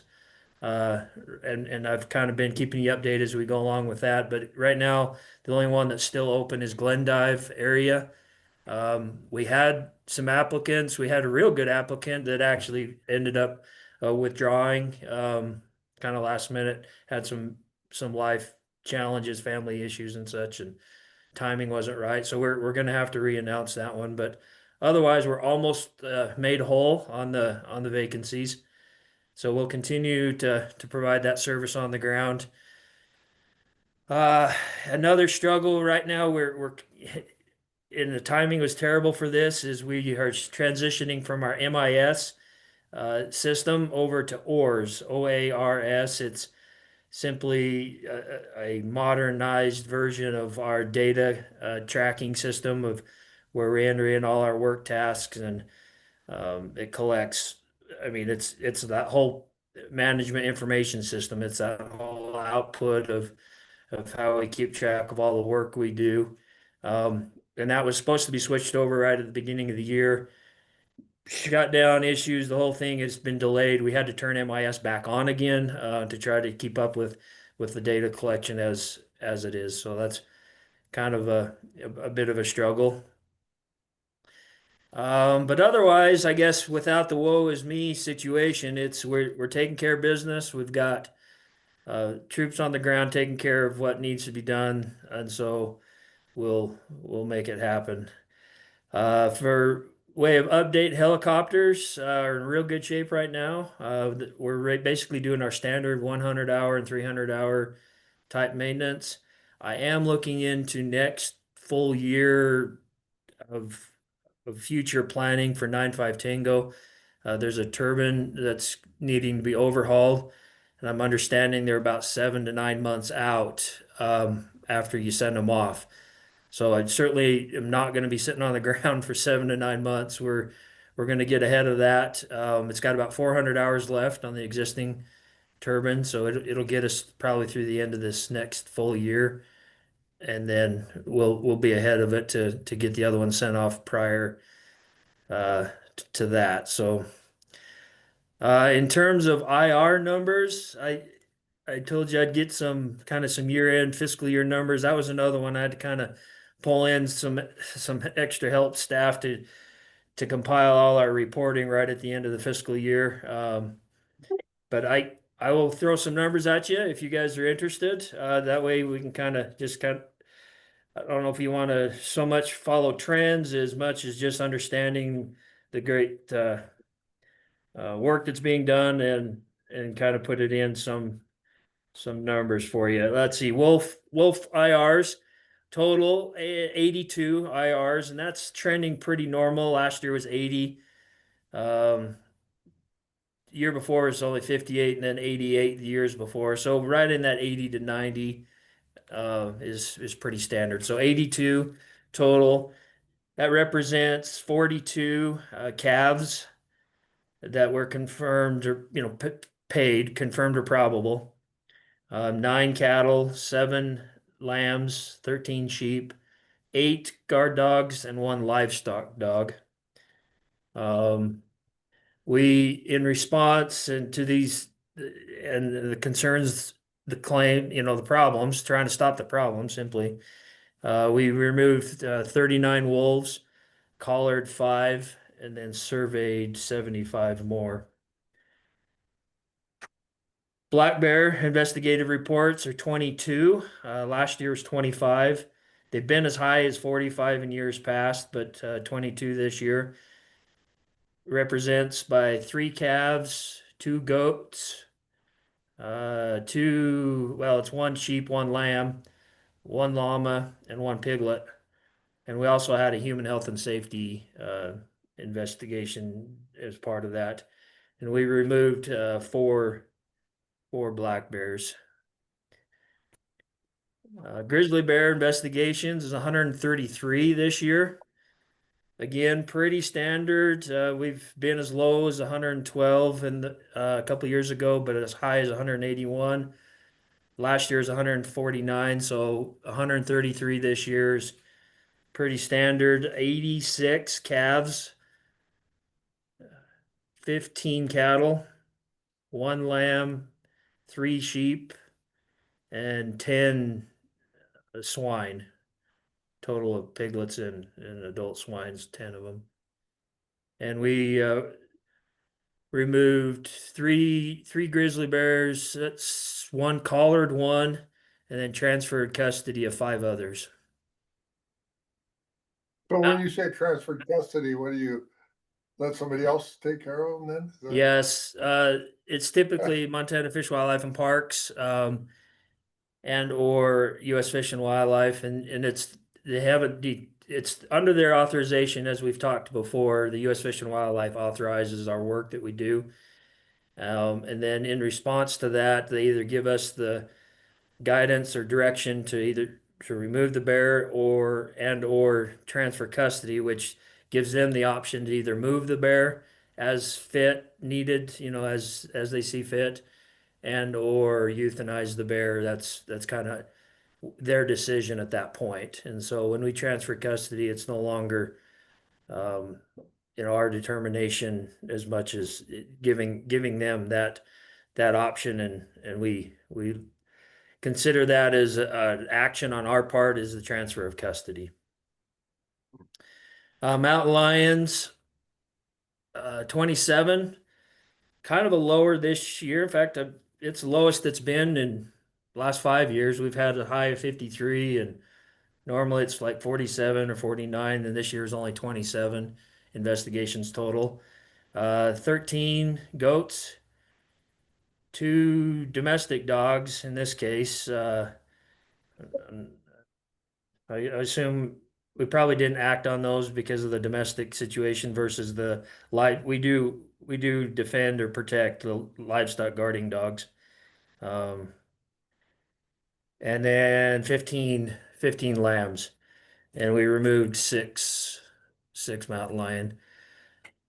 Coyotes were kind of a banner year, actually. We broke some records again this year with 11,501 coyotes removed.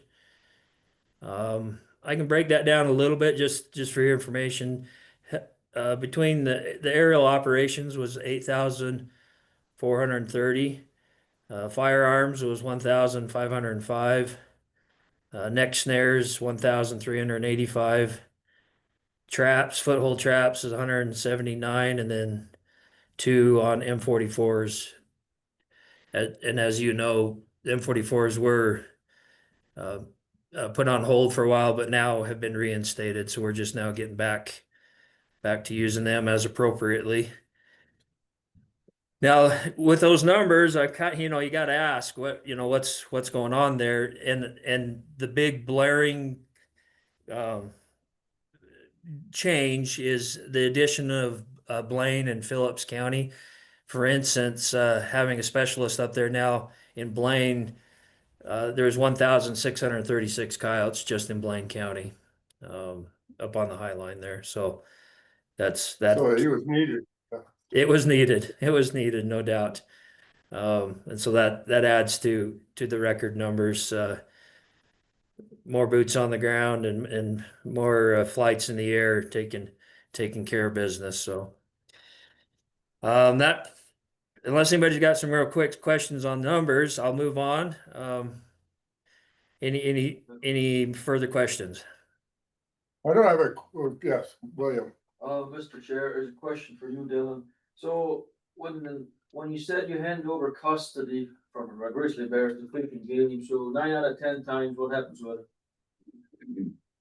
it? In general terms, most of them are euthanized that I know or I hear about. It's still again their decision.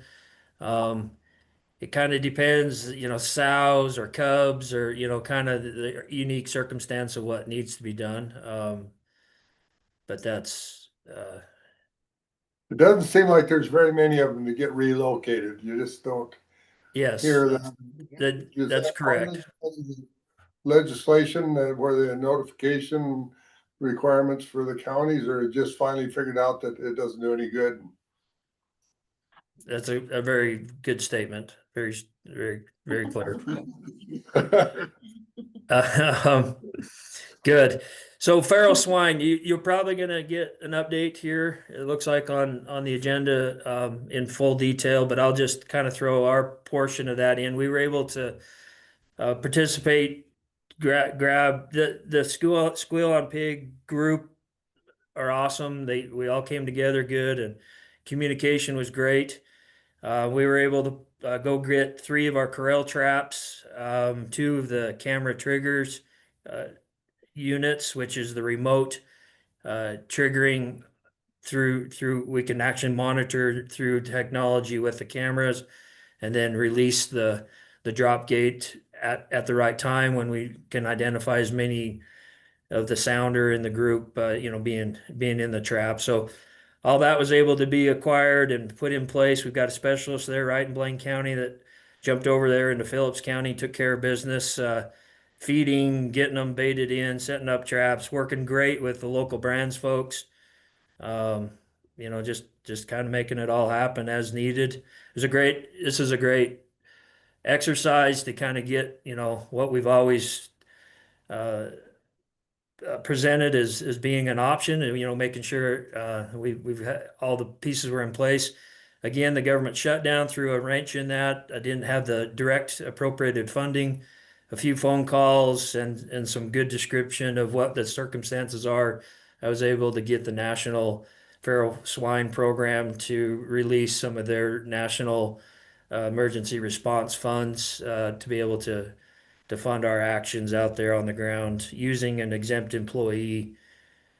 Yeah, so I think it was great. With first go around of loading, we had 3 or 4 staff up there, and just working side by side with everybody there. And hopefully we can get that whole situation cleaned up here pretty soon. Obviously, the as we can kind of clean out and see what's wild and available out there, we're going to have to kind of get more strategic in how to trap them and get them caught. And then, of course, as we've talked before, we'll follow up with aerial operations as needed. But we'll continue to hopefully clean that whole situation. Yeah, that's it, and I'm sure you'll get finer details on the overall project. But our participation was great. We appreciate everybody's work together on making that happen. I think that's kind of on my list. Would certainly open it for any questions and use my time. So is there any hot spots for wolves or grizzlies? In our case, we came up with 2 calves that escaped, but apparently just barely. One had a pretty good sized chunk missing out of his shoulders and a couple of holes on the other side. And another one just had the bite marks. One was torn open, but I don't know. And then of course we don't have them all gathered yet, so that's up along the park. We're just east of Glacier Park there on the reservation. So, but yeah, I don't get the play-by-play necessarily. I do get to see the IRs as they come through, and for signature and such. But it seems to me fairly predictable. Where along the front, and then later in we're talking grizzly bears, and then later in the summer and fall down towards the Gravelies and Madison area.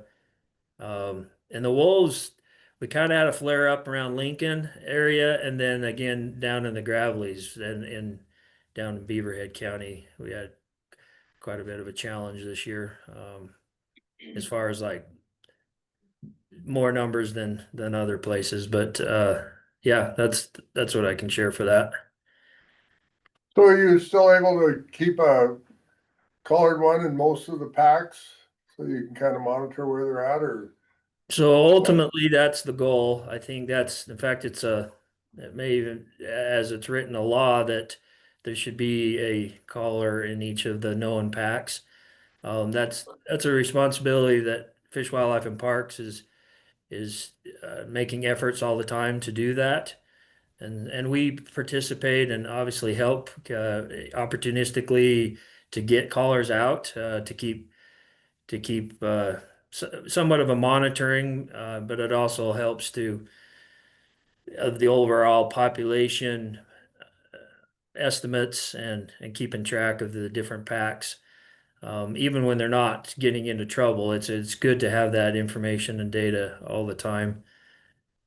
So yes, we do participate in that collaring effort. William? Yeah, Mr. Chair, I had a question. You said you had 2 calves that were injured by grizzly bears. So obviously these calves don't have a value in the market, not a full value if they're injured. And can you get depredation money out of those? Are they considered dead then? How? Mike says no. No. They got to be dead. Well, don't shoot. Actually, they were in that one. It was plumb full of maggots, and I mean, it was not pretty at all. But the steer was still in good shape. It was amazing how good a shape both of them. They looked. I mean, they weren't as fat as some of them, but they were in surprisingly good shape. They were pretty athletic, I guess. I don't know. Brian can probably speak, but the law is pretty clear on it being a confirmed kill to qualify for livestock loss funds. We don't have people who participate in livestock indemnity because we have a livestock loss program in Montana. And Dalen might know about that. You may not, but the USDA livestock indemnity program, if you are going through the federal side, would they pay for injuries, or is it only kills if you're eligible for payment there? I don't know. I've never looked into it because we don't use it, but No, with the state having their own compensation program, I think the indemnity, the federal level defers to the state. right. Yeah. But I didn't know if in the states that don't have a program, if USDA pays for injuries. I don't know if they pay for injuries or only pay on kills also when they do have people who use that program. And I don't know, I'll look that up. I'll have an answer next meeting. I'll see if the federal indemnity program, but I mean, I say that because we have a state level program. That's where you would have to get your compensation from versus the federal program. That's what folks use in states that don't have a livestock loss program like we have.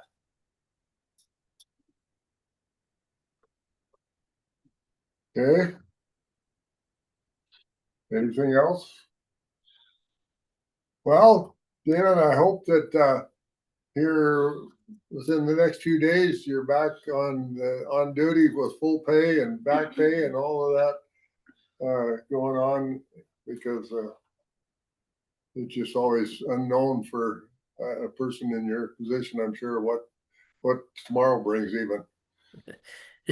Thank you. Yeah, it makes it very complicated, no doubt. But yep, we're hanging in there and taking care of business. Okay. Any other questions for Dan? Well, thank you for taking the time to get on with us, and you missed a good lunch, so you'll have to show up next time. Thank you much. Yep. Take care, everybody. Okay. Are we, you gonna give the livestock loss? Yeah, Mr. Chair, I can jump on. I thought maybe our new employee was gonna jump right in and. So October 21st was Leslie Doley's first day as Livestock Loss Board. Just program for the recording. Oh, yes, Brian Simonson, your Deputy Executive Officer, Department of Livestock. Yeah, Leslie, we had a good competition, a lot of applicants for the position, several internal applicants for the position, and Leslie came out on top with her experience with the department, being a rancher, member of wool growers, all kinds of stuff. I'm pretty lucky to get her. I'm thankful for her life situations aligning with what we are looking for in a part-time position. So that worked out really well. I will apologize. I probably could have got her teed up to do this, but I thought the first week I'd cut her some slack. The reports in there, I don't think there's anything that's out of the ordinary. I would say we have just about the same amount of reported confirmed or probable kills as this time last year, but we're about 30% more as far as payouts go. So we're gonna, and I think we talked about that a little bit earlier, that we're paying out more than we did this time last year. We still have a long ways to go before we reach 450,000, which is our budget for losses. And you can see there right now, what does that say, 225? I can't remember. Yeah, 225. There you go. And I think if you are selling any cattle in the market, I think you can understand where those increased costs are coming from. So I'm happy to have turned it over, and we're progressing. Leslie's getting ready to get the grant process going and get grant notices out there for applications, and that'll be Livestock Loss Board's next kind of evolution coming up. Say in December, will be hopefully end of December. I would think would be the time frame where we'd be looking to get those applicants, back. So the Livestock Loss Board could look at, January, early February on awarding grants for next year. Okay. And I think we talked the other day, there's $300 and some odd thousand of money they would have available for this grant cycle. And it's built up and backed up a little bit, and it's time to get that money out to people doing stuff. Livestock Loss Board's been really good about, wanting to get Approving. proactive and approving, getting out there. So this summer we gave out $216,000 to 13 different projects. So hopefully we'll get some more folks. So if you're part of, you as an individual or an organization, grazing district, whatever, if folks need some exclusion fencing, fladry, range riders, we're looking for people to give money to. So, and part of the reason of trying to get the time frame the way it is so we can get money out before the grazing season if possible to, so like this last round of grant funding kind of came, was paying people in arrears for things they had done, just trying to get out ahead at the time they're actually deciding if they're going to hire range riders and do those types of activities. So, yeah, that's a big deal, getting claims up, but also getting that grant money out and trying to do some good things.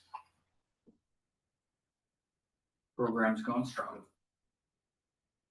So I think I talked to you, but I just keep looking at if we continue to have enough funding, I think that Montana should look into the what do you call it? Multiplier. Multipliers that Wyoming has, or other states around, because we all know that you don't find the loss that you have. You hope you find a little bit of the loss, but in our case, in the last 3 years, I know we've lost half a dozen, and we have found zero.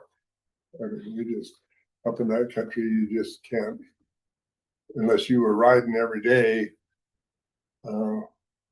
Maybe you'd find them, but if you're not riding every day, you just don't find anything. Mr. Chair, another effort that Livestock Loss Board is about to undertake here would be the development of rules. That the Livestock Loss Board only has statutes at this point. They don't have any rules.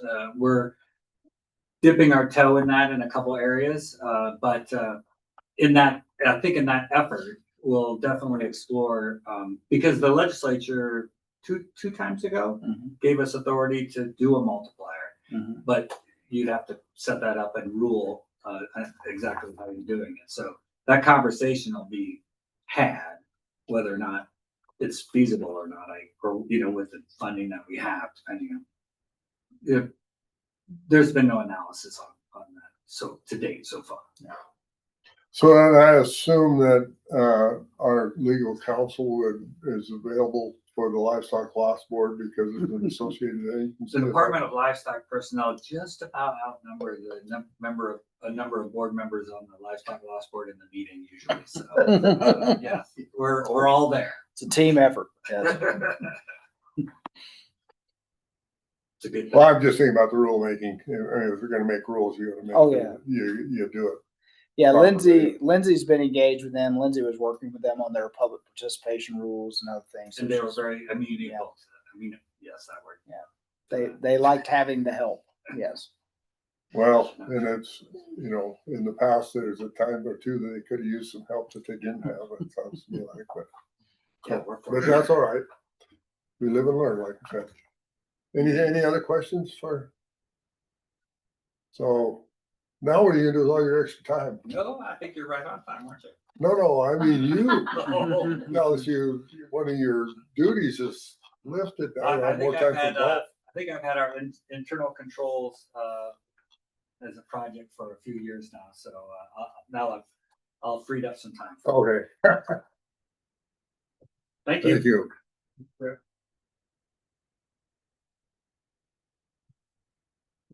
So Miss Love is up next. She thought she was going to be able to take this meeting off, but then I said, "Well, we might." Was that her I saw walking down the hallway with a boot on? Yeah. I was back, signing from the back, and I thought it looked like it probably was you, but you were turned almost to the end of the hall, but I did see a boot almost to your knee. Is that correct? Mr. Chairman, members of the board, Alicia Love, I'm the new Milk and Egg Inspection Bureau Chief.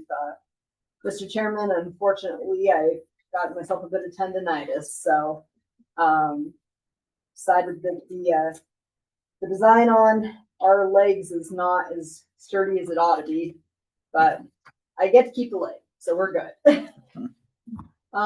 This afternoon, I was asked by Mr. Honeycutt to speak just a little bit on the failed check rating that occurred in September within my dairy program. I guess I can give kind of an overview, and if there's some specific questions, I'm happy to talk about it. So our check rating resulted in a non-passing score. I had a really, really good talk. Can you just give a little bit of a background for us non-dairy? Yes. There's a couple that probably understand, but and Alan probably does, but I guess It's only because I get educated. Alan got it. Yes, Mr. Chairman, so a check rating is done by FDA. It's technically not an audit, but it is an audit of sorts that FDA does. And it's making sure that milk that is leaving the state is compliant with the regulations in the PMO, the Pasteurized Milk Ordinance. The FDA is unique in that they actually do have a grading system. There's a scoring system. I'll be very honest, I got educated on how those scores are calculated after this event. So there's percentages, there's weight assigned to violations, and then that weight is magnified by how much the facility makes. So a really large farm has more weight than a really small farm. And so all that gets calculated. And we unfortunately had what I would call some heavy hitter violations. So protection of water supply contamination was one that we saw a multitude of times. And then food contact surface violations was another really big one that just, you get enough of those and you really don't need too many other violations to not pass. So I had a very, very good conversation with our FDA person. The good news is that my staff knew these were violations. They've been documenting these violations. And we had sent previously some individual letters to certain establishments saying, hey, these are repeat issues. We got to start looking at this. So her recommendation to us was to just take a little bit more of an enforcement approach with these facilities that are not correcting these really big debit items. And so we slowly started to implement that. What gives me hope is that the industry has been very, very responsive to this. We did send out a letter kind of letting folks know what the situation was, what the big issues are. To the best of my knowledge, that letter has been received pretty well. And we have a representative from DFA that's actually in Montana this week, going to farms with my sanitarians, saying, hey, this is a big deal. Kind of showing some alliance there between DFA and my folks. So we had a rating 1 week ago. With Lynn Godfrey, who's been doing our state ratings since Rosemary retired. And the score this time was much, much higher than it was the last time that he visited. So if that's any indication of a positive trend, I think that's a good one. So what are the consequences of this? Horrible. You have no idea. And is it individual dairies that face consequences, or is it the whole industry, or? It would State. implode Montana's dairy industry. If we failed again, we would not ship milk. Sorry to hop in. No, but it's well, a huge deal. Yeah, Mr. Chairman, Ms. Anderson said it eloquently. I think that pretty well summarizes it. Yeah. Okay, because my cows, the cows do just fine, milking them. So, Mr. Chairman, I really appreciate that industry has been as responsive as they have been. I appreciate that our private sector partners have been as responsive as they have been. With the federal government being shut down, I cannot reach my milk specialist. I still have some lingering questions about the recheck. I can't answer those questions because she is not available at this time. I know she said she'd be returning within 60 days. With the government shutdown occurring, I don't know what this looks like. Theoretically, she should be out about the week of November 17th by my math. I don't know what this is going to look like. So I guess I'll conclude with, and then I can take any questions, is I appreciate the industry being responsive, and I appreciate my sanitarians for being accurate in their reporting. I think it'd be a really different situation if she was out here and my staff are like, oh, I didn't know that was a problem. I didn't know they couldn't do that. So I'm really glad that isn't what we found. And I think with Mr. Godfrey's visit a couple of weeks ago or last week, I don't know why I keep wanting to think it was 2 weeks ago. His visit last week really gives me some hope that we can get this turned around, and we're going to have a great recheck and all is going to be well. Yes. Thank you, Mr. Chair. I have a question. I feel like the letter took a very long time to get out, and I'm like thankful that I caught it in the update and like followed up and called Callie and got MMPA on board, because that letter took a long time. And if she truly was coming out November 17th, I don't know that the problem dairies would have had the time to like fix some of the big item problems. And then in that line, like, how can we improve communication? And then DFA contacted me, Brian, I think is his name, that's coming out, and he's like the BTU specialist guy visiting. He's gonna try to visit every farm, go through his BTU checklist so that everyone is like super prepared.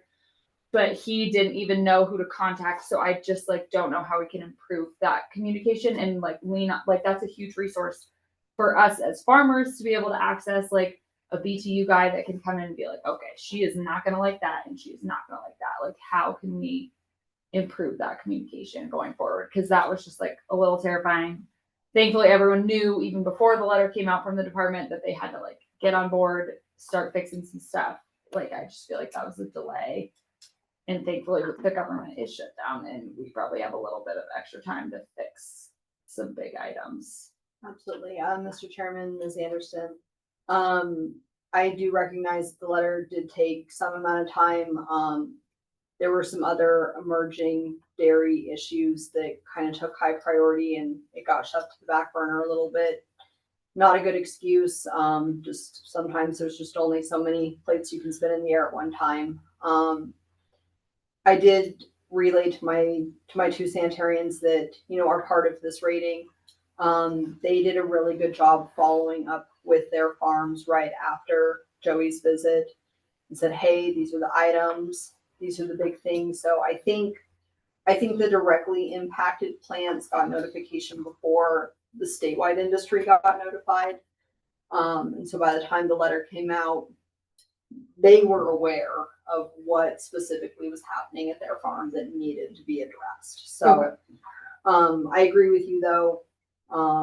You know, going forward, I think having a sanitarian supervisor who can help triage some of this will be really helpful. Okay. I did have a very good conversation with Brian as well about just Montana's relationship with DFA, and you know, he kind of acknowledged as well that, you know, maybe we should have had this meet and greet before this moment. I really appreciate that he made the commitment to come to Montana and kind of show that support to us. I think, you know, going forward, I have some other contacts and other programs where we just do like a quarterly check-in meeting. And I think that once we're kind of through this, I would like to propose something similar where even if it's just a 15-minute, like, hey, how's Montana doing? Mm-hmm. Or, hey, what are some industry trends that you're hearing about that you think I should know? Just just making it a habit to have that connection going forward would be really helpful for everyone. Yeah, definitely. Thank you. Yeah. Mr. Chair, Ms. Anderson, I would take a little bit more heat off of Alicia for the letter. I think it's the first time that we've had to draft such a document, and I put her through a couple of revisions just to make sure that it was a coherent product that folks could follow. So there was some inevitable delays there. But to me, the statement that the critical people that needed to be contacted immediately to fix the problem were contacted quite soon, apparently. So that, that has to give you a little. Oh, definitely. comfort. But I guess my other concern is with the check rating coming back, she's not necessarily going to visit the exact same farms. Right. If I have that understanding correct, she could visit anybody else too. Mr. Chairman, Ms. Anderson, I'm not sure that is one of my lingering questions since I haven't been through this before. This particular area is a little bit interesting because there's a lot of mixed species farms out there, and with HPAI, she is directed not to go to those. Okay. And so the pool to choose from is not large. Right. So get some chicken. Yes. I know. Big Please don't do that.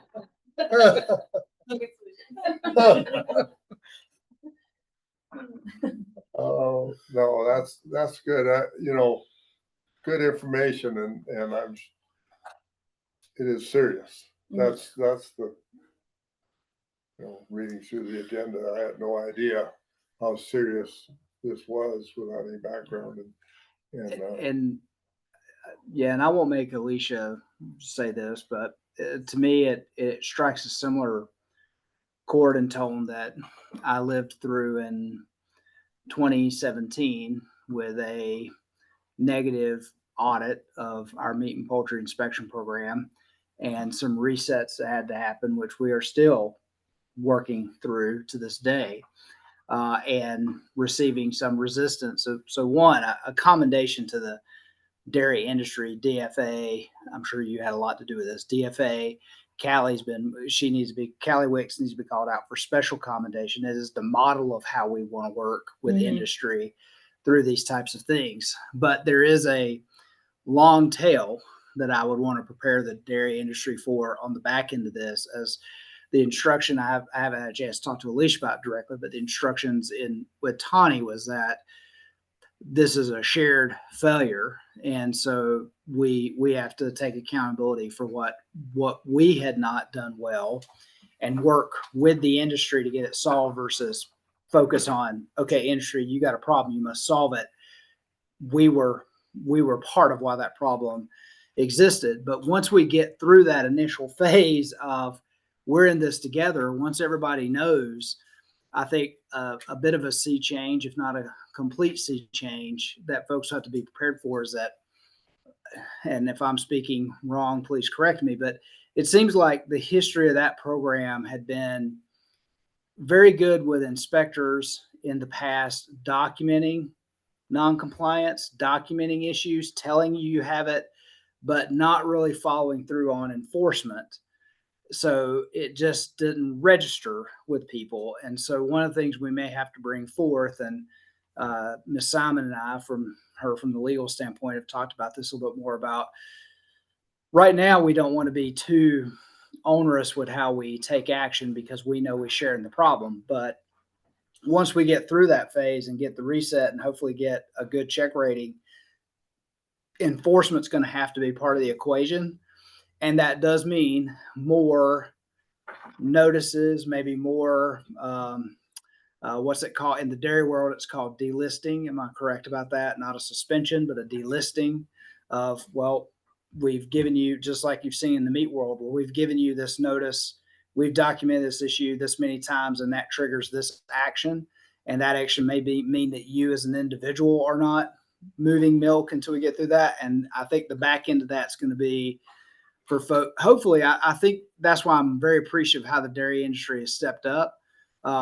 but we could see more at this board table of people, like, well, no one's ever done this to me before. And the answer, just like it's been in meat, which is, well, they should have been, we should have been, and now we are.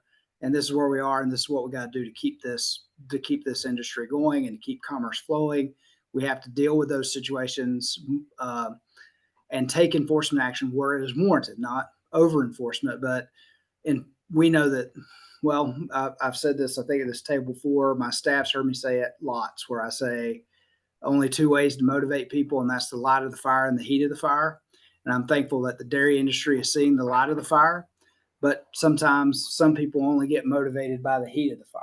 You actually have to take a consequence. And I do think that's going to be something that's going to be new to the dairy industry once we reach that stage of it, after we're out of this initial triage, getting back on track, that people might see consequences or enforcement consequences and actions that the dairy industry has not seen before. But I will say, inspectors were doing a good job documenting things. We just weren't carrying through the enforcement, I think, to get necessary changes to take place either. But as I said, I want to be very clear about that. That's on us. That's on the department. And So we do have the avenue to enforce. we do have the avenues. We just haven't always executed on them. Especially at the dairy level, I think. And so, that anytime you're doing something to somebody, like if you had to pull the delisting card, that is not something we have done to any dairy in the state of Montana, to my knowledge, ever. And so that would be one of those times where that'll be a whole brand new world to anyone who finds himself in that sort of enforcement consequence. And I'm sure it'll come to this table. That's my. Yeah, but I'm just, so I'm just trying to wrap my head around the delisting. So where is that in? Let's look at like the meat processor, and he's warned that he has a plan. He's not following it or whatever. So there's stages to this. So this delisting, what stages? And I don't know, Miss Simon's back there. I don't know how much she's writing, but I do know she's done some research. There are federal statutes that cover that. If you pull that card, what has to happen and what the due process and those types of actions are. Yeah, I haven't looked into it specifically, but my understanding is it's not even a dairy licensing issue. It's just an interstate milk shipment issue. So it's not, the delisting process is not applicable to meat processors or anything else. It's kind of a unique procedural situation. But that's what I think, geez, but it has a procedure that. Well, that's what. Yeah, I'm just trying to wrap my brain around what would happen. So if Lily's sitting here, she's a dairy. If her farm got delisted, what does that mean? Does that mean she cannot ship milk? Yes. So. And then she has the right to request a hearing. Or was there something prior to her getting? What are the warnings prior to this action? So, Mr. Chairman, I'll start, and Ms. Anderson, if there's something I missed, we can fill in my gaps. So, what should happen is that we would go out and do our normal inspection. They would find violations. The facility would receive their score. They would know how they scored, and they would know what their debits were. And then we would say we will be back within X amount of time, depending on what the violation is. And at that time, at the reinspection, if they fail their inspection again, or they have repeat serious violations, then they would get notification from our office that we are intending to delist them, and they have X amount of time to request the hearing. Another option that they would have is to correct those items before the delisting becomes effective and communicate to the sanitarian that they want a reinspection of those items. That would be another avenue that they would have. And to talk in Miss Simon's language from earlier today, it is a pre-deprivation Or is it a post deprivation hearing? I don't know, I have not. Yeah, we'll have to look into it. The delisting procedure. Really, Just thinking, Mr. Chair, just a few more comments. I really think the dairy industry is aware that problems are not being fixed, but I think I was just in Great Falls with we had our DFA meeting, and so I was with everybody and we were all talking about our inspections. And I think the education key going forward is gonna be key, because even personally for our farm on our inspection sheets, we'll get 100, but there's a couple comments about what needs to be fixed, and then it's never brought up again. So I'm like, okay, did I somehow Right. fix it magically and I didn't know, or was it not heavily rated? And so I think the education part is going to be critical going forward, because a lot of us just are well, is that a big deal? It was only mentioned once a year ago and it hasn't been brought up since. So Mr. Chairman, Ms. Anderson, this is something that has been talked about a bit with my staff. I did get to accompany Joey on some of her visit. And I just noticed some differences in kind of how that went compared to other audit processes that I've been involved in. And so I did have some questions to my staff about hey, I noticed that we didn't talk to anyone while we were here. Is that normal? And kind of some of the communication I had back was yeah, we'll let them know. Obviously we don't schedule. We know that we're not Right. supposed to do that, but we might call them when we're 10 minutes out and say, hey, we're going to be on site in 10 minutes. Do you want to accompany us? And the feedback I've gotten is that usually they'll say, no, we're not going to do that. So I want to be very clear. I don't want to blame the industry here, but I want to find some creative solutions on how to open up opportunities to ask more questions. I think I can pretty confidently say that if you reach out to any of my 3 sanitarians, they are responsive. They will answer your questions.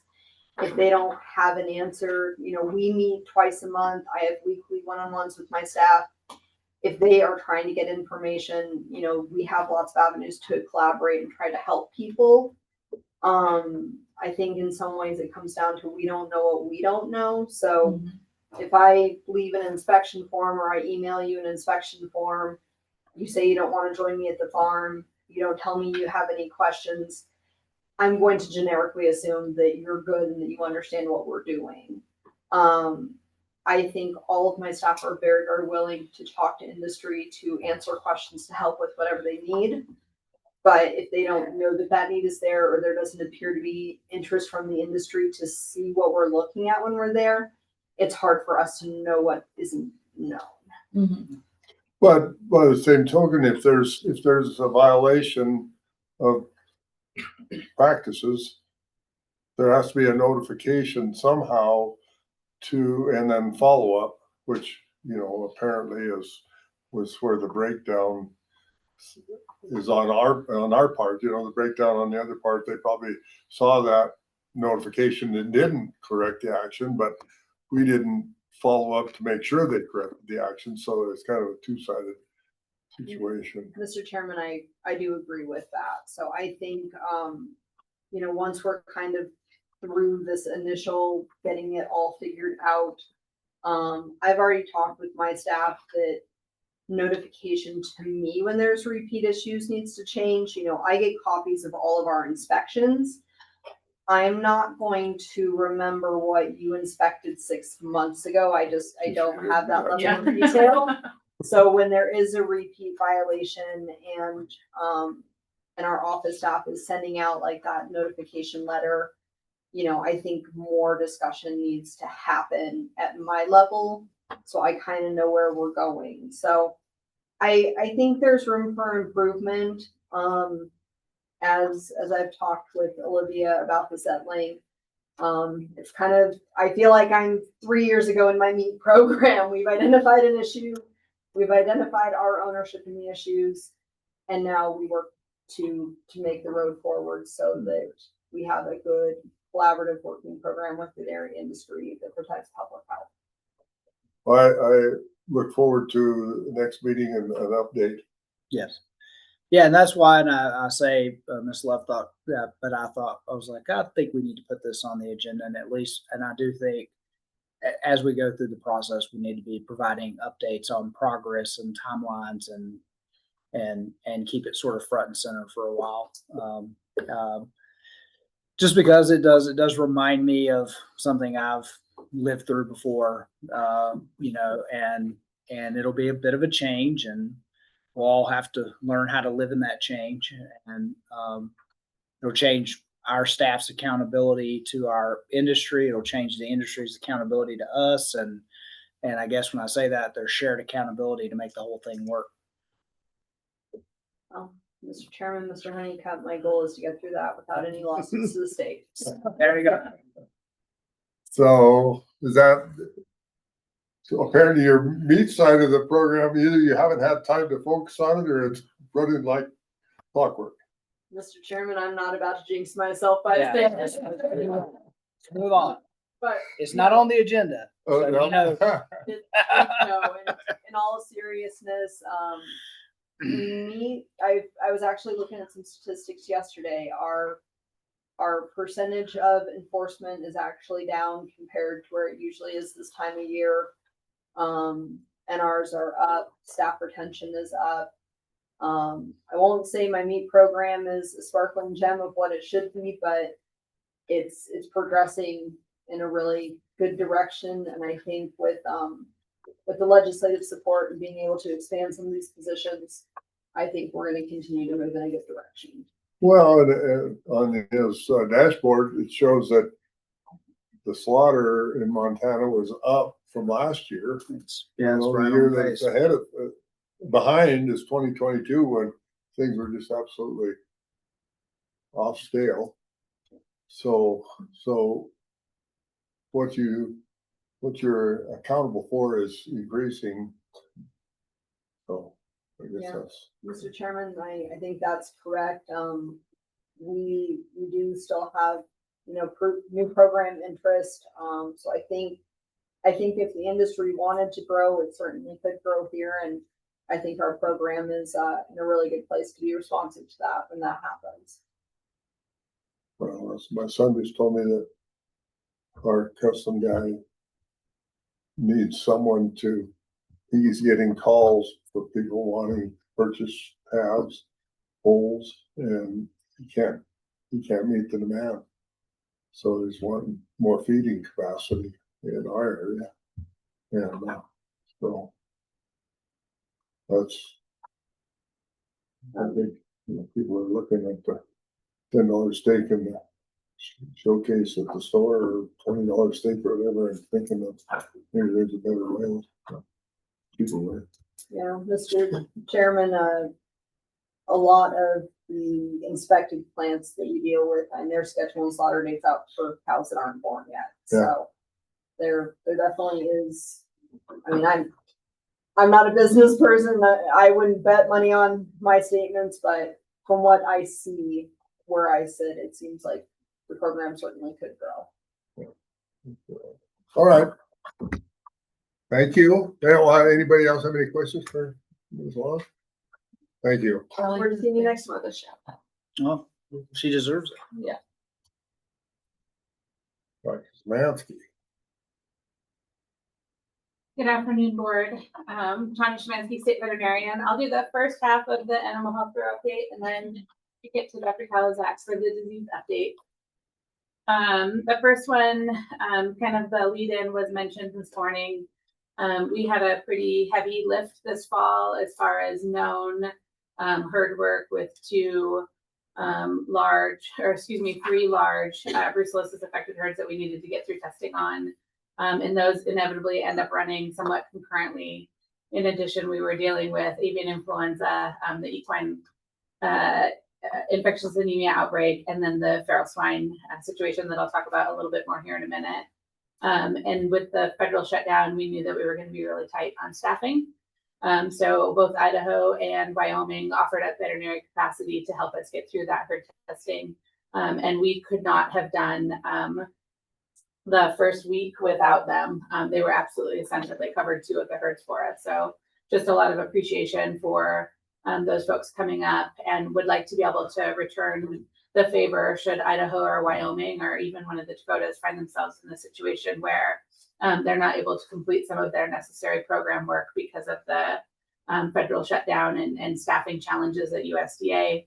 So it's a request for kind of a standing approval to maybe ship one of our veterinarians out of state to help an adjacent state if needed, as a kind of pay back the favor. I guess the comment, Mike and I talked a little bit about that last night, and the comment I had is, I think it's a very good request, and I would support it. The only question I have is maybe, do we want, and this is up to the board, but do we want to put kind of a cap on this? Because, today we have good intentions of just a day or two, but, it could turn into a 2-week or 3-week this situation somewhere down the line. If you have this agreement in place, do we want some kind of a cap on how much liability the department would have on fees, salary, and whatever? And Mr. Chair, certainly I recognize that it's the board's decision. Both 2 Idaho veterinarians came up for a full week. And so I would say probably a 1 week, 1 week out would be a good kind of limitation. It would allow some travel time, several days in the field to make the travel worthwhile, and then return back to Montana where we're not paying, hotel expenditures per diem over the weekend when work may not be happening out of state. Okay. I guess we need a motion if we're gonna have any discussion, move forward on the request. I'll make a motion to approve the standing approval with the 1 week. 1 week limit. 1 week, one person, is that kind of what we're talking about? A week per person. Yeah. Yeah. All right. Okay, discussion. Mr. Fiscal Conservative. I don't have a problem with it, because they help us. I mean, it's like, this makes more sense than about half the other stuff. Yeah, and part of the reason for it being standing, I'll jump in and say, is because when and if we're needed, it'll be emergent. It won't be like something we can wait 6 weeks for a meeting or something. No, it's not. That's why you need it. But with very narrow quorum, Because, we have to make sure that we're all on board. I'm gonna make sure that we're all on board before I ask the vote. If not, Tanya will just bring it back next time. Yeah, try again. I'd rather not. That's not a good way to do business. But I agree. I think it's a good idea, and we can reciprocate.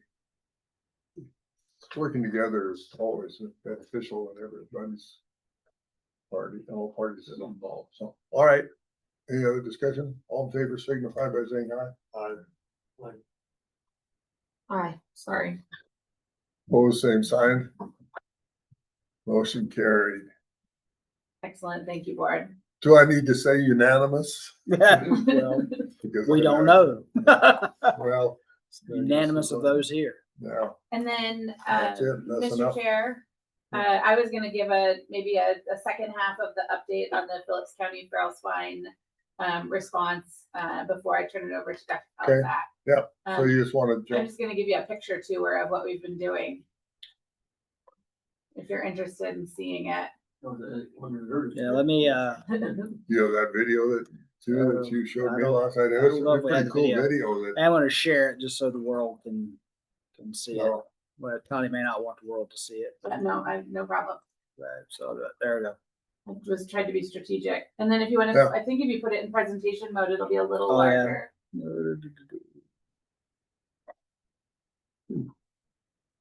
So this is the trap that Dalen was referring to. On the left is the trap without the gate in place.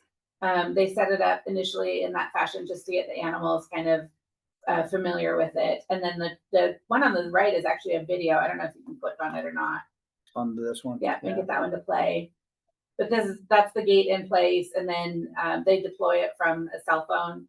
And so it should deploy here. Yeah. That's the deploying of the gate. I don't, yeah. I'm wondering how I get.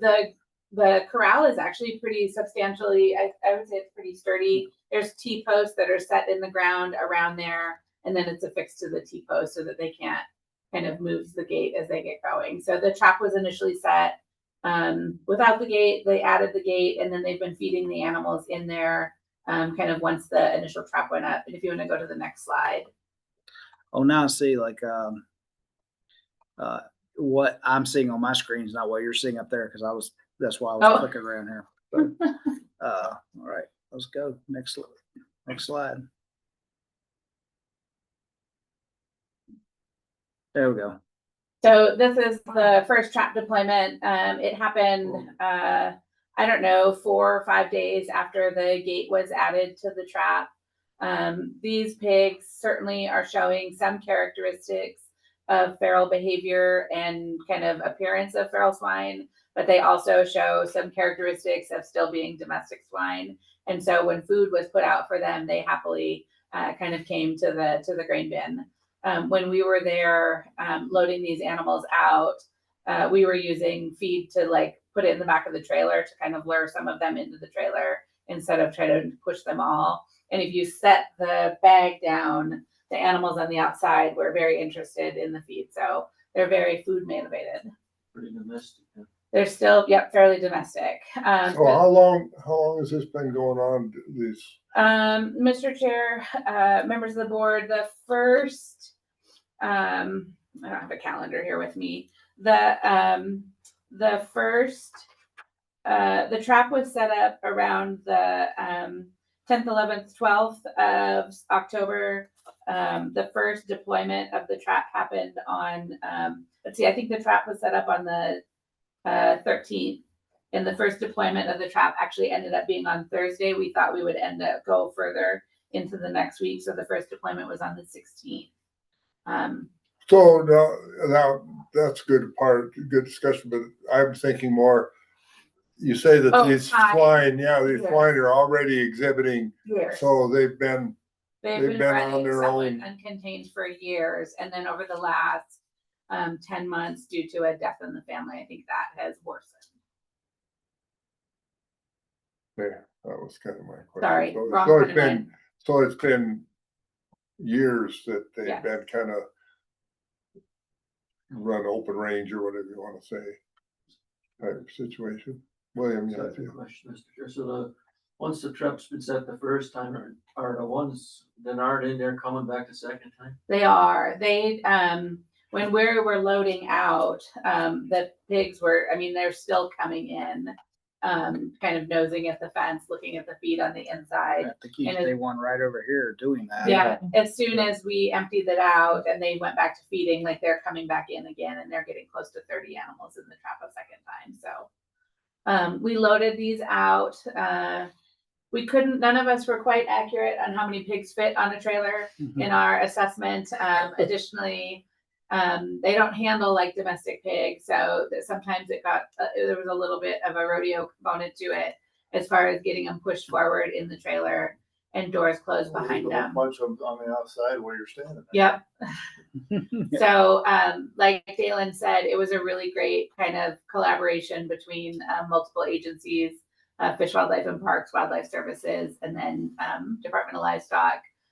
Jay Bodner went up. Yeah, he got himself in the picture. And Mike Hemmelsbach went up. Brand inspectors. That is our new wildlife biologist that's employed by Wildlife Services there in the picture as well. So just a really good collaboration to get these animals loaded safely. All of the animals arrived at their destination in good condition and no injuries reported. So it took us a couple hours to figure it out. We weren't able to load everything out in the 3 trailers that we had. They were delivered to Producer Partnership on Thursday night, and then one more load was run on Friday. It sounds like every time we load a trailer, we get a little bit more efficient at it. So like Dalen said, it's been a great exercise for us learning kind of what our capabilities are and what a response might look like. Cannot say enough thanks to Producer Partnership for their willingness and flexibility to accept these animals and process them instead of them going into a landfill. So that I think has been a really strong victory. It's a lot of meat. It's a lot of meat, Matt figured between 8,000, 14,000 pounds worth of 14,000 pork. pounds. Going to the food banks. So the one standing outside, were you able to get those on Yeah, that we day, get to or speak were with- they just? We did not try to get any additional animals. We filled all the trailers with the first trapping. And so the trap was emptied on Friday and they've begun feeding animals again. And we're waiting for the word from Matt at Producer Partnership to say that he wants more pigs from us. And they'll deploy the trap again. So they expect that they should be able to get close to like 25 to 30 with the next deployment. And that should get better than 90%, well better than 90% of that population of pigs out. And then from there, we might try maybe an additional round of baiting and trapping and move kind of into the surveillance component that Dalen talked about. Were there any snotty boars in there? There was one really big boar that we did not get loaded the first day. I have a really funny picture of him laying there watching us. That we did not get loaded, and we didn't know that they were going to get him loaded the next day, and he went in with no issue. There was one boar that after we loaded, you can see the trailers backed up to each other. We had one trailer that had 3 compartments in it, and that seemed to be the most efficient to load into. So we ran all of the pigs out of the 3 compartment trailer into another one, and then continued to use the 3 compartment trailer as the primary. We had a boar that went down in the trailer that we didn't think was going to get back up, and we knew that boars may not be useful as far as the meat was concerned once it got to Producer Partnership, and so that animal was euthanized. And I see Jay's there again. He's holding a real hard line. Yeah.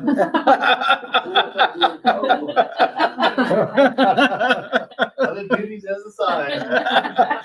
Everybody gets that category in their job description. So yeah, no, it's been good. And then there was nobody from Fish, Wildlife and Parks present on this day, but Fish, Wildlife and Parks has been a really great asset as far as their presence out on the ground. And so this was a pig sighting. And if you look at the markings on some of the pigs in the first pictures, and then you look at this little bugger out there on the landscape, you could believe that that one certainly goes with our group. And so we thought we had a straggler 11 miles upriver from where this premises is located in Phillips County, which just meant that our surveillance needed to extend out further. The biologist from Fish, Wildlife and Parks, I believe, kept going back to that area. And one day he saw the little piglet behind a fence, and so stopped and chatted with them. And actually, it was an owned animal that had escaped. good. So not related to our group, but great surveillance and just really great collaboration. The wildlife biologist from Wildlife Services took samples from that boar that we euthanized. And I believe that if there are other animals on site that we euthanize, there's an old sow that's really thin that we don't plan to load and transport. She'll be sampled to do some disease surveillance. Because Producer Partnership is a federally inspected plant, there will also be some disease surveillance that'll occur there. So I think that are these truly feral swine? No. Are they on their way to becoming feral swine? Yes. And like Dalen said, it was just a really great exercise for all of us to work through on how we would handle this. So appreciation to the landowner they've been great to work with through the land and animal owner, and then Producer Partnership as well. And the good thing is with utilizing Producer Partnership and the meat donation, that does mean there is something of value that goes back to the owner of these, because they do get to claim that as a donation. Yeah, and that's get some tax Yeah. implications of that. And I think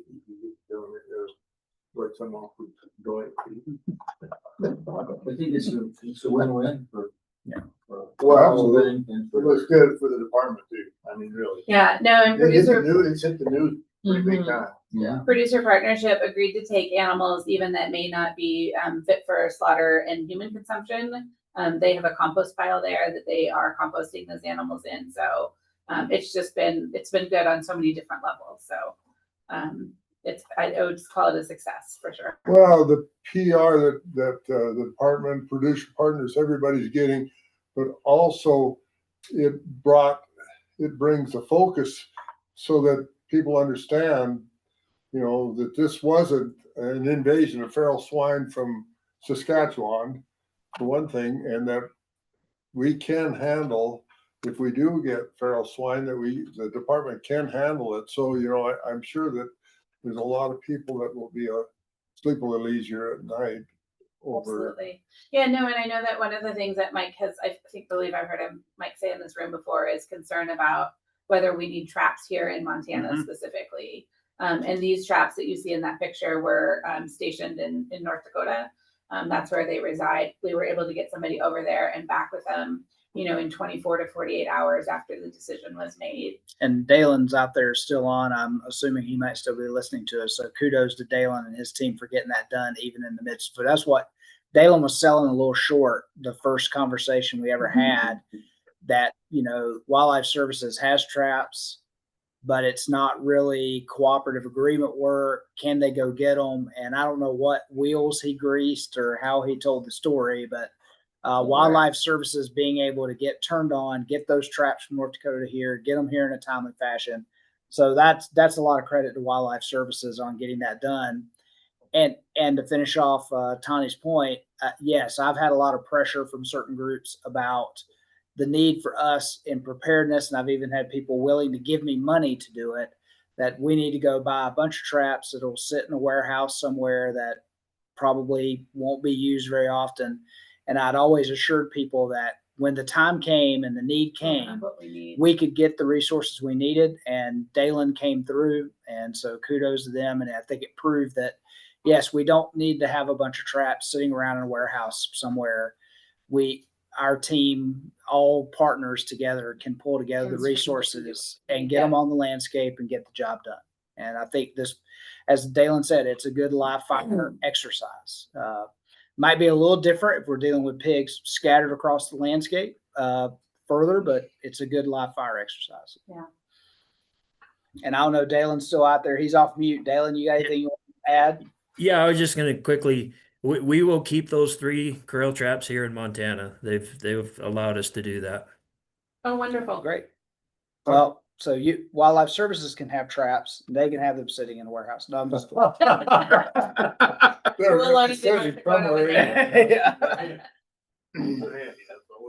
thank you, Dan.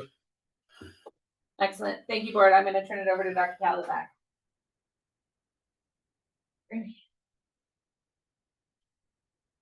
All right, Mr. Chairman, members of the board, I have 2 fairly quick updates to finish the animal health portion of the agenda. The first on highly pathogenic avian influenza. Since the last meeting when we talked about our first detection for this season, we have had 7 additional detections, none in commercial flocks. They've all been backyard birds. So spanning the state from Valley County, Beaverhead, Broadwater, 2 in Cascade, Park, and Yellowstone. So we know wild birds are still spreading this virus. It's still very active in the state. Our initial commercial flock, we have just released their quarantine. They finished all their cleaning and disinfection with negative environmental samples, and so they are cleared from us. Any questions on highly pathogenic avian influenza before I go to brucellosis? Okay. Like Dr. Szymanski mentioned, it has been a busy fall testing season. Of our 3 affected herds that we went into the season with, Beaverhead County, they have completed their whole herd test with no additional positive animals identified. We have released their quarantine for brucellosis. Since the initial animal was a bull, we did not identify any positive cows in that herd, and so they have been released from quarantine. Madison County affected herd has completed their annual herd test with no positive animals identified. So we are still talking about what that means for that herd and what we want to see going forward. And then Gallatin County, the affected herd is still currently testing. Dr. Kelsey Martin, our new program veterinarian, was able to start early for us to test last week and this week down there. And so that testing should be wrapped up the end of this week. The other sort of related to the quarantines update, we became aware recently of some animals that got hung up trying to go to California, because California is a state that still has import requirements on cattle originating from a designated surveillance area. And so Dr. Szymanski has been working with California to educate them on our program and advocate for the strength of our program and trying to get them to remove that their specific import requirement, so that, you know, we make sure that cattle meet our state requirements before they leave, and other states don't need to impose additional restrictions. And that is all of it in this. So how's that going? Mr. Chair, members of the board, it's the conversation that I had with California was very productive. It was a really great reminder of how much we live in our own world of brucellosis and what our comfort level is. They were not aware that Greater Yellowstone area states can use a different test protocol. So we start with the FPA and then we go to the BAPA. Everybody else in the world thinks that you just start with the BAPA and go to the FPA. And so there was a lot of education that was needed. I think that the education was worthwhile. It is in rule, so it would be maybe a little bit more substantial change, and it means that their industry gets a say in it. The California industry typically is relatively risk adverse. They have stopped brucellosis vaccinating in their beef industry, and so they're very hesitant to assume anything that they look like maybe a risk of introduction. So I'm cautiously optimistic, but have to provide them with some additional material. And at the upcoming meeting in Denver this weekend that we're attending, I plan on sitting down with them and hoping to have additional conversation. So what are the restrictions? Do they not allow import of sexually intact females? No. So, Mr. Chairman, the California requirement is that cattle originating in a designated surveillance area have a negative test within 30 days prior to import. The herd that got caught up, that test was more than 30 days old, but because we consider the risk period for brucellosis and we will allow a test for greater than 30 days during the low risk period, we would have said that their test was still good. It just, California has that 30-day limit without taking into account the time of year. Well, when you start bending the rules, where do you stop? Okay. Oh, and the other question I had, one of the herds, are we confident that we see all the animals in these whole herd tests? Mr. Chairman, the Beaverhead County herd, because this was their first whole herd test, yes, we did everything 12 months of age, 6 months of age, 12 months of age, 12 months of age and older, sexually intact. So we did everything eligible in their herd. Our long-term herds in Madison and Gallatin County, we have narrowed down what comes through the chute for testing every year to the breeding animals that are staying in the herd. And so those would not be considered necessarily whole herd tests. And so that's some of the discussion about Madison County, is because there were animals over 12 months of age that are not being bred and are being finished for slaughter, that they were not included in this year's Isn't test. there some bulls that are kind of adverse to coming through? Mr. Chair, members of the board, so so for beef herds, for traditionally managed beef herds, most of the time to achieve quarantine release, those herds have to go through multiple whole herd tests. And before we release them from quarantine, we will do some inventory reconciliation to make sure that there wasn't, 500 on the first test and 220 on the second. So we do some reconciliation to make sure that we get most of those animals. For our bison herds, we do not see all of the bulls every year. Some of those animals, just the danger of bringing them in is greater than the benefit of getting them tested. And we've accepted that because of the ongoing exposure to brucellosis. Most of these operations are continuing to, are planning on working under kind of a long-term quarantine protocol. However, when they hunt bulls out, they collect samples on them and get them tested. So eventually those older herd bulls get hunted out and we do get a sample on them. Fortunately, bulls are so low risk. So this Beaverhead County herd, it was a single bull that came up positive and that we cultured out of. That animal had never been in with the cows this year. And they turn out after the risk period starts. So he would have likely been exposed this spring. The last time he would have been with their cows would have been last summer outside of the risk period. So we felt very confident that the cow herd was low risk. Because it's a DSA herd, we didn't feel the need to do an inventory. At some point, you just have to trust a producer when they say, this is my whole herd, and run it through. And because they're subject to DSA regulations, once we let them go, like there's checks and balances are in place, I guess. I guess my question, I was trying to be a little bit maybe too coy, but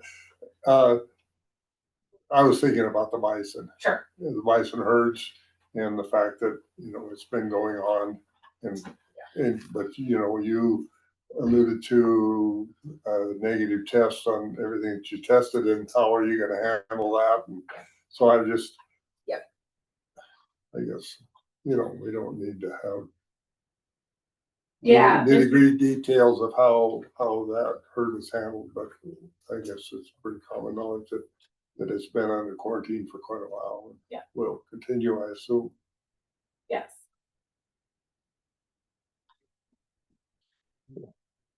Mr. Chair, I was just going to make a comment before animal health exits the stage, unless anybody else has any other questions, that Dr. Szymanski's buried the lead that she has full staff on veterinarians for the first time since 2022, maybe early 2022, maybe even 2021, if you take out medical leaves and other things that took place. So if you take out medical leaves, it might go back to 2018. Yeah, and so we're very happy to have, and Dr. Peterson stepped in too, and Dr. Martin's not here; she's out working somewhere. But very happy to have all these people on. I don't want to jinx it, but it's been a long time since all those positions were filled, and so like you asked Brian earlier, what he's going to do, you can now ask Dr. Szymanski, what are you going to do now that you've got all your people in place? William. I have a question. It doesn't pertain to what's recorded here. So I had a few producers approach me yesterday that are currently building these pasture chicken barns about premises IDs. And one producer said he was trying to get a premises ID, and he was curious what the criteria is, how far barns have to be apart to get a second and a third premises ID, or how does that work? I think they caught me yesterday at the opening, and I chatted with them, but just briefly, USDA has put out some recent guidance on separate epi units when it comes to HPAI detections, and they are no longer requiring that you have multiple pins for barns on the same premises. So we are not issuing new pins for each of these new barns. I believe that it's 150 feet. Was the minimum of what needed to be as far as space, which everybody that I spoke to yesterday, it sounds like they were well over that distance in between the buildings. The key for considering them separate epi units for a HPAI investigation is going to be biosecurity plans that we can go through and look at and say, yes, there is nothing shared between these facilities that would suggest that there's a risk of the other bird barn breaking. So it doesn't matter if you have one premises, two or three, as long as you have a good biosecurity plan. Biosecurity, yeah.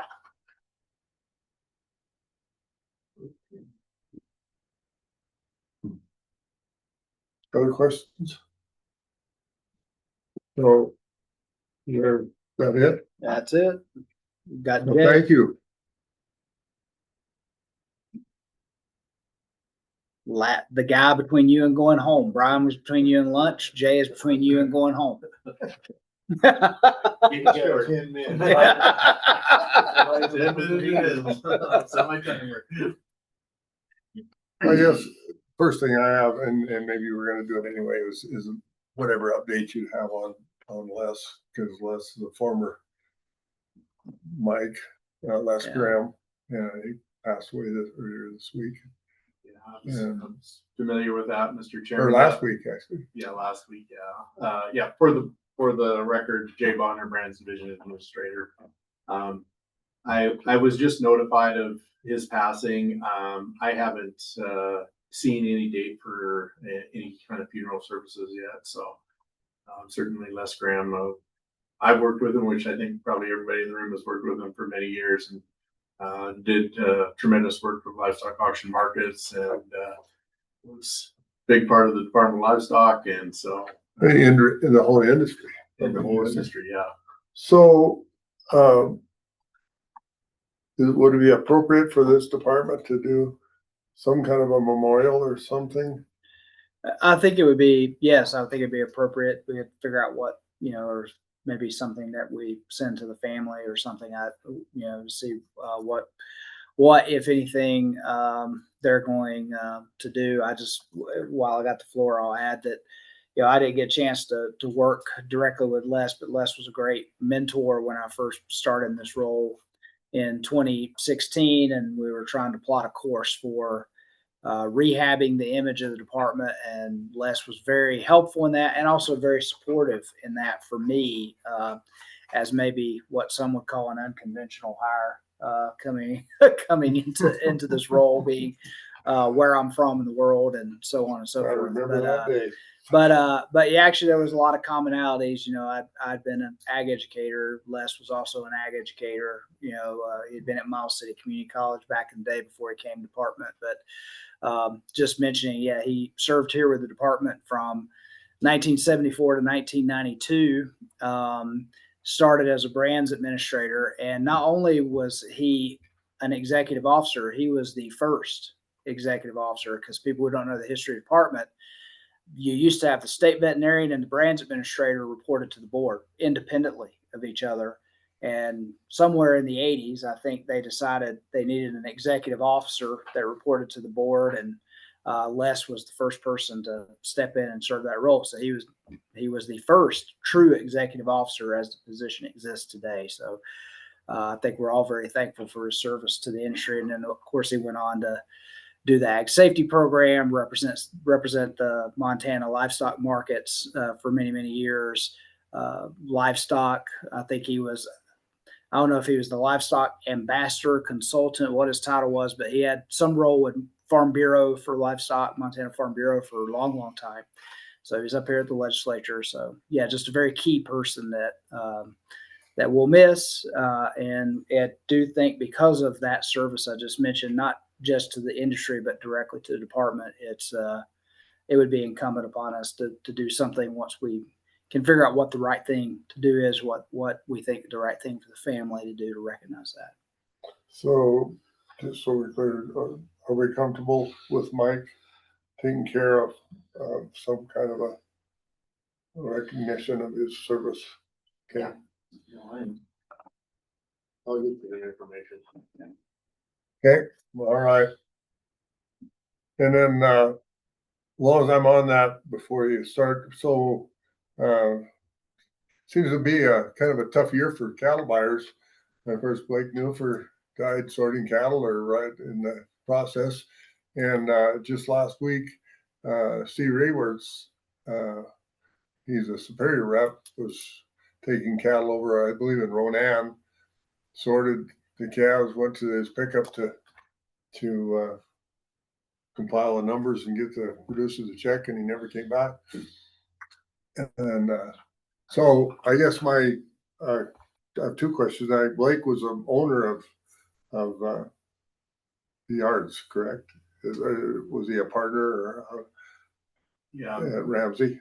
So, Mr. Chairman, that is a corporation. Okay, so owns that, and so Ms. Simon and I did review kind of how things were registered through the Secretary of State, through our livestock auction market, through their business. Just the passing of an individual and a corporation does not cease the corporation to exist. So Okay.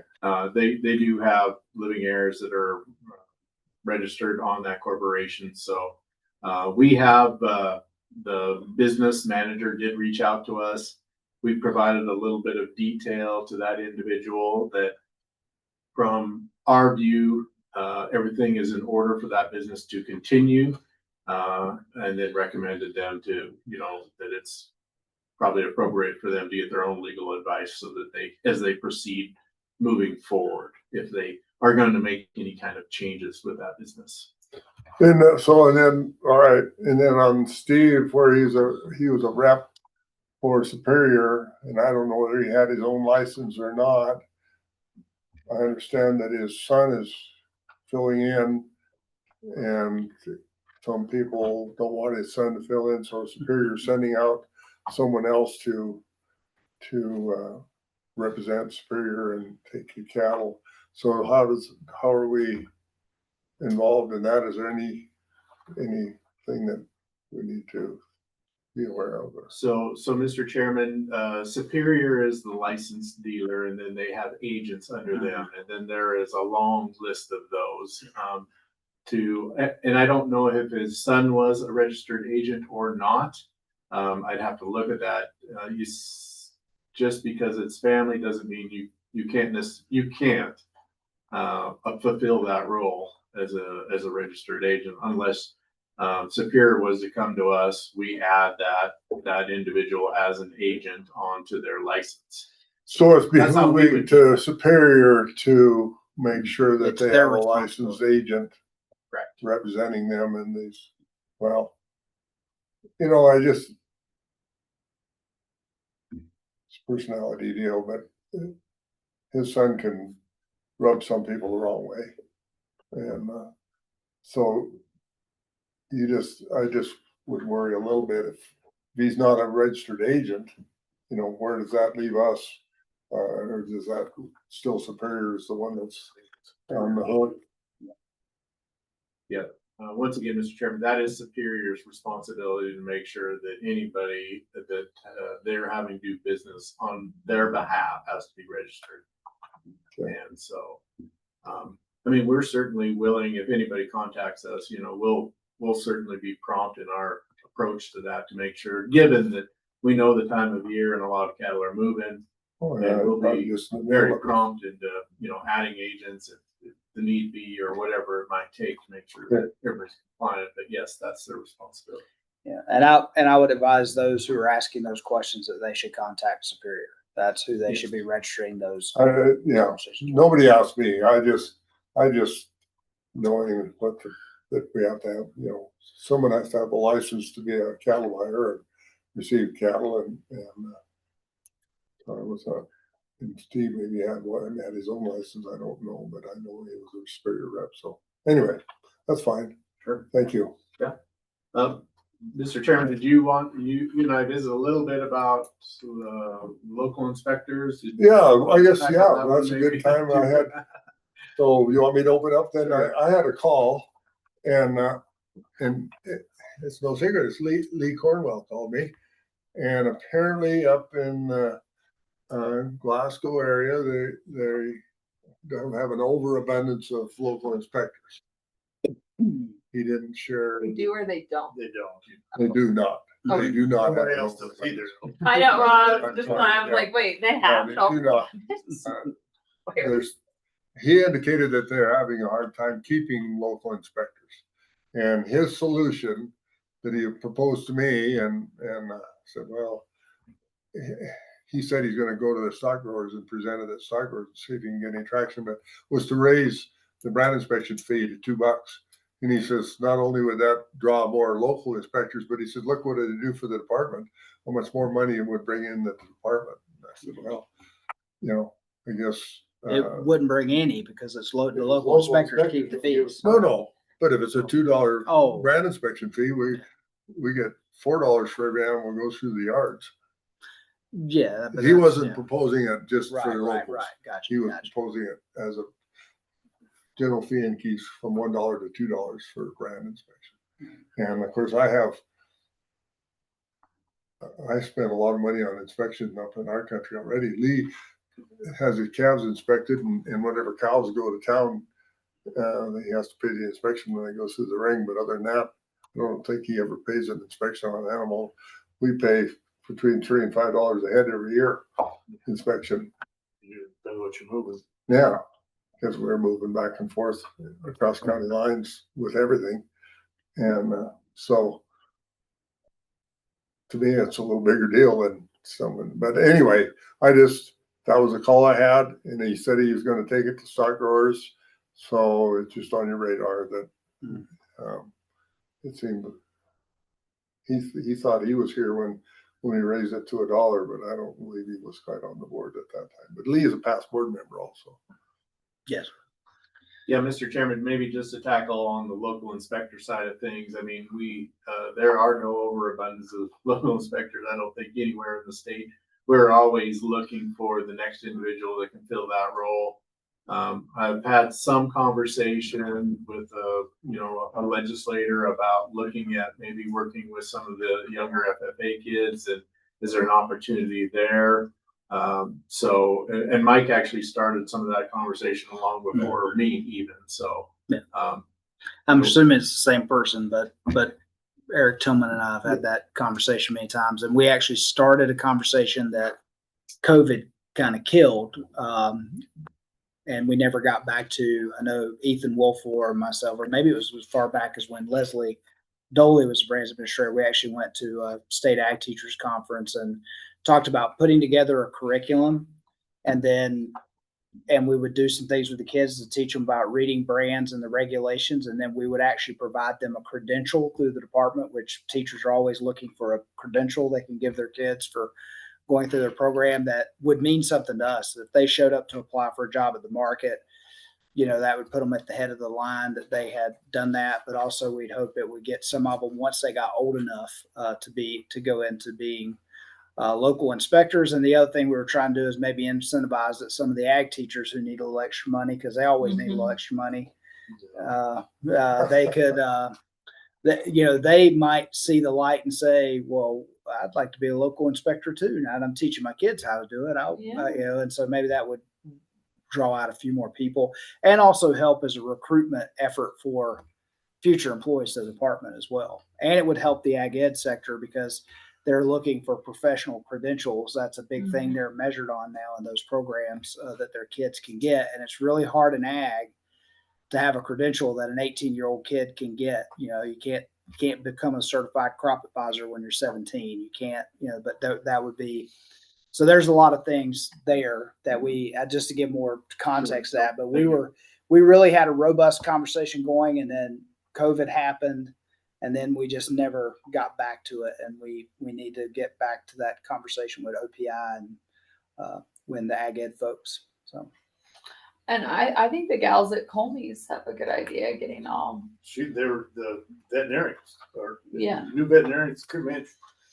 She got the books and got going on it, and she came right to health, right to brand inspection, It's all in one. And that really worked. I mean, talk about speed things up, boy. Yeah.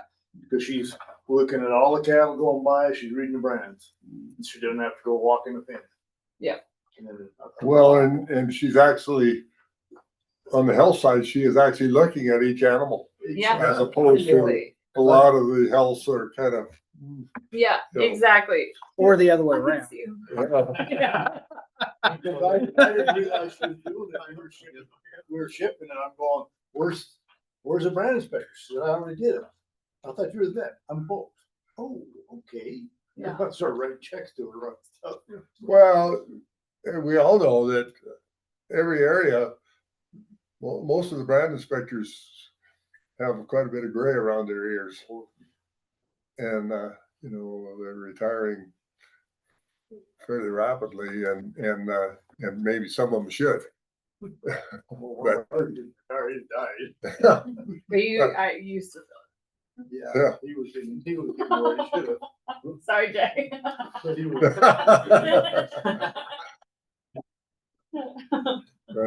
I mentioned, Nice job for you. This one, well, yeah, we can just pull in your yard and check. Yeah, do there you paperwork go. on this horse. Yeah. we have brand inspectors that I've seen that are really good. They can read a left rib brand from the right side. That's really good. That's That's pretty a skill to talented. keep. Yeah. That's what Taylor used to do. Redfield, if you don't brand some of these, I'm gonna charge you double because I gotta run them through the other way too. So, well, it's the same old story. We got to figure out some way to either recruit more or incentivize the job. Yeah, I mean, certainly, I think there are, rural Montana, we're all familiar with it. Everybody's busier and, There's less people. there's less people. And so it is a challenge. I don't think it's insurmountable by any means, because I think when we're in our neighborhoods and there are folks that, you think might fit that bill, make sure you ask them. And, cause there's some opportunity there. Certainly things are pretty busy in the fall, and there's an opportunity to put some inspection fees, make it worth your while. And it is a little bit slower other times of the year, but we value very much the importance of a good local inspector, because they do the bulk of our inspections out here in the state of Montana. I'll put out there for those who are listening, something that I recently learned about that I'd never thought about as a possibility. But if there are people who are saying they're willing to pay more for their inspections to get an inspector, I talked with a producer who I won't name just to keep their anonymity, but they run a fairly good sized sale each year. And one of the things that they do, which I would not, our state employee inspectors, if they're listening, sorry, brands folks, you can't take advantage of this, but for our local inspectors, there's nothing that prohibits paying a gratuity, which is essentially plussing up the money. And they said they don't seem to have a problem getting a local inspector, because people know they're going to get the inspection fees. Plus they're going to get a pretty sizable gratuity for being there all day working that sale. So there's things that individuals can also do on their own that might make their shipping or their sale or whatever more enticing to people. Well, and Lee, the other thing he did mention to me was, they can charge mileage. Yes. But he said a lot of them are neighbors, sons of neighbors, and they come over. They just don't charge mileage because it's just, Well, for me to take one of my market animals to the butcher, I gotta get it inspected. I gotta go find one, and it's a pain in the butt. So if he shows up, I give him more than $1. Oh, yeah, absolutely. I'll give him $10 or whatever, even if I'm driving by his house. But on the same token, when we ship, they come up there and inspect 300 head. Well, that's different. In an hour and a half or 2 hours. That's not too bad. No, but I'm just saying, because a lot of the time they're doing one animal here, one animal there. Yeah. Kind of thing, and that's right. And a lot of people, I think, will only give them the $1 in their mileage or whatever. I'm going, no, you just took the guy away from his work. And so you make it worth their while. There should be a local inspector etiquette. You should make a book. In my spare Little time. flyers to hand out. Local inspector etiquette. Tip them. All right, well, All right, that's well, something that can come up. Redfield set the stage very well for my first Okay. item. So I wanted to talk just a little bit about the online market consignment permit. So those are online. They are $0 to get those. We have received a number of phone calls along with others in the board about confusion about a market consignment permit versus a transportation permit. There are folks out there that would like to get a transportation permit to get their animals slaughtered. That is not available online, and probably most likely won't be online, because that animal needs to be inspected. And so we tried to clear up some of the confusion on our website, which we have now done. The market consignment permit itself, there does need to be some additional revisions to that language, but state IT is the one that actually has to do that. Our website, we can do that. So if you go on there today, it talks about specifically the market consignment permit versus the transportation permit and the differences between them. I'm gonna pull that up real quick. Yeah. That's what I was doing. No, This is just a picture of our revision, so there's a lot of red here, so this is the black is what we started with, and the red were our additions, so. Is it under inspection requirements or which one do I check? Or just Market. It is, yeah, inspection requirements, like. Okay. And right there, yeah. Okay. So we just had market consignment permits on there, and we've added transportation permits. Ms. Simon was gracious enough to walk through and write some language up as we kind of walk through the process.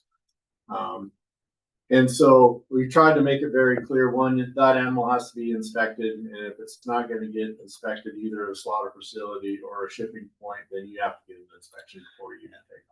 Yeah, one of the challenges, as Jay and I talked about it, and as you piece together the long history of everything we've done, the concept of transportation permits, if you had so, okay, let's look at Idaho as an example. If we were like Idaho has no state meat inspection program. So they have very few meat processors to start with. And most all of them are larger USDA inspected facilities. There's enough work at that facility to just park a brand inspector there all the time. And in Idaho, they have people who are assigned to CUNA. That's their job. They work for the department. They're the brand inspector at CUNA. There's enough work, just like there's enough work at BLS to justify that we have staff there doing what we do all the time. Montana is different with a couple of hundred very, very small establishments, many of them custom exempt, spread out across the whole state.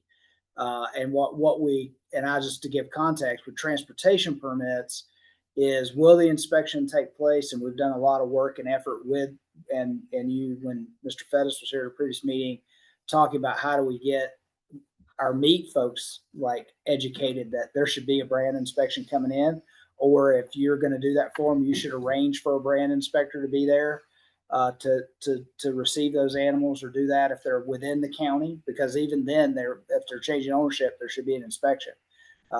County line is an inspection, but if they're going to change ownership, there's got to be an inspection as well, even if it's within the county. And our challenge would be is we probably would have a lot of animals get processed without inspection, would be my concern.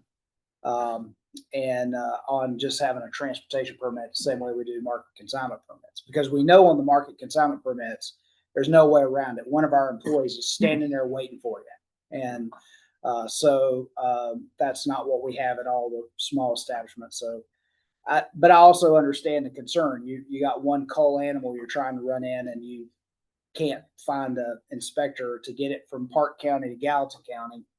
I understand the stress of that too. So there's probably still some more thought to be given to that whole concept. Well, on outside of the books, the one book we talked about it on outside in the black of the books, like that changed to. Just wanted to shipment gather, I had looking at that, and she goes, "Well, it says right here." I said, "No, you can't do it that way." Because it says market, you can send the slaughter on the market. It says it on the outside of the book. Oh, yes, yes, that will probably be changed too. And as I looked at, Mr. Chairman and Mr. Rick, as I looked through this page, there was a couple other things that I thought we were pretty up to date, but we did make a few more other changes on there too, because there was references to some of the statutes that were quite current. So it was a good revisit of that and some revisions to that. So hopefully that provides some clarity for folks when they. It reminds me, I'll invoke Miss Nina Bacchus here at the board table today. At one time when she talked about a sheep permit, and she was really confused because she was going to, I think it was to Bob's Valley Market or somewhere out here outside of Helena, get a sheep permit, and she was really confused by what was on there. And we figured out that when I investigated it, that was before Jay's time, I found out that sheep permit book was from like 1977. That's how many sheep permits they had issued over time. They still had the same book. They had not filled it up yet. So you can bet there was probably some old references on those sheep permits that were not like added, because they had never, in all those years, they had never gone through a whole book yet to get a new one.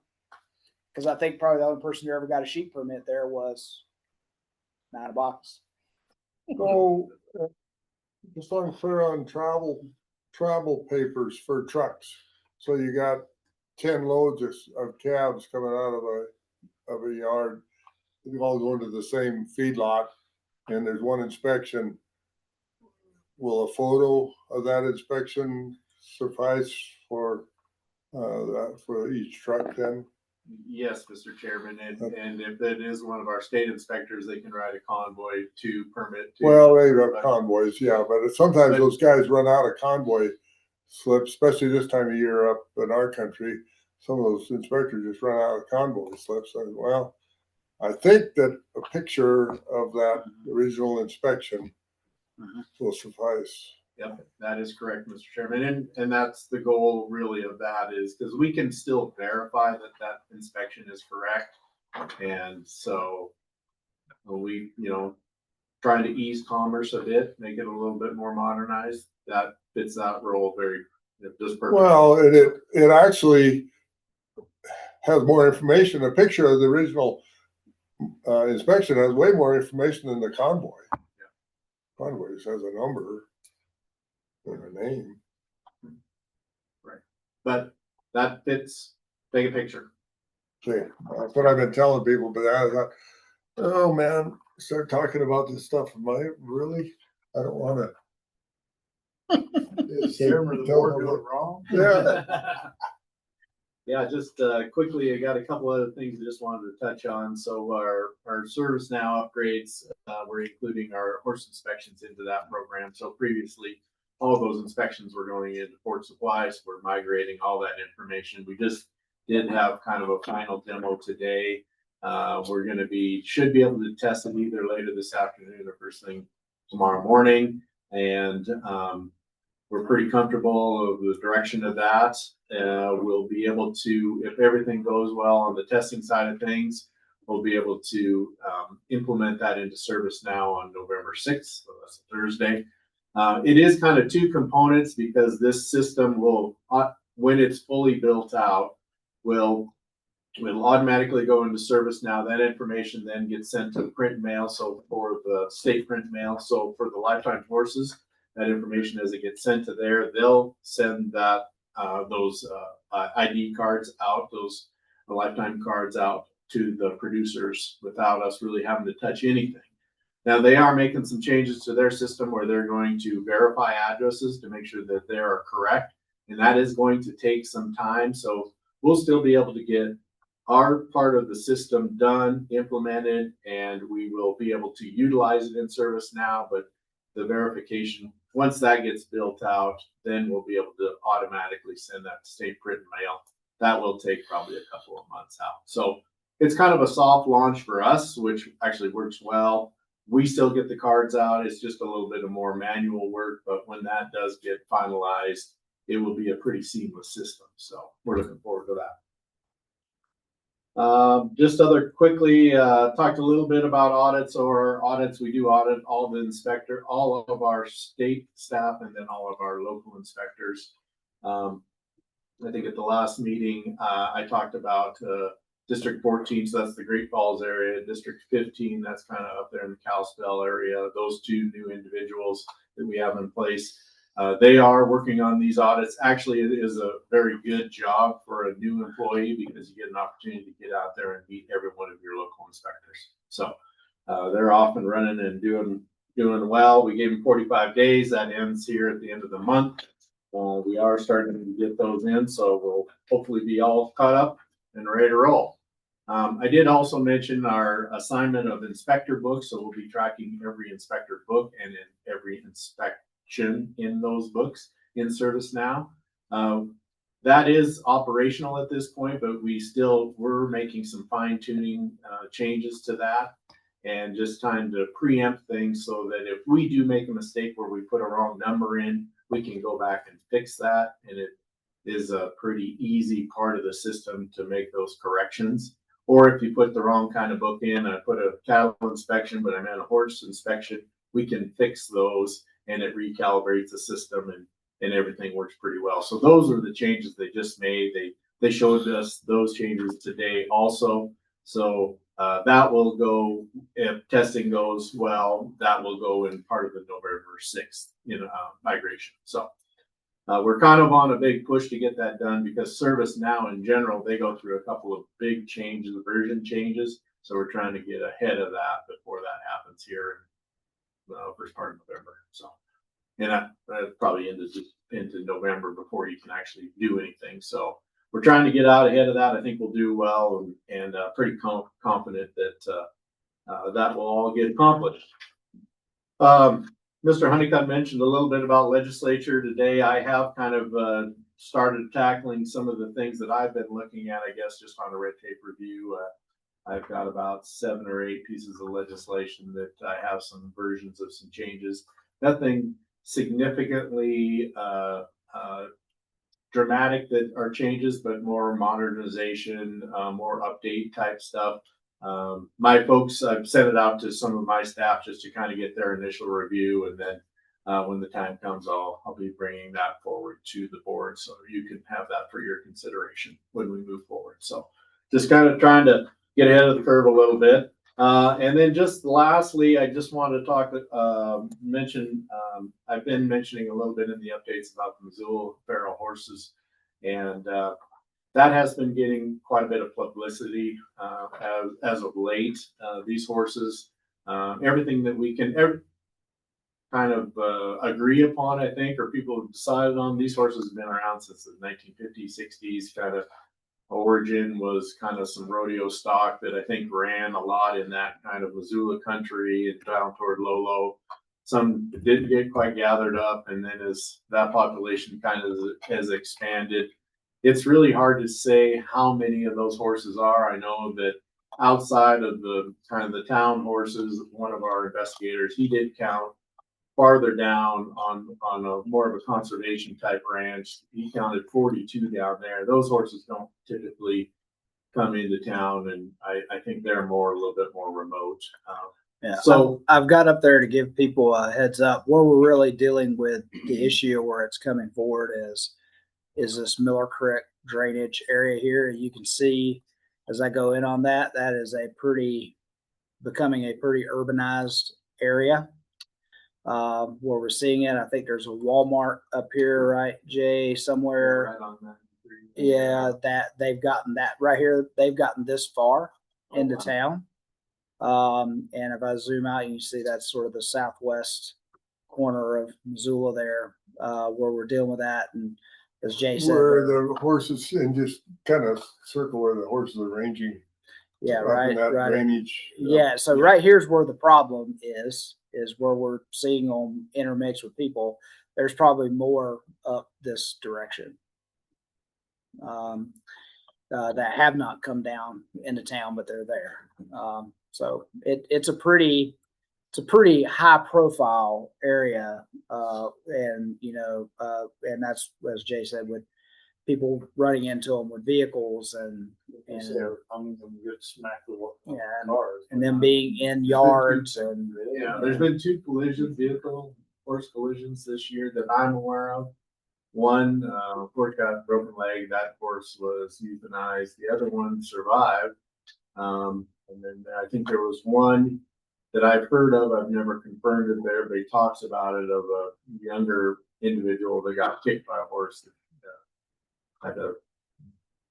I'm not sure what exactly happened there, but got kicked. So, and just for the board, just walking through, I've talked to a county commissioner there. Jay's talked to her as well quite a bit about it, who feels like something needs to be done. And as you know, it's been an issue because you have folks who want something to be done about the horses. You have another large group that like the horses being there and would like to see them have some protection. And one of the things that I've walked through was trying to find any other definition for those horses other than abandoned, and we have not. We can't consider them as strays because we kind of know where they came from. No, they don't have an owner, but we know there's not an owner. Likewise, there is animals running at large in municipalities. There are laws concerning that. However, that all goes back to citing an owner. There are no owners for these horses. There's no way you can fold them under So the abandoned horse statutes in Title 81 seem to be the only way we can define them. And why this falls on the shoulders of the county commission is that what's required is the county commission must receive a petition from at least 5 reputable landowners, taxpayers in the area requesting a roundup. If the commission decides to move forward to roundup, the commission, it's incumbent upon them to appoint a roundup commissioner to establish the parameters, the location, all of the details about it. The petitioners are the ones who are responsible for the cost of the roundup. So that gets a little dicey. And then of course, the horses have to be, there's laws around how the horses have to be handled after that and offered for sale and things of that nature. There is no, even though it's in Title 81, Ms. Simon's done some good work. There's really no direct tie of the department. Although we've expressed that if they chose to move forward, we would like to offer them the assistance that we can, because we have experience and know-how and resources to deal with these types of things. However, if that happened, we'd probably have to enter into some sort of agreement between us and between Missoula County to sort of establish our role there. So that's so if any complaints come to you, we've had lots of calls in the office, and I'm sure we've been disappointed many people when we've said there's not anything we can proactively do here. The county commission, it's in their court. They have to decide what action they want to take. And that's kind of where things are right now. So sorry to hijack a little bit, but I wanted to thank you. wonder, because I'm the one who asked for this to be on the agenda, because I kind of wanted to publicly kind of put that out there, just because we continue to receive lots of calls, both from people who are wanting us to go do something about the horses and people who are seeking our advice on how to protect the horses. We're getting it from both sides.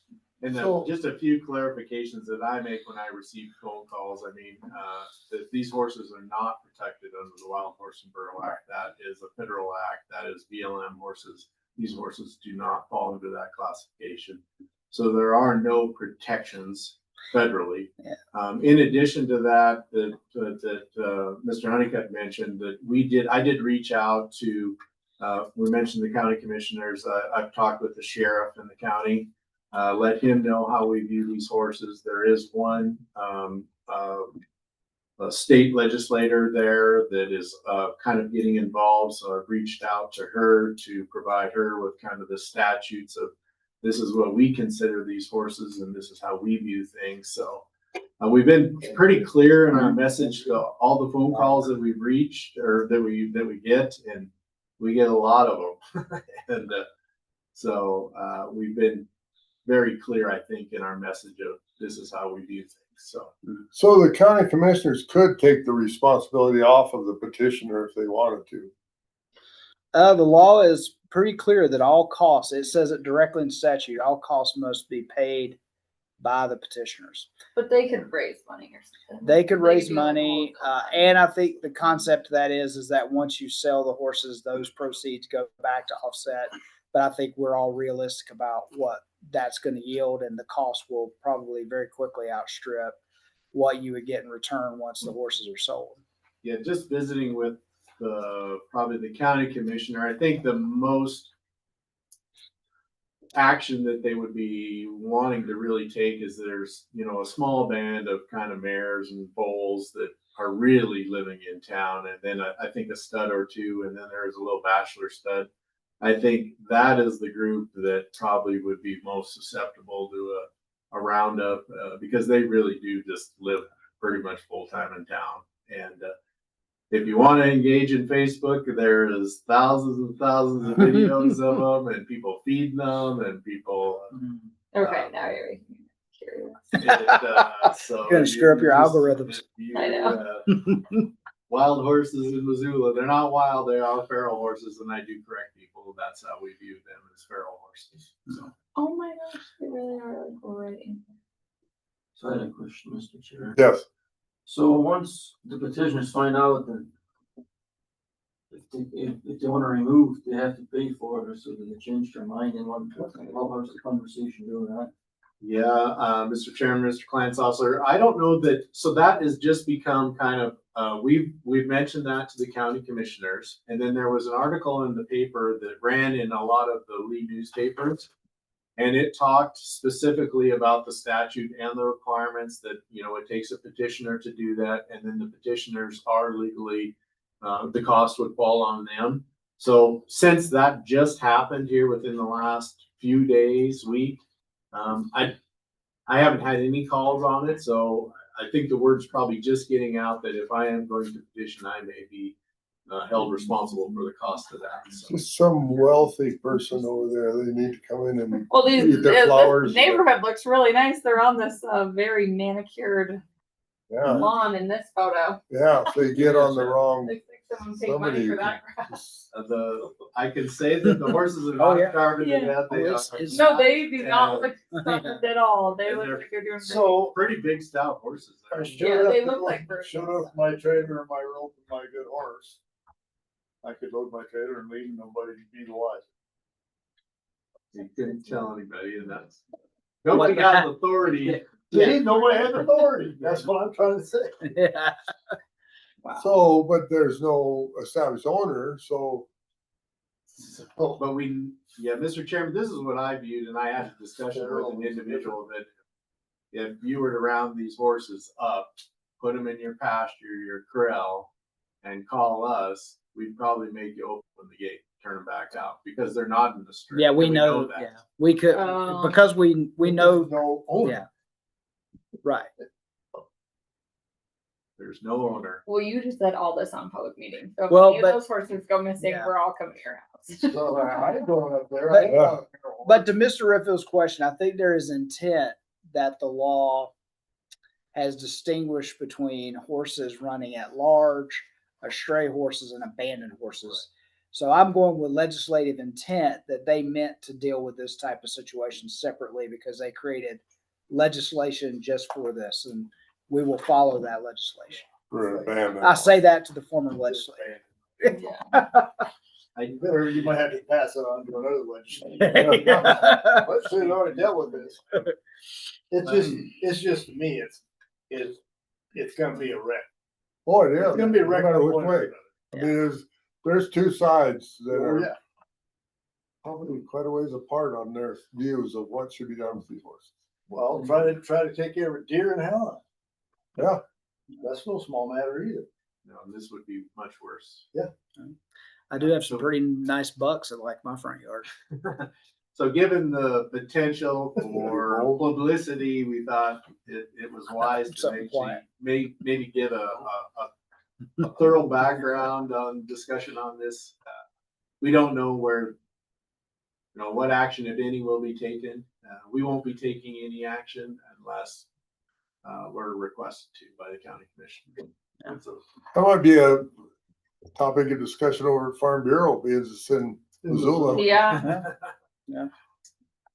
So, yeah, Mr. Chairman, that's all I had. I would pass my 10 minutes. Apologize for that. That's because you have such interesting stuff to talk about. Go rope and put your brand on. Yeah. I think Jay is saved by the fact that there's only one member of the public with us. Yeah. And she's sitting right back there. Would you care to address the board? We don't have anyone online, Mr. Chair, for All public right, comment. that I so see, I so. guess, I don't know whether that's good or bad, but it is. All right, so we come to this next item that apparently we weren't very successful at last meeting, and the people that weren't there last meeting aren't there today, so we're kind of at the same crossroads. And so what do we, November is Yes, November's a wreck, and then the coming in, I'll give from a staff side here is that it appears, and I'm looking to make sure I don't have any outages from any of our staff, is that your choice is whether you want to meet the week because 15th? the week before stock growers or the week after stock growers. After. 'Cause I I know- won't be around the week before. So when stock growers? The The 10th. 10th, yeah, so the week of it, so the week of the 8th, so the week of the 15th. Yes, we're looking at the 15th. There is an interim budget committee meeting on the 17th, but don't let that, if I have to go over there, I would go, I wouldn't be over there more than 20 minutes, and Brian or somebody could sit in this chair and do what I do very easily. They don't want to do it, but they can do it. So are we talking November or December? December. Yeah, December. Yeah, with And I wouldn't go later in December because then we're getting into everybody's Yeah, holidays You know, people later, schedules. Chris. Yeah. Or Wednesday, good? Is this a Wednesday? The 17th? I do not see anybody being out on the 17th. As I said, the only thing that I have tentatively on there right now is that's the day of an interim budget committee meeting over there. But again, that would be something could run over there, do it and run back. So it's not an all day thing. I just have it blocked all day. So I didn't accidentally schedule myself to be out of town or something on that day. So what about the 25th? Anything going on 25th? What age are your kids, William? Are your grandkids yet? No. No. No. You never know. My grandparents-in-law are now currently great-great-grandparents. Great. Mm-hmm. They Yep. started young. That's We're just the other great. day. We took 2 greats to the football game last Yeah. week ago Saturday. And we thought we were gonna have 3, but it turned out the 2-year-old didn't go with us Hmm. for a year and a half, whatever he is. But they have what? 25 great grandkids? I don't even know. There's a lot of kids. Yeah. So I don't know. Okay, so yeah. we're back on the 17th? 17th. 17th, Mike, even though it's your. Yeah, it'll work. It'll work good. Well, do we want to make it the 18th or? No, 17th or that'd be good. The later we go in the week, it sometimes gets dicier for people. Okay. I turned 50 the weekend before that, so we can celebrate that at our board. Fun. Yeah, he turns 50 and our youngest son turns 50 Christmas Day.